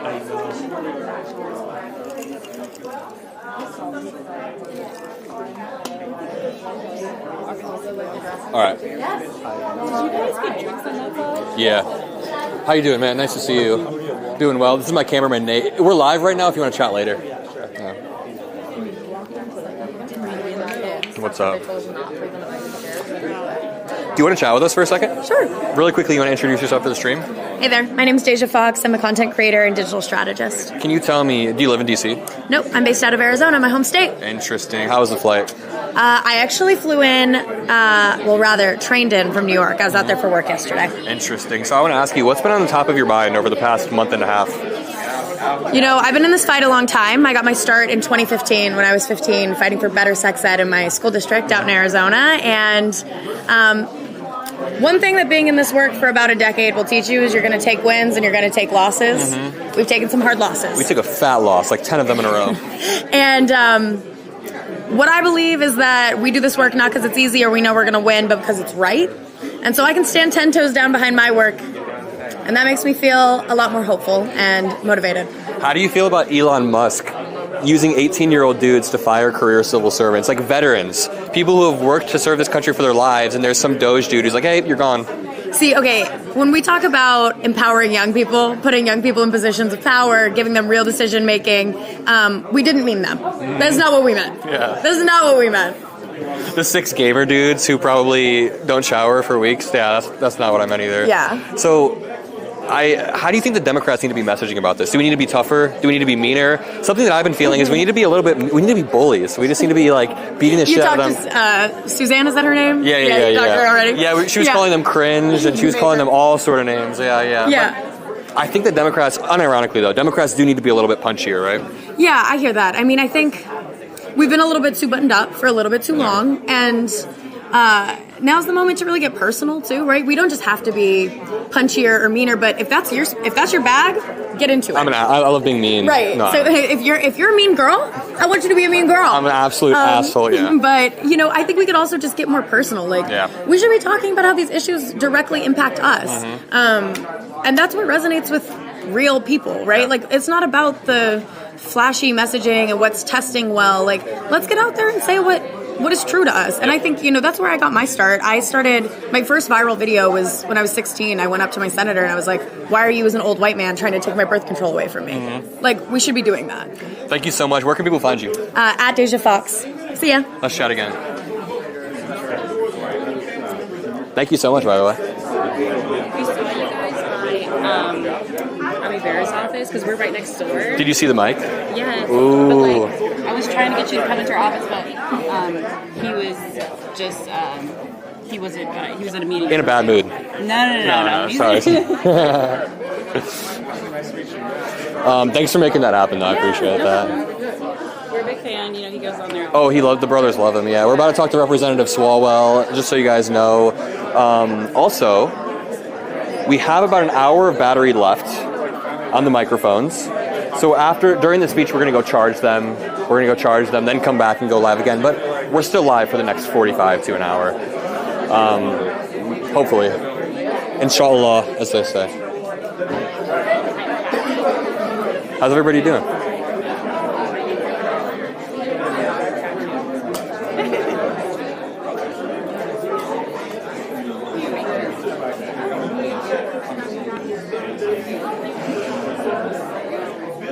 My mom is going to be a production assistant now. Dude, people were grilling you when you were talking back to your mom about... It was a joke. It was a joke. Wasn't it clearly a joke, though? People in the comments were not thinking that. They were mad. We're live right now. My mom texted me and said, get off your phone while you're live. And I said, I'm coordinating with a few different aides. I said, you can be my production assistant, though. What's up? How you doing? Doing well. We've been live streaming for a few hours, so we're just... You want to chat for a second? No? Okay, that's fine. It's all good. That's what we're trying to do. I can't keep yapping. Annie, do you want to talk for a second? No. Okay. But we have not in. What were you saying? Yeah. Hey, how you doing, sir? Yeah, I'm good. We're with Midas Touch, Yeah, I know. so we're chatting. Yeah, the brothers love you, first of all. Great. I want to ask you, how did you feel about... Well, let's start here. Yeah. Elon Musk and his little 18-year-old dudes have been firing civil servants who have been working for their entire lives, veterans. Yeah. How do you feel about this? they're making us less safe. Like, these cuts aren't protecting us. They fired the bird flu monitors while we're all paying more for eggs. And that's fucking nuts. Like, tell me how that is efficient. They're firing FBI agents while terrorism is on the rise. They're firing CDC employees while measles is raging through Texas. So, like, if you can like make a cut and tell me how that saves us money and makes us safer, cool, I'm with that. But you know, this is just dumb, like what they're doing. And so, planes are crashing and nearly colliding, and that's the time to reduce the FAA staffing. Doesn't add up. Did you see that they fired nuclear stockpile workers? Tried to rehire them 24 hours later, but they couldn't contact them because the people were locked out of their info. Yeah. That's efficiency. That's called efficiency. Yeah. What's your message to Elon Musk? Like, if you could talk to him, what would you say to the dude? Don't do dumb cuts. Like, just keep us safe. You know, he's always had a duty to his investors and shareholders. His duty now is to people who rely on the government for their health care, for their retirement security, to be safe when they fly. Don't fuck that up. Yeah. Can we talk about Zelensky and Trump for a second? What do you think about the Oval Office meeting? What do you think about the security guarantees or lack thereof from Trump? Right. We used to fight the axis of evil, and now we've joined them. And it was awful to watch, you know, JD and Trump play schoolyard bully. I mean, one person looked like a man, and that was the one who went back to a war zone, not the two clowns who went, you know, golfing and skiing. And our allies, it'll take them 100 years to unsee what we just did to them. But people in Ukraine and our friends around the world should know that Trump and Vance don't reflect who all of us are. Like, we understand that this is, you know, fighting with your friends and not leaving them in the field. And also the money, by the way, that we've spent on Ukraine, which is a lot, has been spent in America. So these are jobs in America where Americans are going to work in defense of Ukraine. And so you pull that aid, you're going to lay off Americans. To build on top of that, a lot of this military equipment was old stockpile equipment that we would have had to get rid of, and that would have been expensive anyway. So we're getting rid of this toxic equipment. Rather than doing that, it gets to get used in the battlefield, number one. We get to protect our allies, boost our economy, show that we're the top dog in the world. It's like a win-win-win-win. No U.S. soldiers killed. No U.S. soldiers on the ground, and we get to stop Russia before they take over other countries, right? So when Trump says that Zelensky's trying to start World War III, yet Putin is the one on an imperial, or Zelensky is weak, but he's not fled once. You know, Putin fled when Prigozhin was about to do the coup. I don't get, how do Republicans have such a weird picture of strength or weakness? They're just afraid for their own safety. I get it. I get threats all the time, but they're afraid that if they speak out against Trump and Musk, that their lives change. And to that I say, yeah, it'll change. But why would you want to do a job like this? Why would you want to be in this arena and not be willing to do what you believe in and what's right? What do you say to Americans who voted for Trump because they wanted lower prices, but now they've only seen him start trade wars with our allies? If you wanted lower prices and you were promised that on day one, well, the stock market is crashing and prices are rising. So, you know, this guy, he's gone to the Super Bowl, he's gone to the Daytona 500, he's gone to a UFC fight. You should go to the fucking supermarket and look at what people are spending to feed themselves, because that's where they want them to go, and he won't go there. So. Maybe when Trump said lower prices, he was talking about the S&P 500, because that's what it seems like. Yeah, that's going down. Well, thank you guys. Thank you, Midas Touch. And it's always a pleasure. I appreciate it more than you know. Of course. Thanks. Cool. Thank you. Let's keep pushing.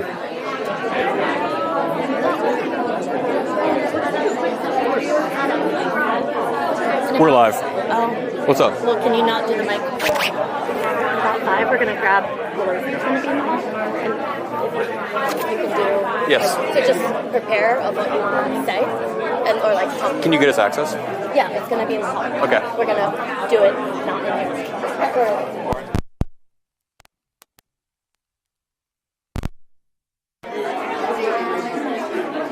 We've got a really big one in 5 minutes.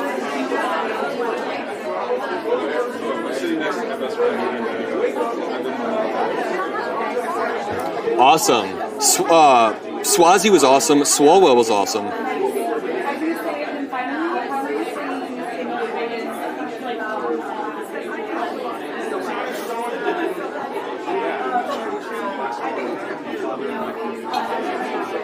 This next one's going to be cool. What's up?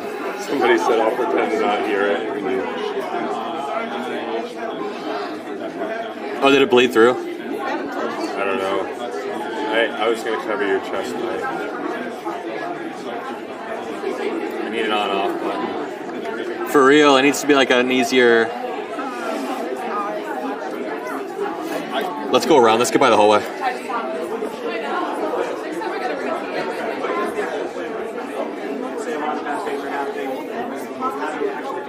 Hi, how's it going?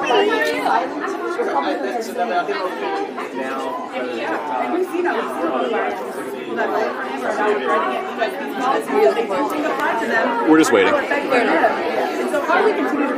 there with Haley. Thank you. Where are you going? Pelosi. We are hoping we can maybe keep them on this side. Okay, could you exit that way? It's in the hallway. It's in the hallway. Yeah, let's exit that way. Tonight. And you'll like splice them together. With other people. They don't care if you get injured. They don't care if you can pay your bills. And they don't care about the American people. Here to Zachary Kirk after this. Thank you so much for joining us. Nice to see you. Thank you.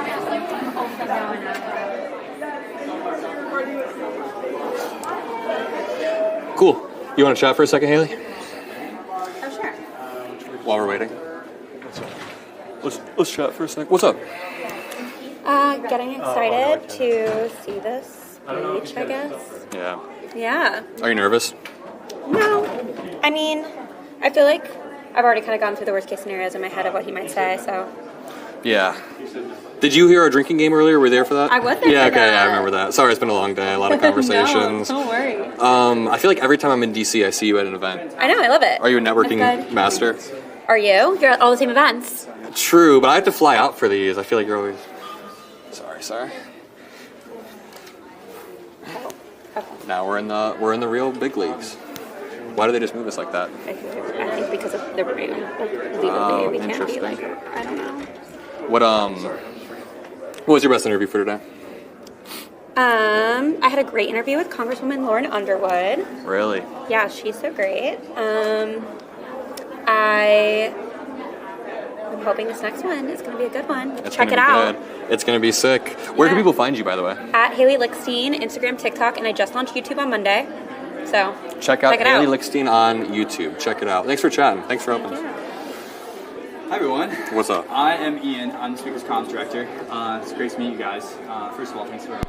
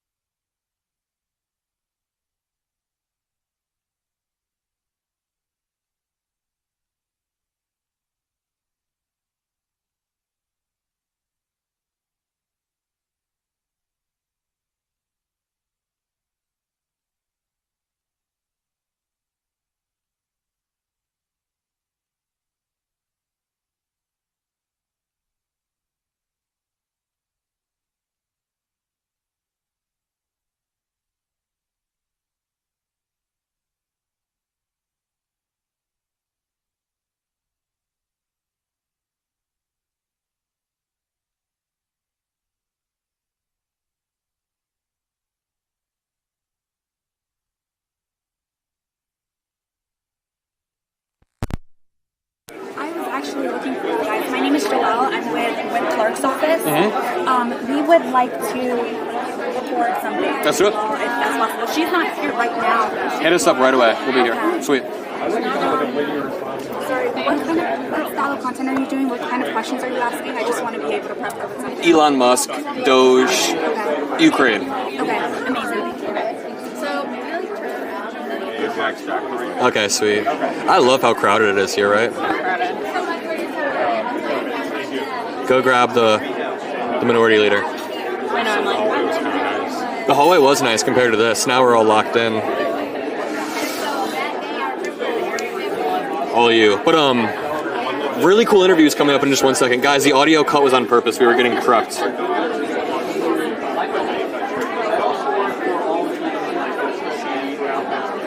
Let's see. How's everybody feeling? How's everyone been enjoying the stream so far?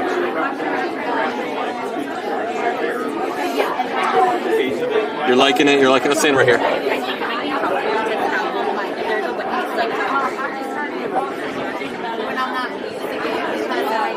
have to do a battery swap just on the camera because I'm supplementing the mics with the onboard power. You want to do it real quick so that when we're doing Pelosi, I want it.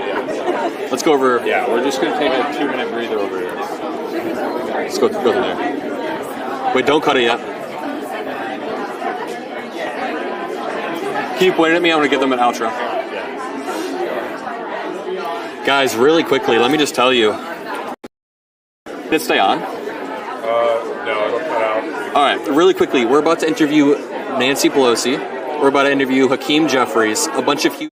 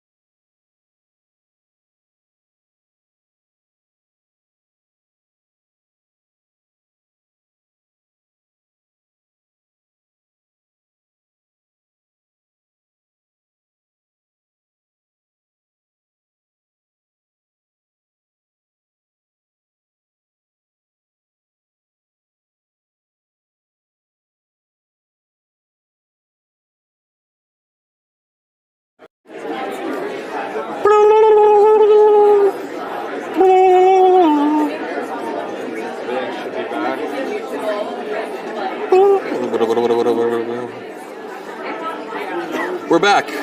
And by the way, we're about to interview both Pelosi, maybe the minority leader. Just give us 1 second to put this together. And yeah, we had to do a quick battery swap.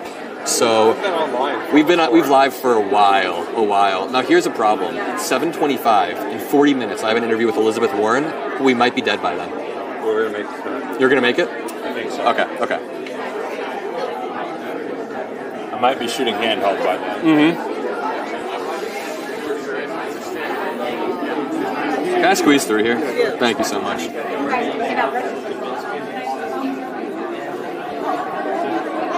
Oh, Sarah McBride.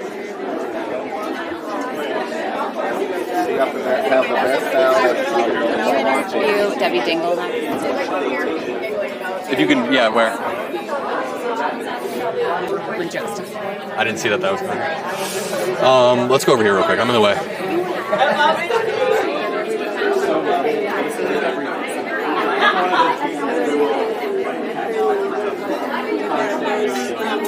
A bunch of politicians. Let's go out here for 1 second. Woo! It's really tight in there, yeah. He's trying to maneuver around with like a massive rig. We're going to be live, by the way. We're live streaming for like 10,000 people. Yeah, so it's great. It's going to be cool. But we cut it when you were talking, so. We cut it, yeah.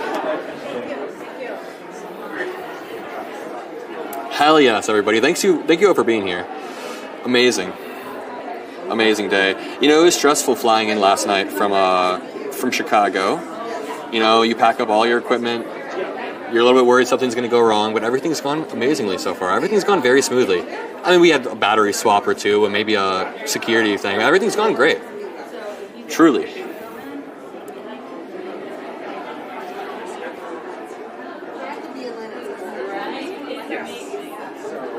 Boom.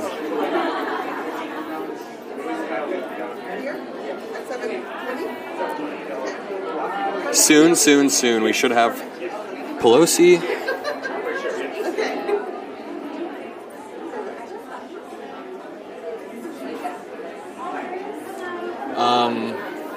One second.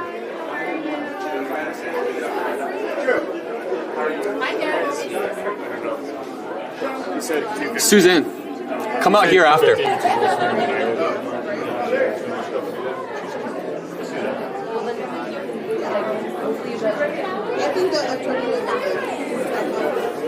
hallway's filling up now. The hallway's filling up too. Yeah, we've got a lot of interviews coming up. A lot of really cool stuff coming up.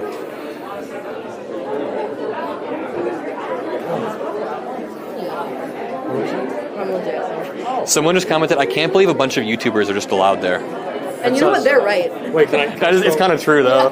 There's been moments where I'm walking through and there's a bunch of adults who are clearly like seasoned in suits, and I'm just like, hi, and I'm just like, I walked. There's like multiple people with like multiple flags in their military uniforms today. Yeah. I shouldn't be here. They all confronted me. They were like, you shouldn't be here, kid. Yeah. No, that didn't actually happen. That was me. That's what Yeah. There are imposter syndrome moments, but also, to be fair, didn't like Jack Posobiec get to go to Ukraine? Yeah. So we should be. This is nothing. This is the least they can expect from us.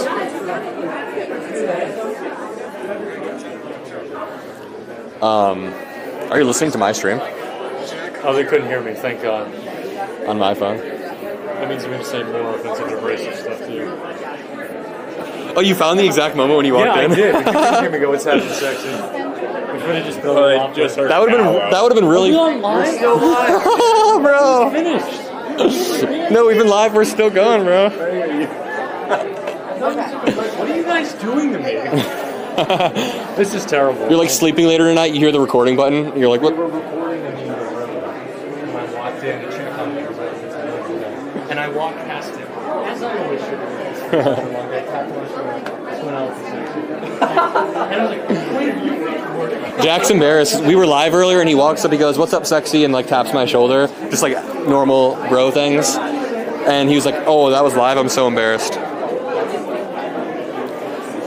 How's everybody doing tonight? Yo, let me know in chat how everybody's doing. Please tell Akeem and Chuck no more Mr. Nice Guy. Very, very true. Stay strong, Adam. Keep that shield up. Stay here for 1 second. I'm going to go.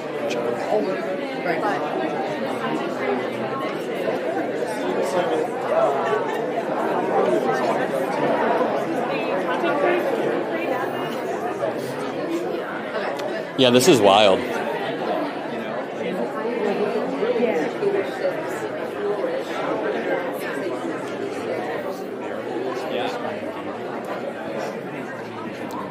Where did the minority leader go?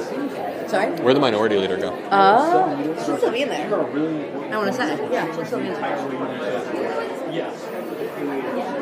Everyone said doing well, doing great, loving this. Stressed? Nah. Everybody positive. Hello, Adam, doing good work. Thank you. I appreciate that more than you know. I'm doing well. Someone said I've really been enjoying that stream. You know, that really does mean a lot. Like, all sarcasm aside, the amount of stress that I felt, before all of this, it wasn't that high, but it's always a little bit stressful traveling with a bunch of equipment, getting ready to do all this. Cameraman Nate knows, so it's just always... There's Ken Martin, the DNC chair. She's on her way. All right. I already talked to Ken Martin earlier. I doubt he'd be...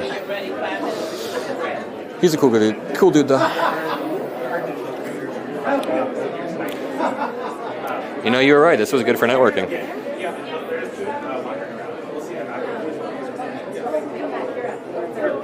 I think let's have her stand like here. That's fair. There should be better lighting rigs, I feel like. Someone, like, some sort of lighting.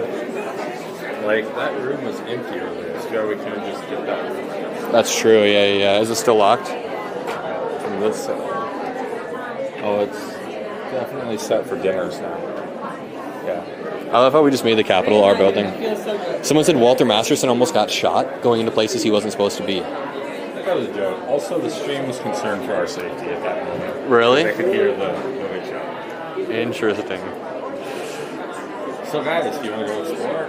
Yeah, for real. Apparently, Walter Masterson was exploring too much. Let's see how everybody's doing. They want to see your face. Thank you, Mama Gail. Thank you, Shadow Song. Let me know. I mean, I've been in the background a few times. Yeah, you guys just have to find it. I'll be recording. He'll walk past in a shower towel. No, that's never happened. That's never happened. Yeah. Talk to David Hogg. I don't know if he's here.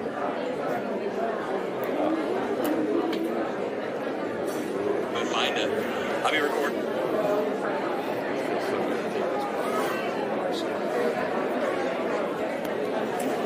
Interesting. I feel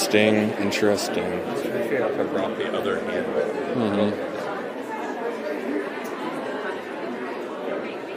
In all reality, I didn't think we were going to stream for 6 hours today.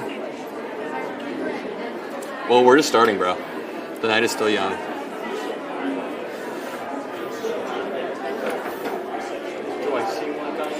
It's been a long day. Everyone was singing Britney Spears earlier. Are you live right now? We are live.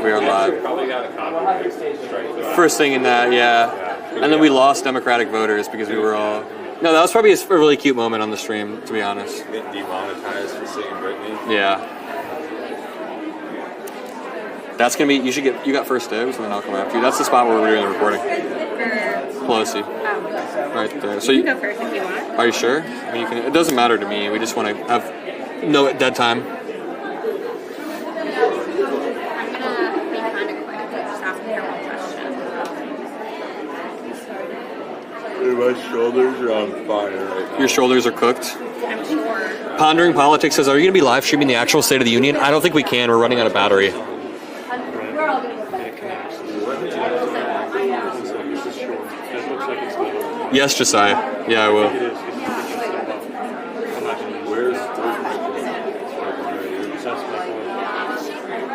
There we go. So let's talk some politics. Let me see what's been going on in the news really quickly. Because we haven't talked enough politics today, have we? Let's see. I'm not going to put it. You know what? Let's see what's going on CNN. Trudeau, U.S. launched trade war with Canada, its closest friend. He doesn't understand. Trump's tariffs could plunge Mexico and Canada into a recession. Dow falls by almost 700 points after Trump's tariffs threaten a dangerous trade war. And then China and Canada immediately retaliate against Trump. Wow. Zelensky also described the Oval Office meeting as regrettable.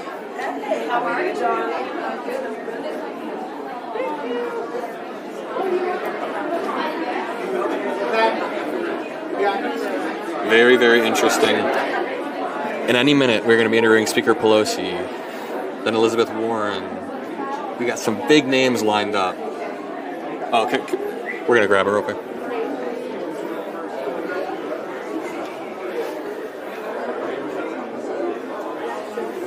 Are you first? Are you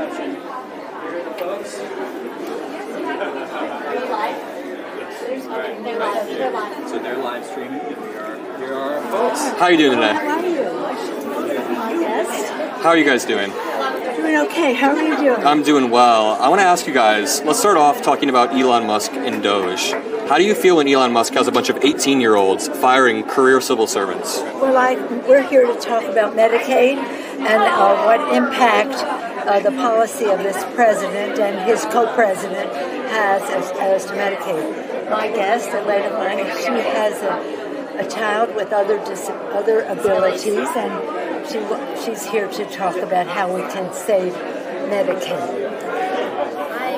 I'm really honored to be here to be able to represent all the families with children with complex medical needs and disabilities. And the one thing we know is that Americans do not want to steal from disabled children in order to give tax breaks to billionaires like Elon Musk and to giant corporations. That's not what we want to do. Do you think Elon Musk is all a self-serving mission to enrich himself at the expense of the American people? I certainly think so. What we're seeing here. That's what we see, but it's really so sad because of what he is doing is degrading the great work that that all of our public employees do. They deliver what people need for Social Security, Medicare, Medicaid, help our military, our veterans, the list goes on, and that shows a lack of appreciation for what this is all about, what our country's all about. We're a sense of community. I don't think that's what he's about. It is disrespectful, I agree. Thank you so much for your time, and thank you so much for being here. I appreciate it. Thank you. Haley? Let's go. Really cool. Okay, we got Warren in like 20. Other than that,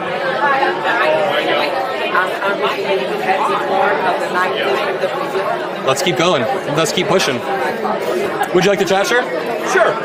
We're live right now. Okay, great. On YouTube with Midas Touch. Yes. Can you introduce yourself to the stream? Sure. My name's John Mannion. I'm represent New York 22. I'm a brand new freshman. I flipped a seat that was held by a Republican, and that is upstate New York, Syracuse and Utica. How? How did you flip a seat? That was won by Republican. Well, I'm from there, right? So I believe that I understand my district. I'm a good reflection of it. I was a teacher for a long time also. I taught AP Biology and Chemistry for almost 30 years. So I got into this as a non-politician for the right reasons because I was frustrated with a lot of things, like some of our elected officials being awful role models.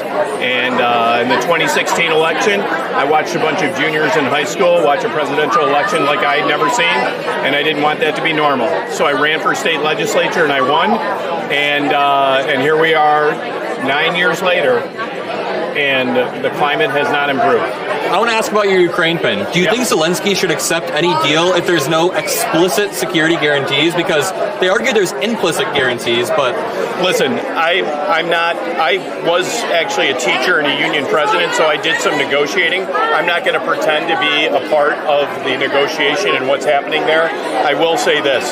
The United States of America, we have certain values, and those values are to support democracies and people who are resisting oppressors and brutal dictators. So, I will say this. The president did not put these negotiations in a better place for the people of Ukraine.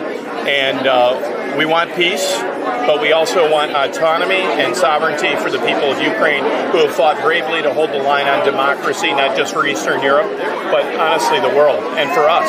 And Democrats need to communicate when we're sending them money, it's military equipment. Then we can then give away to them, we don't have to dispose of it. It costs a lot of money, so it's a win-win-win. How do you think Trump has gotten so switched up? I don't understand how he's falling for these pro-Russian narratives. Yeah. His phone calls with Putin. There's a clip of Trump from 3 years ago where he understands the importance. He says whatever Putin's doing is disgusting. He says we need to protect Ukraine.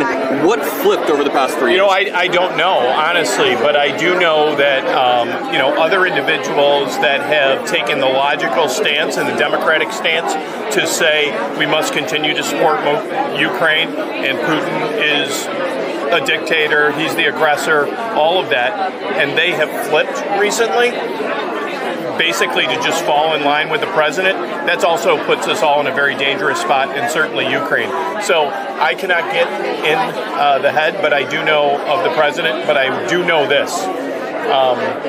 We as Americans do not stand by vicious dictators who kill innocent people trying to seize sovereign territory. I commend the people of Ukraine for standing up. I commend the American people for supporting that effort. I commend the Europeans who also supported the Ukrainian effort.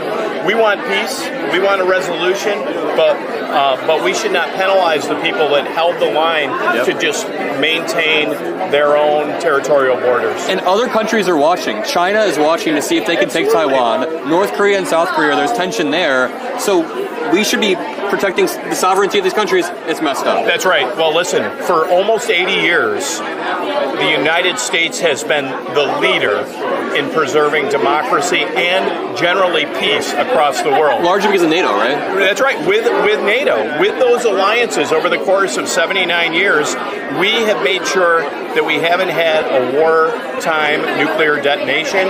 We have not had a worldwide war. This is some of the longest span of time in human civilization, and we have been the leaders of that. To go back on that promise and that commitment and the people that have sacrificed to maintain that peace is really un-American. What would you say to Americans who voted for Trump because they wanted lower prices, but only got tariffs? Well, listen, the president has a truth problem, and by now, if we can't tell that whatever he says should be rejected or at least questioned as to whether it's fact or fiction, is really on the people who support him. I think I can see through all of that. I think many people have seen it since he's been elected. So, listen, they shouldn't be surprised. They shouldn't be surprised. And if you know anything about simple economics, one person can't cause inflation, one person can't end inflation. It's multifactorial with lots of variables, and it's a worldwide issue right now where inflation is everywhere. So I'm not surprised, and I had no expectation that he would lower costs, and he's taking a very dangerous agenda and advancing that instead. Thank you for taking the time, sir. I really appreciate it. I always love Ukraine chats and chats about the economy. What's up? Do I got it? Thank you, sir.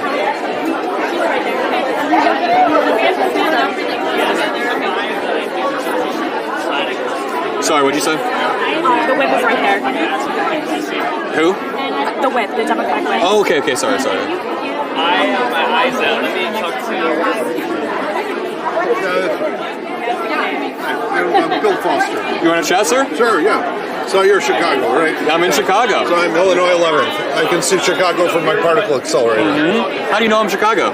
What? How do you know I'm Chicago? I was given a list of face shots by my staff of significant. You memorized my face? My phone did. Yeah, that's interesting. Let me ask you, sir.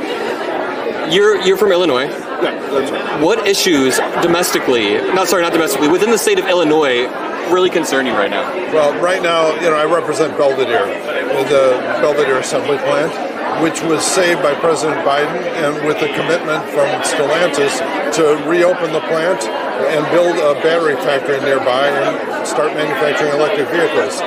Everyone in Belvedere understands that their economic fate depends on whether or not President Trump decides to kill the initiative to save the plant at Belvedere. So that's one of my local issues. But, as a scientist, the number one issue with me, frankly, is Ukraine. When you see, I'm a scientist, and we have a certain amount of residual guilt from the nuclear weapon that was developed by physicists. And if you see what happened at last Friday in the Oval Room, it's going to put a stain on our country's honor that will last forever. Not many people remember, but at the end of the Cold War, Ukraine had the third largest nuclear arsenal in the world, and they gave that nuclear arsenal up in exchange for a written promise of territorial integrity. The Budapest Memorandum. Correct. And that was signed by the United States, England, Russia, and was confirmed as late as 2009 by Russia under Putin. Yep. All right? And Russia confirmed Ukraine's borders in doing that. So correct. And so the idea that the United States should walk away from that commitment is sort of beyond the pale. Yeah. And the fact that the discussion in the Oval Office was all about negotiating leverage and not right and wrong. When England was on the ropes and Hitler had taken over Europe, we did not talk about negotiating leverage with England. We helped them because it was the right thing to do. And it's one of the things the greatest generation should be proud of forever. I'm afraid that President Trump's generation and the boomers may turn out to be the worst generation forever if we don't reverse this decision. Absolutely. Can we chat for a second, sir? After this, can you How are you? Oh man, fighting the fight. Finish this first. You must hate the NIH cuts. Well, it's Ukraine that we're talking about right now. Well, Chad, really quickly, I guess, can you jump in for a second? Sure. We're talking about Ukraine at the moment. How do you think Democrats should be messaging when they're trying to say, hey, we're not sending cash, we're sending military equipment? Do you think that's important to message about? I think it is. Look, Donald Trump has always had a weird attraction for brutal dictators, for thugs, and now it's hurting everybody because he's siding with Putin over Zelensky, who's a brave, courageous man. Who would have thought the President of the United States would side with such a thug as opposed to a beautiful human being? Remember, Putin fled when Prigozhin was trying to hold a coup. Zelensky never fled once. Zelensky's life was threatened. He's stuck with his people. I visited him in Ukraine as they were burying the dead. He's a man of amazing strength. We Democrats are sticking by him. We're going to get him the help he needs. Do you think there's a real threat that Trump, since he can't pull out of NATO because you need Congress, thanks to Marco Rubio, could he just ignore Article 5, do you think? Is that a real threat? They don't believe in following the law. It's our job to get them to do it. Thank you, sir. I appreciate that. What do you think about Article 5? Do you think that Trump could just outright ignore it? He shouldn't. But, at some point soon, we're going to end up in the Supreme Court. And he's going to just be ignoring laws passed by the United States Congress. And, treaties that are ratified by Congress are the law of the land, and he must follow them. If he decides not to, go straight to the Supreme Court. And back to what you were saying, the Budapest Memorandum is exactly why Ukraine needs security guarantees from the West, right? Because that's a perfect example of Putin being like... In retrospect, well, two things. The first thing is that we need treaty-level agreements. Not, the Budapest Memorandum was a signed agreement that can be changed by the next president. A treaty cannot. You have to go back to Congress. And so one of the lessons we should draw from that is when we get this fixed with Ukraine, we want it fixed at the treaty level. Thank you so much, sir. I really always enjoy it. You're from Illinois. Is that your congressperson, Abe? No, this is my guest here. Oh, I'm so sorry. No, Can we chat for a second, too? Yeah, sure. I'd really like to connect with your congressperson, though. Oh, here we go. Really quickly, can we actually 1 second? Thank you so much. Yep. Can we hold you in 1 second? Sure. Hi, how you doing? I'm doing well. How are you doing? We are live on Midas Touch. So excited to have you here. Thank you. About an hour before the State of the Union. Can you introduce yourself to our stream? Sure. I'm Congresswoman Catherine Clark. I serve as the Democratic whip for the Democratic caucus here in the House. I want to ask you, how do you feel about representatives essentially ceding their power to people like to people like Elon Musk and Donald Trump? The power of the purse lies within Congress, right? How is Elon Musk taking this over? Apparently we are now just having our co-president with unelected, unvetted billionaire Elon Musk, riddled with conflicts of interest, whose idea of just break things is now being told, you can go in, have our most private information, do what you want for your tax cuts. And who's paying the price? It's kids, it's seniors, it's veterans. All who are going to lose their health care, school lunches, their VA hospital appointments. It is an outrage. And it's all while Elon Musk and Trump are insulated, completely insulated from all of the consequences you just listed, right? That's right. I mean, when you're the richest man on earth, you can be pretty careless with other people's lives because it will never touch you. And the town halls were going so well, and now Republicans apparently aren't doing any more town halls. Did you hear that? Yeah, I mean, the cowardice is really incredible. If you're going to take away people's health care, at least stand up, look veterans in the eye and said, I know you served our country, you put the life on the line, you breathed in really toxic fumes from burn pits. We said we'd take care of you. We're changing that contract. At least look them in the eye and tell them. Imagine being scared of your own constituents. I know. It's like, this is a game. This is not actually about the billionaire class. This is about the American people who sent us here. And I don't care if you voted for Donald Trump or you did not. Nobody voted for this.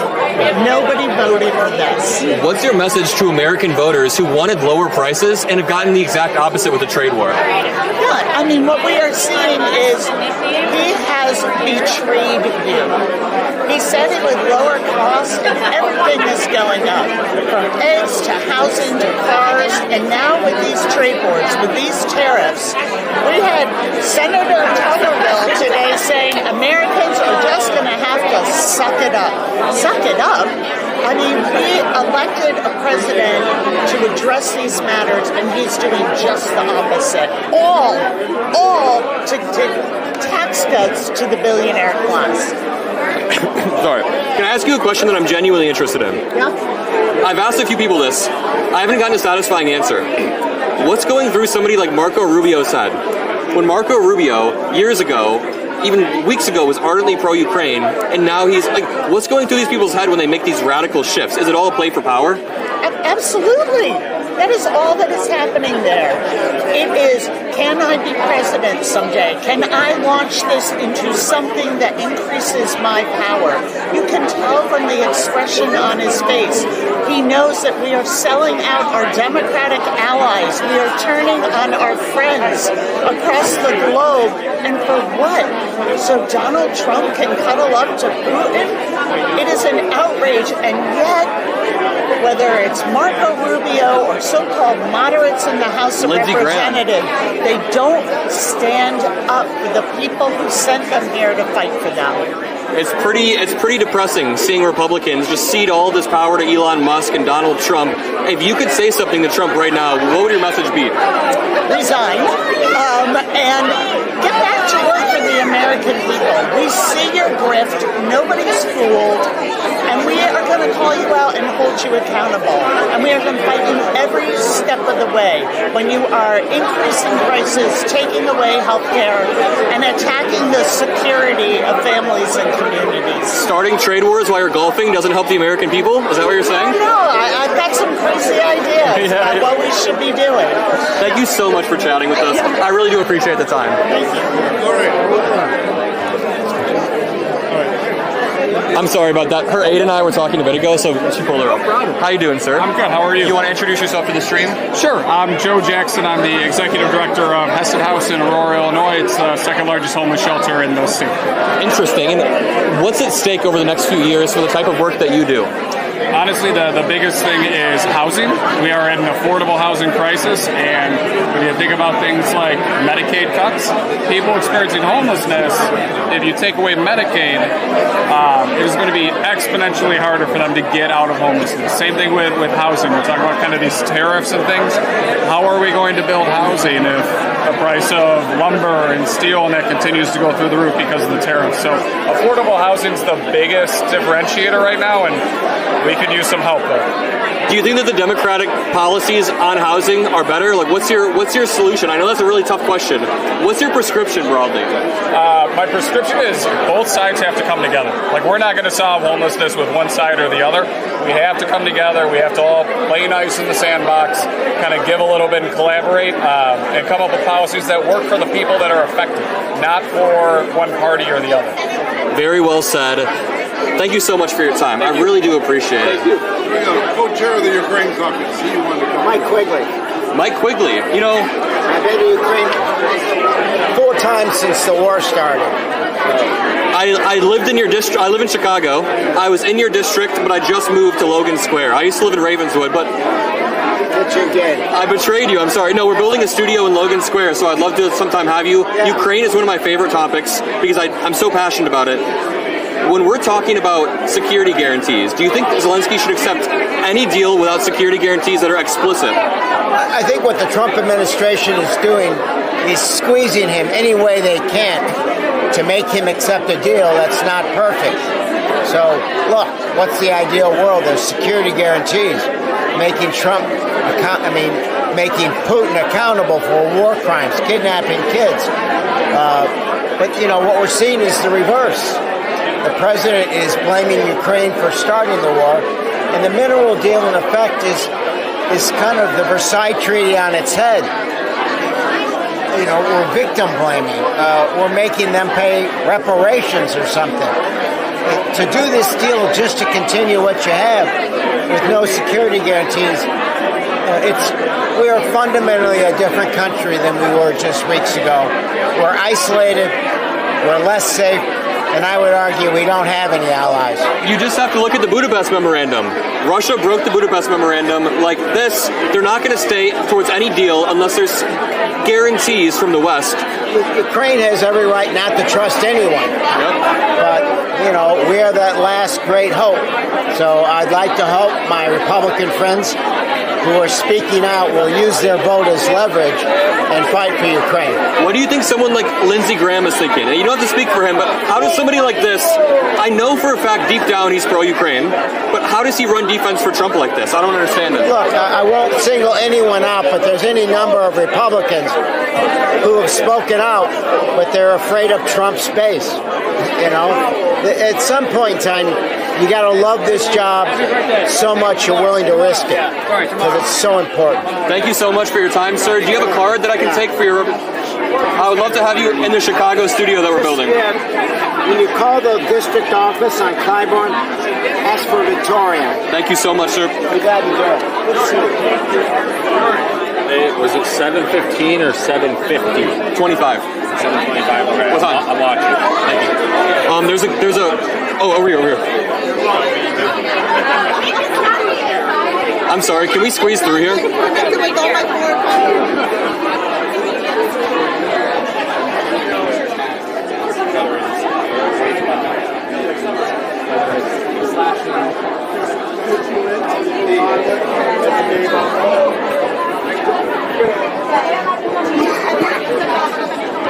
Representative, are you down to talk to Midas Touch? Sure, of course.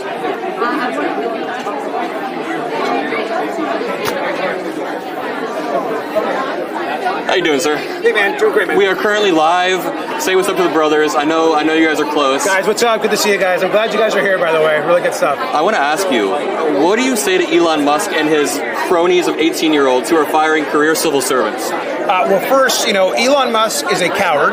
We've asked him to come in front of our committee, the Doge Committee, to actually testify, to stand up for what he's doing. He refuses to do so. He's done more destruction to this country than almost anyone but Donald Trump. And so I think what's really important at this moment is people push back hard. This is not a moment to have Democrats retreat or allow Elon Musk and Donald Trump to roll over. We've got to fight with everything we have and push back every single time. Can you explain to me how Elon Musk and Donald Trump are sort of subverting the power of the purse? Adam, I hate to interrupt. Can we grab that other mic off? Yeah. Oh, thank you. I'll restart. Can you explain to me how it seems like Elon Musk and Donald Trump are sort of subverting the power of the purse? Is that fair to say? Yeah, absolutely. First of all, Elon Musk and Donald Trump are destroying our institutions.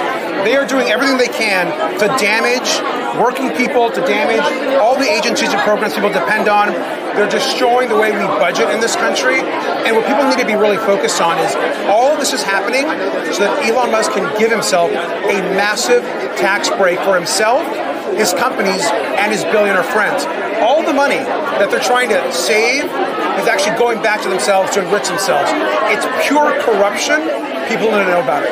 Did you see how Elon Musk is trying to tank a $2.4 billion Verizon bill so that he could give it to Starlink? Isn't that a perfect example of the conflicts of interest at play? Elon Musk, as you know, has billions of dollars in government contracts. Almost $40 billion in government contracts and tax credits. That's not wasteful somehow? It's very wasteful. He chooses, what he wants to do is he wants to expand that.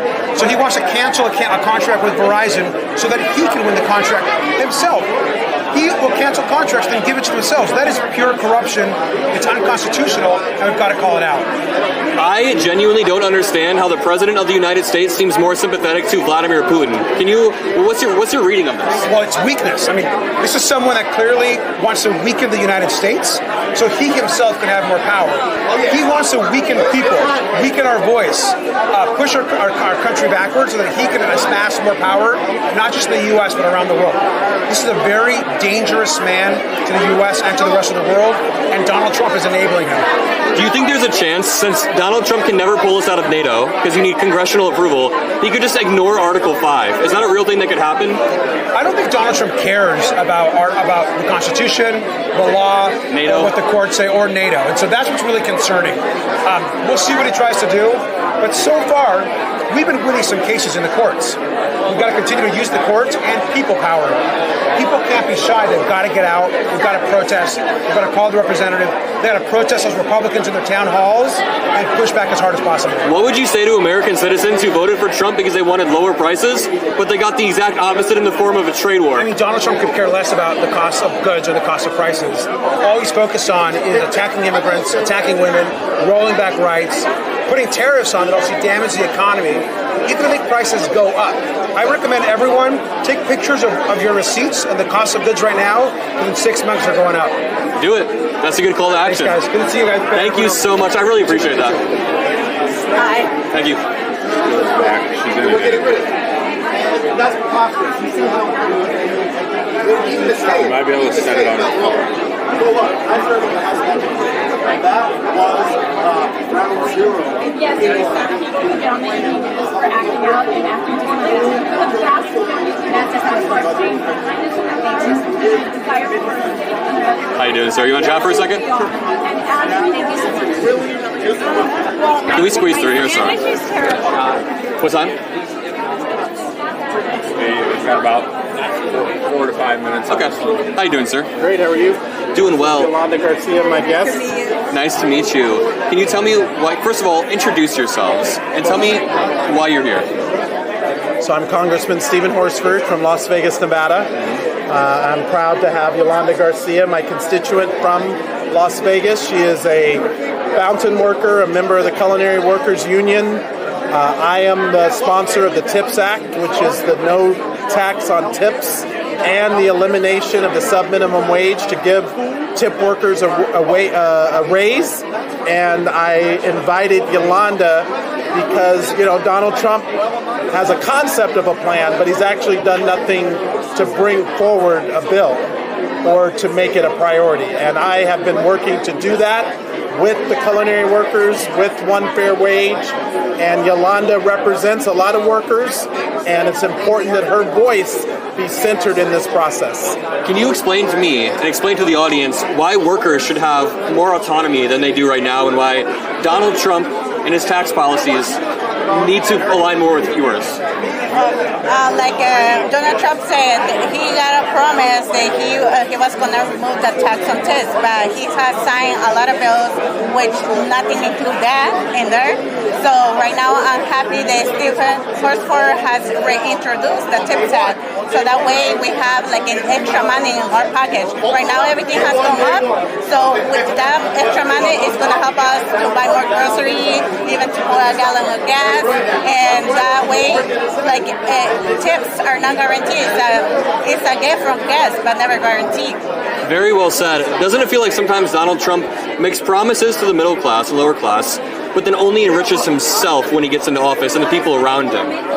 Because he's not focused on all of us, he's focused on himself and on big corporations and billionaires.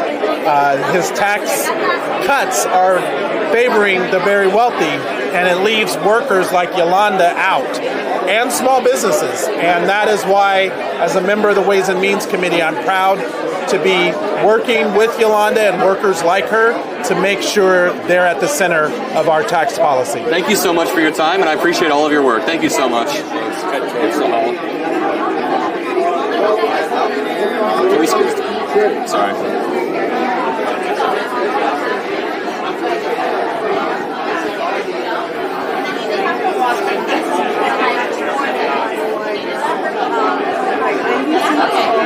Film this. This is funny. They're trying to do a meme right now. Just try to make it a little dramatic and look cooler if you do. Oh, I'm so sorry. I'm sorry? That was my bad. I'm so sorry.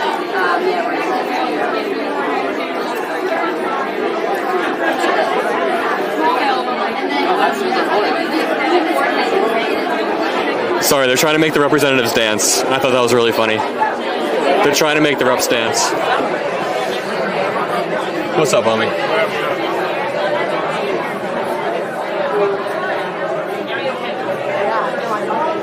Can I squeeze through here? Yes. Thank you so much. And I was like, this is it. And I was telling everybody, I was like, You down to talk to Midas Touch later? What's up? You down to talk to Midas Touch later? Sure. You free now, or you want to do it in a bit? I can do it now. Let's go. Let's do a quick 2-minute hit. I'm so sorry. Ken, we are here with the new DNC chair, Mr. Ken Martin. How are you doing today, sir? I'm doing great. How are you? I'm doing well. This is the second time we've appeared on camera together. I really enjoyed that first debate. Can you tell me, what would be your message to Elon Musk and his teenage Doge dudes who are currently firing career civil servants? Well, go to hell. I mean, the reality is what you're doing is destroying our country right now, all to make more money for yourself, all to steal data so you can help build your companies. What you're doing is wrong, and at the end of the day, we're watching. The American people are fed up, and it's not working. How do you message this to the American people and show them that Elon Musk is not working towards their best interest? Well, I mean, look, at the end of the day, what we're seeing right now is cuts in the federal government that make absolutely no sense. And Donald Trump, Elon Musk, J.D. Vance has said they're going to make people's lives easier. Everything they're doing is making it harder for Americans to actually not only afford their lives, but live their lives. And so we have to show people that, right? We have to make them, unfortunately, what he's doing, they're going to feel it. They're going to feel it in their pocketbooks. They're going to feel it in their day-to-day lives. At the end of the day, there's nothing I can say to show them that. They're going to start feeling that. And unfortunately, too many Americans Americans at this time are already feeling the dramatic consequences of these cuts, of what they're doing to the federal government, what Donald Trump is doing in an indiscriminate and callous way. Look, they made promises to the American people, and they've broken every single one of them. We have to remind people of that, and they're going to feel it, unfortunately. And they're doing it without Congress. So through the executive branch, they're subverting the power of the purse, and it seems like Elon Musk and Donald Trump are making these cuts on their own. What do you say to an American who thought Trump was going to lower prices and is now slowly realizing and feeling it, like you said? What do you say to someone who's now starting to feel it? Look, again, my first boss in politics was a guy named Paul Wellstone, right? And Paul used to say you should never separate the life you lead from the words you speak. Too many politicians, sometimes in both parties, say one thing on the campaign trail. When they get in office, they forget what they said to you. They don't deliver on their promises. And your job as an American, as a voter, is to hold people accountable to the promises they made. There is nothing Donald Trump has done in these first 6 weeks of his presidency to actually make a difference in one American's life, except the fat cat billionaires that are making billions of dollars off the backs of hardworking American taxpayers. Thank you so much, sir. That quote from your first boss reminded me of Marco Rubio, somebody who says he's pro-Ukraine, but seems like he walks a different tune, right? Well, that's exactly right. You got a bunch of hypocrites on the Republican side, right? They say one thing, they get into office, completely do another. People need to remember that. Don't buy their bullshit. Get out there and hold them accountable. Right now, it's a time for us to grow a spine, lift our head up as Democrats, fight back against these excesses and extremes of this administration. And we are going to hold them accountable. Thank you so much, sir. It's always a pleasure. Great to see you. Pleasure to see you.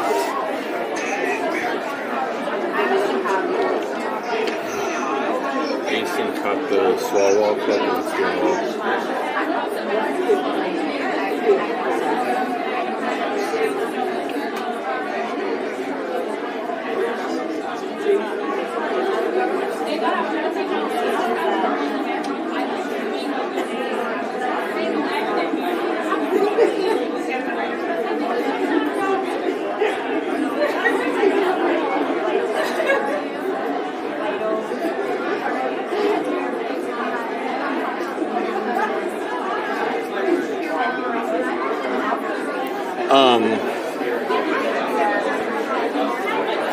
How are you doing on battery? What?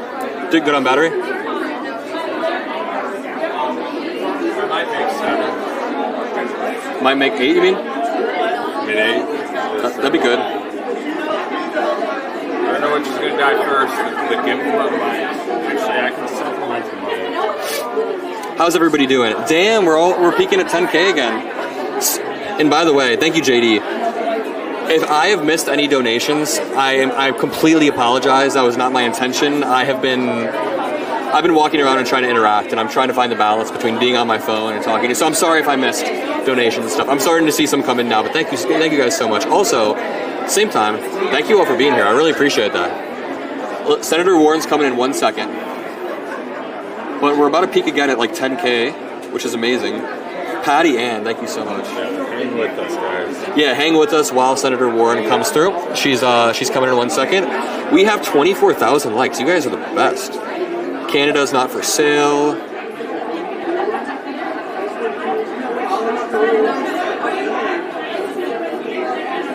Follow ASIN, go retweet our clips over there. Yeah, all of our clips are over on ASIN right now. ASIN is an absolute beast in the industry. If you're not following ASIN on Twitter, an absolute beast. He's been doing well. He's been helping us out a lot. And then, yeah, it's been a really good experience. You know what I need, though? Food. Yeah, we both just said that at the same time. Yeah, I know. From Houston, Texas. Yeah. Sylvester Turner, Texas 18. Of course. Yeah. Fourth biggest city in the world, in the country. Call us over in 1 second. We'll be over there. Yeah. We're right here. Yeah. All right, we're good. How you doing, sir? Hey, I'm fine. We're live on stream right now. If you'd like to introduce yourself and your guest. Yes, Sylvester Turner, Texas, the 18th Congressional District in Houston. And my guest is Anna Hernandez. She's not a federal employee. She's a hard-working mom, rearing a 2-year-old with some special needs. And I'd like for her to tell us the story.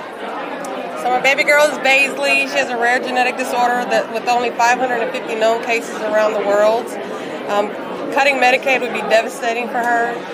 Prior to getting Medicaid and prior to having a home nurse, she almost died in a car in the middle of traffic because she vomits in the car and she doesn't have the head control to clear it. And so having that nursing now has been beneficial. So to lose that would literally be life and death for our daughter. What do you say to Trump voters who rely on Medicaid, Medicare, and it might get taken away? What would you say to somebody who needs this, but they don't understand what's happening? Read. Like, look up credible sources. There's a difference between information and credible information. And I think that's the big difference. They're hearing things, but they're not fact-checking it for themselves. Can I ask you, sir, what's been on the top of your mind over the past month and a half as Trump's taken office? What issues have really been just burning a hole, like, really made you think? I mean, what he's doing is hurting real people with real lives. I mean, Angela is a working mom, and her job provides insurance, but not nearly enough to take care of her special need kid. So when the Republicans in the House barely passed their budget, slashing nearly $1 trillion for Medicaid, you're hurting people like Angela and her 2-year-old. So over the last 45 days, he is undermining institutions, hurting real people, working class people, dismantling diversity, equity, and inclusion, attacking the Department of Education, siding with Putin, and the list goes on and on. Oh, yeah. The scary thing about the Medicaid part is they're being very dishonest about it, too. They're saying that this bill, or this won't really affect anything, right? These cuts won't affect anything, yet it's going through the one agency. Can you explain how? Number one, you can eliminate all the discretionary funding in the budget. It will not get them $4.5 trillion in tax revenue. You can eliminate waste, fraud, abuse in Medicaid. They're talking maybe $50 to $70 billion. But the budget authorizes the committee to slash $880 billion from Medicaid. If you do that, you're going to impact Angela and her family. Thank you guys so much for your time. I really do appreciate it. Thank you. I'm sorry about everything. Thank you. Yeah, just have a good night. Yeah, of course, man. Oh, he's been live this whole time? We've been live this whole time. Warren over here. Okay.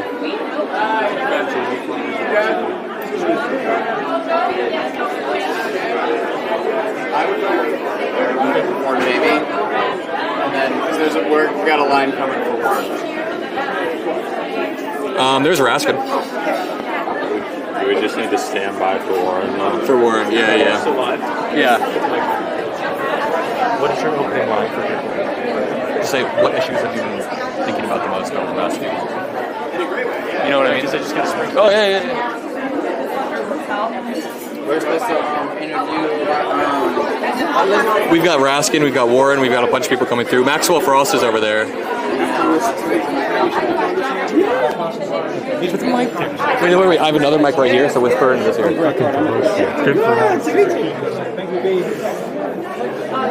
Sorry, sir.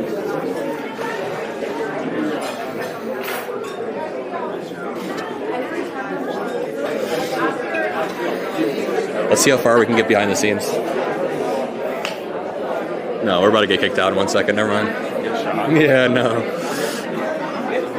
I saw you with the mic. Are you grabbing Raskin next? Yeah. Yeah, I was. If I just. It's like. Oh, sorry. Like, you know.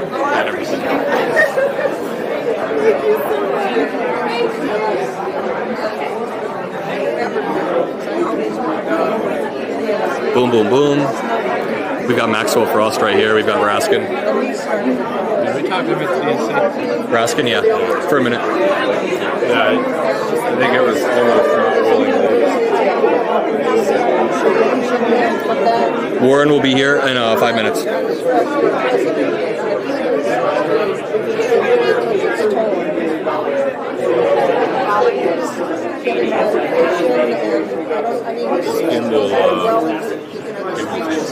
Yeah.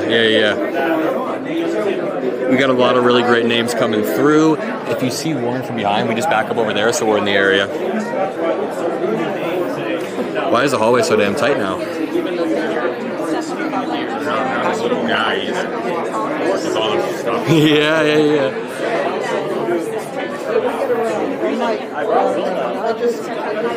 Doing well, sir. You want to chat for a second? Sure. Who are you with? Midas Touch. Oh, we love Midas Touch. Midas Touch. I'm going on Tuesday. You're going on Midas Touch on Tuesday? Oh, yes. I know the brothers. This is my guest, Andrew. How you doing, sir? Number one podcast in America, these guys. Really quickly, can you guys introduce yourselves to our stream and let's chat? Mike Levin, I'm the representative for California's 49th District. This is my constituent and friend, Andrew Shore, two-time cancer survivor, only here with us today alive because of NIH federal funding for cancer research. Can you tell me what's at stake if Donald Trump and the Republicans continue to successfully nuke NIH? People will die. I'll be dead. I mean, we depend upon newer and better medicines, research to continue, hopefully towards cures, preventative medicine, right? Vaccines. You know what's happening with measles, etc. What if we have bird flu, right? Will we have a vaccine? On the back end, of course, is about Medicaid and Medicare as well. So in other words, do we have preventative medicines? Do we have treatment for people like me? Better treatment and cures? And do we have government programs to support us to give us the health care we deserve? Can I ask you, why do you think Donald Trump and Elon Musk are going for programs like NIH, agencies like that, going for Medicaid, Medicare, before going to the military or other? What's the game here? I think it's a ready, fire, aim approach, and a lot of what they've done in this last 6 weeks really doesn't seem very competent. It's arbitrary. A lot of the probationary folks they thought they were letting go are actually people who got great performance reviews who've been there for many years. They're probationary because they just got promoted to manager or supervisor. There isn't a lot of rhyme or reason to it, and that certainly includes things with tremendous bipartisan support, like cancer research. It should be a no-brainer. Can I ask you, if you had to say something to Donald Trump, Elon Musk, what would be your message to them at this moment? My message would be that there are plenty of red states that do all the cancer research as well. It's not just a California thing. The University of Alabama, for example, is the largest employer in that entire state, and they do tremendous medical research. University of Tennessee, University of Georgia, University of Texas, University of Florida. You get my idea here. And for them to have done this is truly crazy. Thank you so much, sir. I appreciate this. Thank you. Thank you so much for being here in the first place. We look forward to talking to Ben Tuesday, I guess. Oh, yeah. Excellent. Thank you. Keep going. Sorry, excuse me. Sorry, we were getting called by aides over here. Yeah, we were getting called. They were saying, Mockler, you got to go.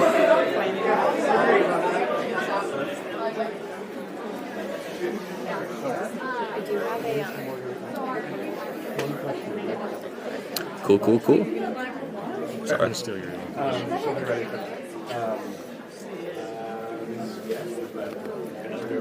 Okay, you stand here, and I'll just say like, I gotta listen to better. And you're walking about the one question. Okay, thank you. What is this dude filming? Oh, what is this dude filming on? How many people will watch your own? I don't know. I haven't been able to check. Dude, check this out. Oh my gosh. He's filming in vertical form.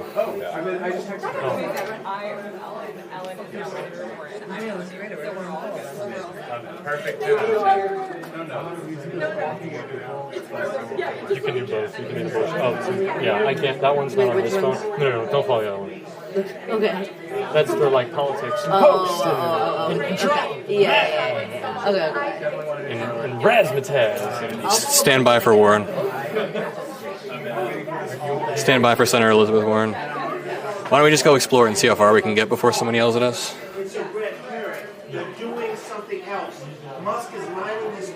Oh no. Continue to get federal contracts worth billions of dollars.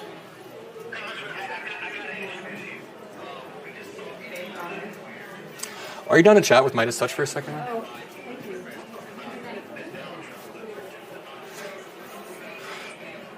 All right, yeah, we're probably not supposed to be here. Let's go back to work.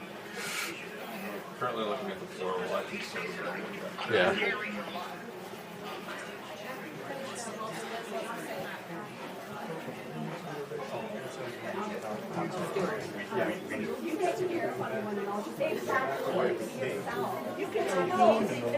Excuse me, sorry. I will turn it on. Excuse me, sorry. I'm so sorry. I did not mean to just Good thing it's you, or else can you do me a favor? Can you take photos? Of course. Yeah, I got you. Can I get it on my phone? Yeah, you can do it on your phone. We should just go maybe snag Raskin over there real quick. Can I ask you a question? Who does Donald Trump work for? Not for the American people. Who do you work for? I work for my 12th congressional district. My residents here were legally fired from HUD and the VA, and they serve their residents so lovingly. That's good. So they deserve guests. And the very cruel way she followed, especially Elliot, who was fired after serving our country in Afghanistan. How is Elon Musk getting away with illegally firing these people? Not going to get away with it. Great answer. All right, let's keep going. We can stand by for Warren, or we can go grab Raskin and Maxwell Frost real quick. Yeah. Well, there'll be time for both.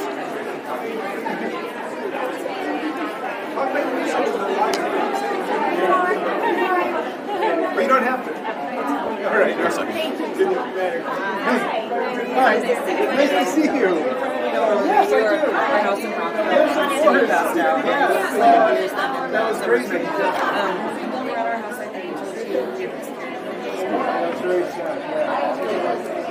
Hold on stand by for Raskin, then Warren.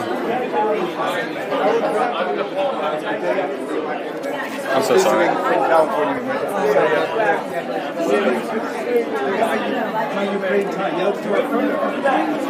Midas Touch? Yes. Midas Touch Network? You have time? The what network? Midas Touch Network. Oh, very nice. I love Midas Touch. All right, we got Raskin for a minute. Awesome. Oh, fantastic. That's so great. Oh, I'm sorry, sir. You just have 1 minute, sir? Talk to these guys. Yeah. Let's stand to the side over Yeah, here. that's fine. How you doing, sir? We chatted at the DNC for I a minute. remember meeting you at the convention. Yeah, very quick chat. It was electric there. Let me ask you, what's your message to Elon Musk and his 18-year-old Doge people right now? Well, if he thought that the American people were going to lie down and let him and his Silicon Valley techno-authoritarian mafia roll all over us, he's got something else coming, because the American people are fighting back. And he can tell that to his buddies Donald Trump and Vladimir Putin and Kim Jong-un and all of them. Don't take their fortunes for granted as authoritarians. I know they think they're going to replace democracy with some kind of totalitarian techno-dictatorship, but the American people aren't going to have it. Have you been seeing those town halls that Republicans have been getting booed at, and they ask good questions? Of course. Have you seen that they're not doing those town halls anymore? Oh yeah, well, explicit orders went out to the Republican caucus, their conference this morning, not to do any more town halls. And of course not, because the American people are rising up, and it's just starting. We're gonna take our country and our democracy back from these people. Is it fair to say that it feels like these representatives, these Republican representatives, are ceding congressional power to the executive branch, and that's why people are mad as well? Well, yes. I mean, the very narrow Republican majority, 217 to 215 in the House, and the very narrow Republican majority in the Senate, these people are just lying down and letting Elon Musk and Donald Trump roll all over them.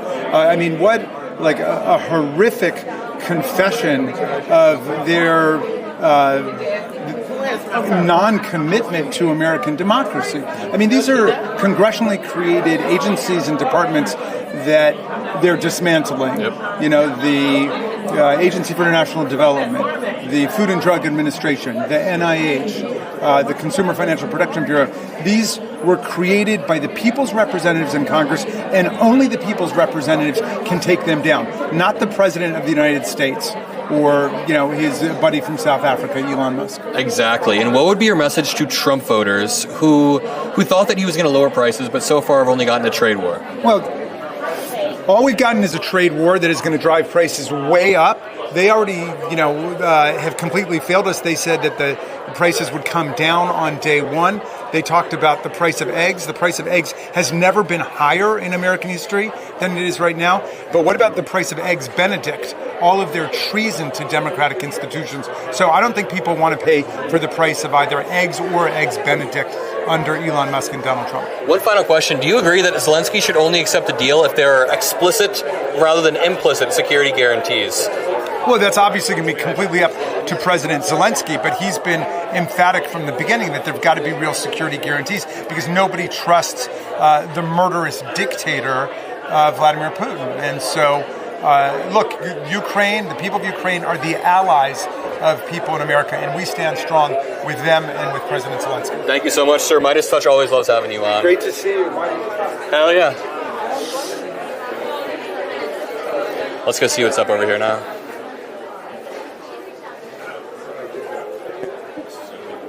Last interview. Okay.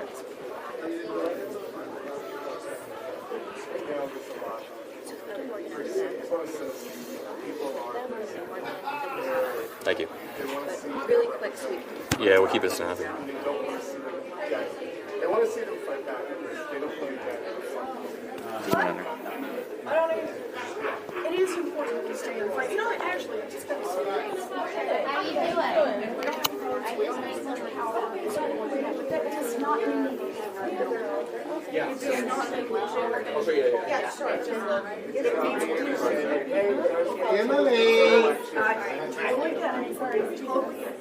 We use the tools we've got and we find people.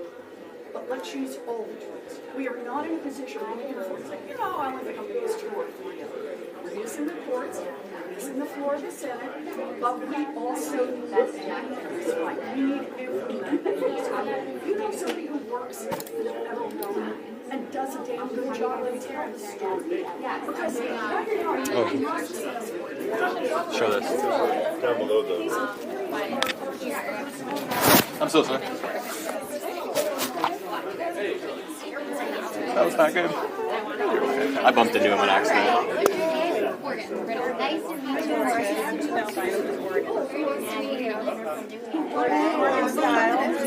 Live for your die. Live for your die. Flies with their own wings. Yes. Yeah, I'm so sorry.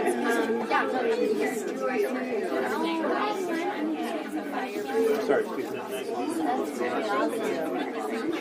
How did you get started? On social media. Like 2 years ago, I started posting security with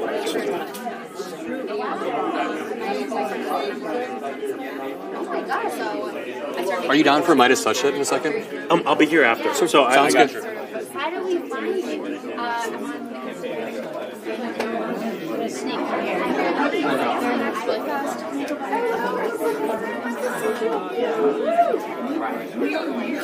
Ready for it?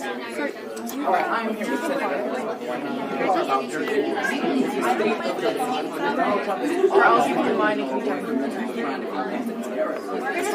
Stand by for Warren. Sorry guys, we're just chilling. Oh yeah. What's up, Walter? Oh yeah. Thanks so wait, hold on. I'm not recording. Are we after? Awesome. We're running low on battery. That's why. Our batteries are on life support. We've been streaming for 5 hours. I know. I saw. It's been wild. How's your day been? Has it been crazy as hell?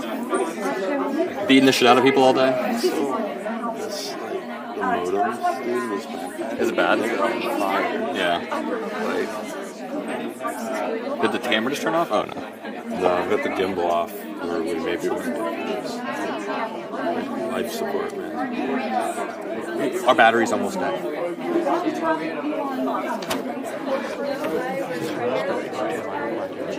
Our battery's about to die in like 2 minutes, though. We'll do a 2-minute hit, and then I'll... Can he be after us? I'm not trying to get ahead of anyone. I just want to make sure I'm on a... Sorry, our battery is right about that.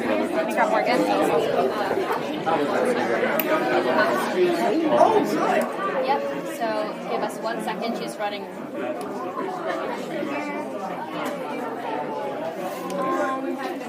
Oh, okay, she's right here. Hi.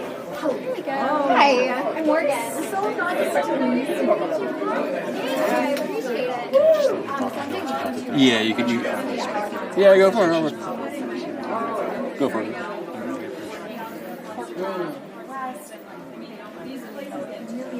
Somebody bring out more batteries For real, the deep state is draining our battery.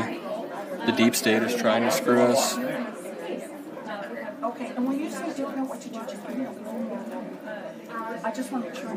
And now, just like additional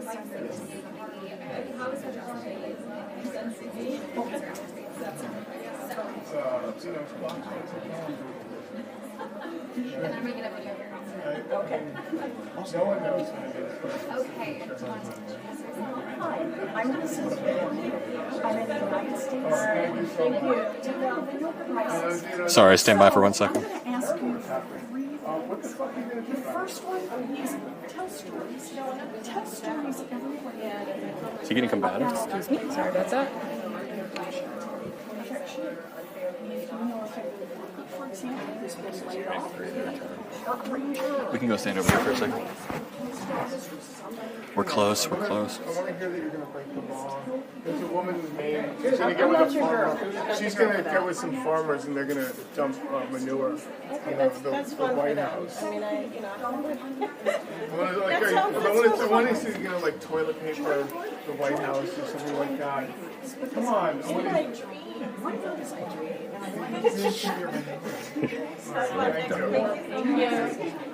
Find some friends. Sorry, guys. Oh, let's stand over here for a second, man. Wow, what a crazy day.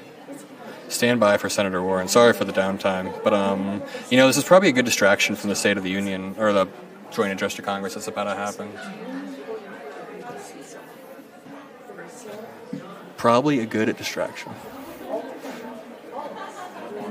What a tiring day, though. The worst part is we can't leave the Capitol until after Trump is done speaking, so...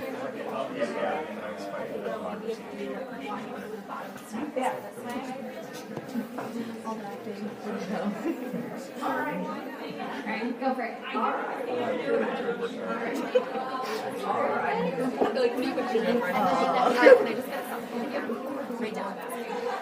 He has to leave in like 1 minute, so can you pop in right now? Thank you so much. Everyone's fighting for her, but pop in. Okay, we got you. I would like to think you were. I'm sorry. It's okay. That surprised me. I like the reaction. Senator Warren, who does Donald Trump work for? Billionaires. His co-president, Elon Musk, he's just going to go along with whatever Elon wants. Ellen's stressed out. It's promising. Are you stressed out? Deliver big on tax cuts to billionaires. It's gonna feel good when all this is over. You know? In 4 years.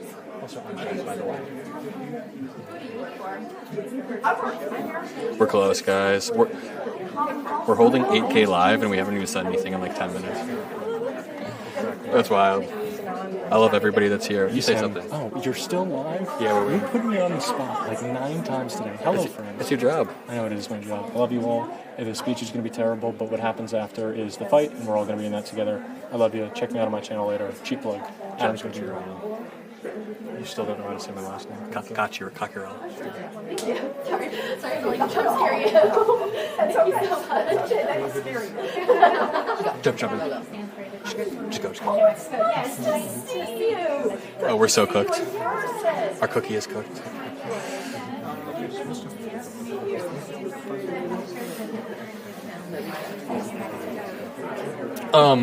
While we're here, though, Trump is about to speak in about 45 minutes. Sorry about the dead air. We're just waiting. Probably not good stream content, but it's okay. Okay, thank you. Half a second here. Thank you, Senator. And then Adam. Thank you so much. Sure. I'm sorry, guys. So Elon Musk is to tweet about 1,800 times a day, attacking the CFPB, saying that he's going to cut Social Security, Medicaid. Solid. We're next. Which seems a little weird, doesn't it? If you had the opportunity to address that coward Elon Musk, what would you want to say to him? So look, I just want to ask Elon, how many of your companies are now under investigation by the federal government? My mom said, I know you're exhausted. You're doing awesome. Between interviews, you should engage with the audience or ask questions. Sincerely, your unofficial production assistant. So all of those cops on Steve are taken off the beat. Exactly how much money do A guy who claims to be a super genius. No, you're good. Contrast there. We're good. How you doing, Senator? We spoke a few weeks back. Oh, we did? Yeah, my name is Adam. Good to see you, Adam. Really quickly, let's hop in. Sure. If you had to say one thing to Elon Musk and his 18-year-old Doge, cabal, what would you say? I'd say follow the law Yeah. and get the hell out of our agencies. Get the hell out of our government. Nobody elected you. You have no legal authority to be there and no legal authority to do the things you are doing. And the things that Elon Musk is doing hurt real people. Can you explain, like I'm 5 years old, how they are subverting the power of the purse with Article 1, and it seems like they're doing this with the executive branch? So understand that we have a constitution that says there's going to be 3 parts. Over here in Congress, we write the laws and we get them passed, and we allocate the money to be spent to enforce those laws. Then there's the administrative branch. Right now, that's Donald Trump and the people who work for him. They're supposed to administer, and if they fail to do that, then we have the courts that make them follow the law. Right now, what Elon Musk and Donald Trump are trying to do is if you can take away all of these programs, get rid of USAID, which they don't like, or the Consumer Financial Protection Bureau, which could investigate Elon Musk. What's the difference? What's the diff here? If you can do that, then it means that all of the power is with the co-kings, Donald Trump and Elon Musk. So this is a moment in our history unlike anything that's ever happened to us before. We've got these co-presidents racing through, just not following the law and basically saying to everybody else, not following it, don't intend to. Final question to you. What would you say to a Trump voter who voted because they wanted to lower prices, but they've only seen a trade war that's kind of like reckless? Boy, have you been hit by bait and switch. Donald Trump ran for office saying on day one he would lower costs, and I get it. There are people who believed him. And now we are 6 weeks in, and all he has done is raise prices. In fact, here's the deal. He's not even talking anymore about even a plan to lower prices. He's not even saying, you know what, I know I haven't done it yet, but just wait a little while longer because here are my 3 plans to lower your costs. Nope. Instead, he's going to drive up the cost. He's driving up the cost of housing, driving up the cost of health care, and driving up the cost of food. Good luck with your maple syrup tomorrow. When he said bring down the prices, he meant of the S&P 500, I'm pretty sure. Yeah. I think what he really meant is it was code for billionaires win, families lose. Thank you so much. I appreciate the time. Yeah. Always good. I'm fucking wrecking ball over here.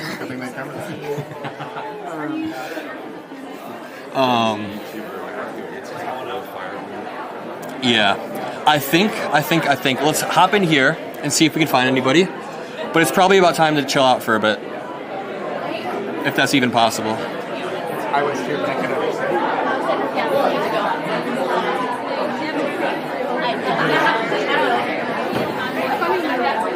All right, y'all. This has been an amazing stream. Amazing might be an understatement because it was like a 5-hour stream where we talked to every politician possible. We're about to end. This man is doing incredible work all the time. He is consistently busting his rump. I call him about twice a day. He doesn't pick up because he's working for y'all. He's a bad friend, but he's a great YouTuber. If y'all could drop some blue hearts, some thank yous to Adam. It was incredible what he's done today. He has been streaming so much that I forget he's streaming. He is doing the work constantly. I wish we could turn the camera around as well because his cameraman deserves some thanks. Thank you all for sticking around from the highs, the lows, the interviews, the quiet parts. Adam is killing it. I want you guys to say thank you. I love you all. Now I don't even have to sign off. Thanks for doing it for me, brother. Yeah, that was a great time. And thank you all. We will probably go live after. we will be back after the State of the Union. There will be a lot of coverage, but you know that you will be getting top tier coverage right here. I don't mean to be like an asshole, but you will be getting the best coverage right here, and I'll leave it at that. I love all of you guys. I love every single one of you. Let me go turn off the stream on my phone. Let me go get some water, yo.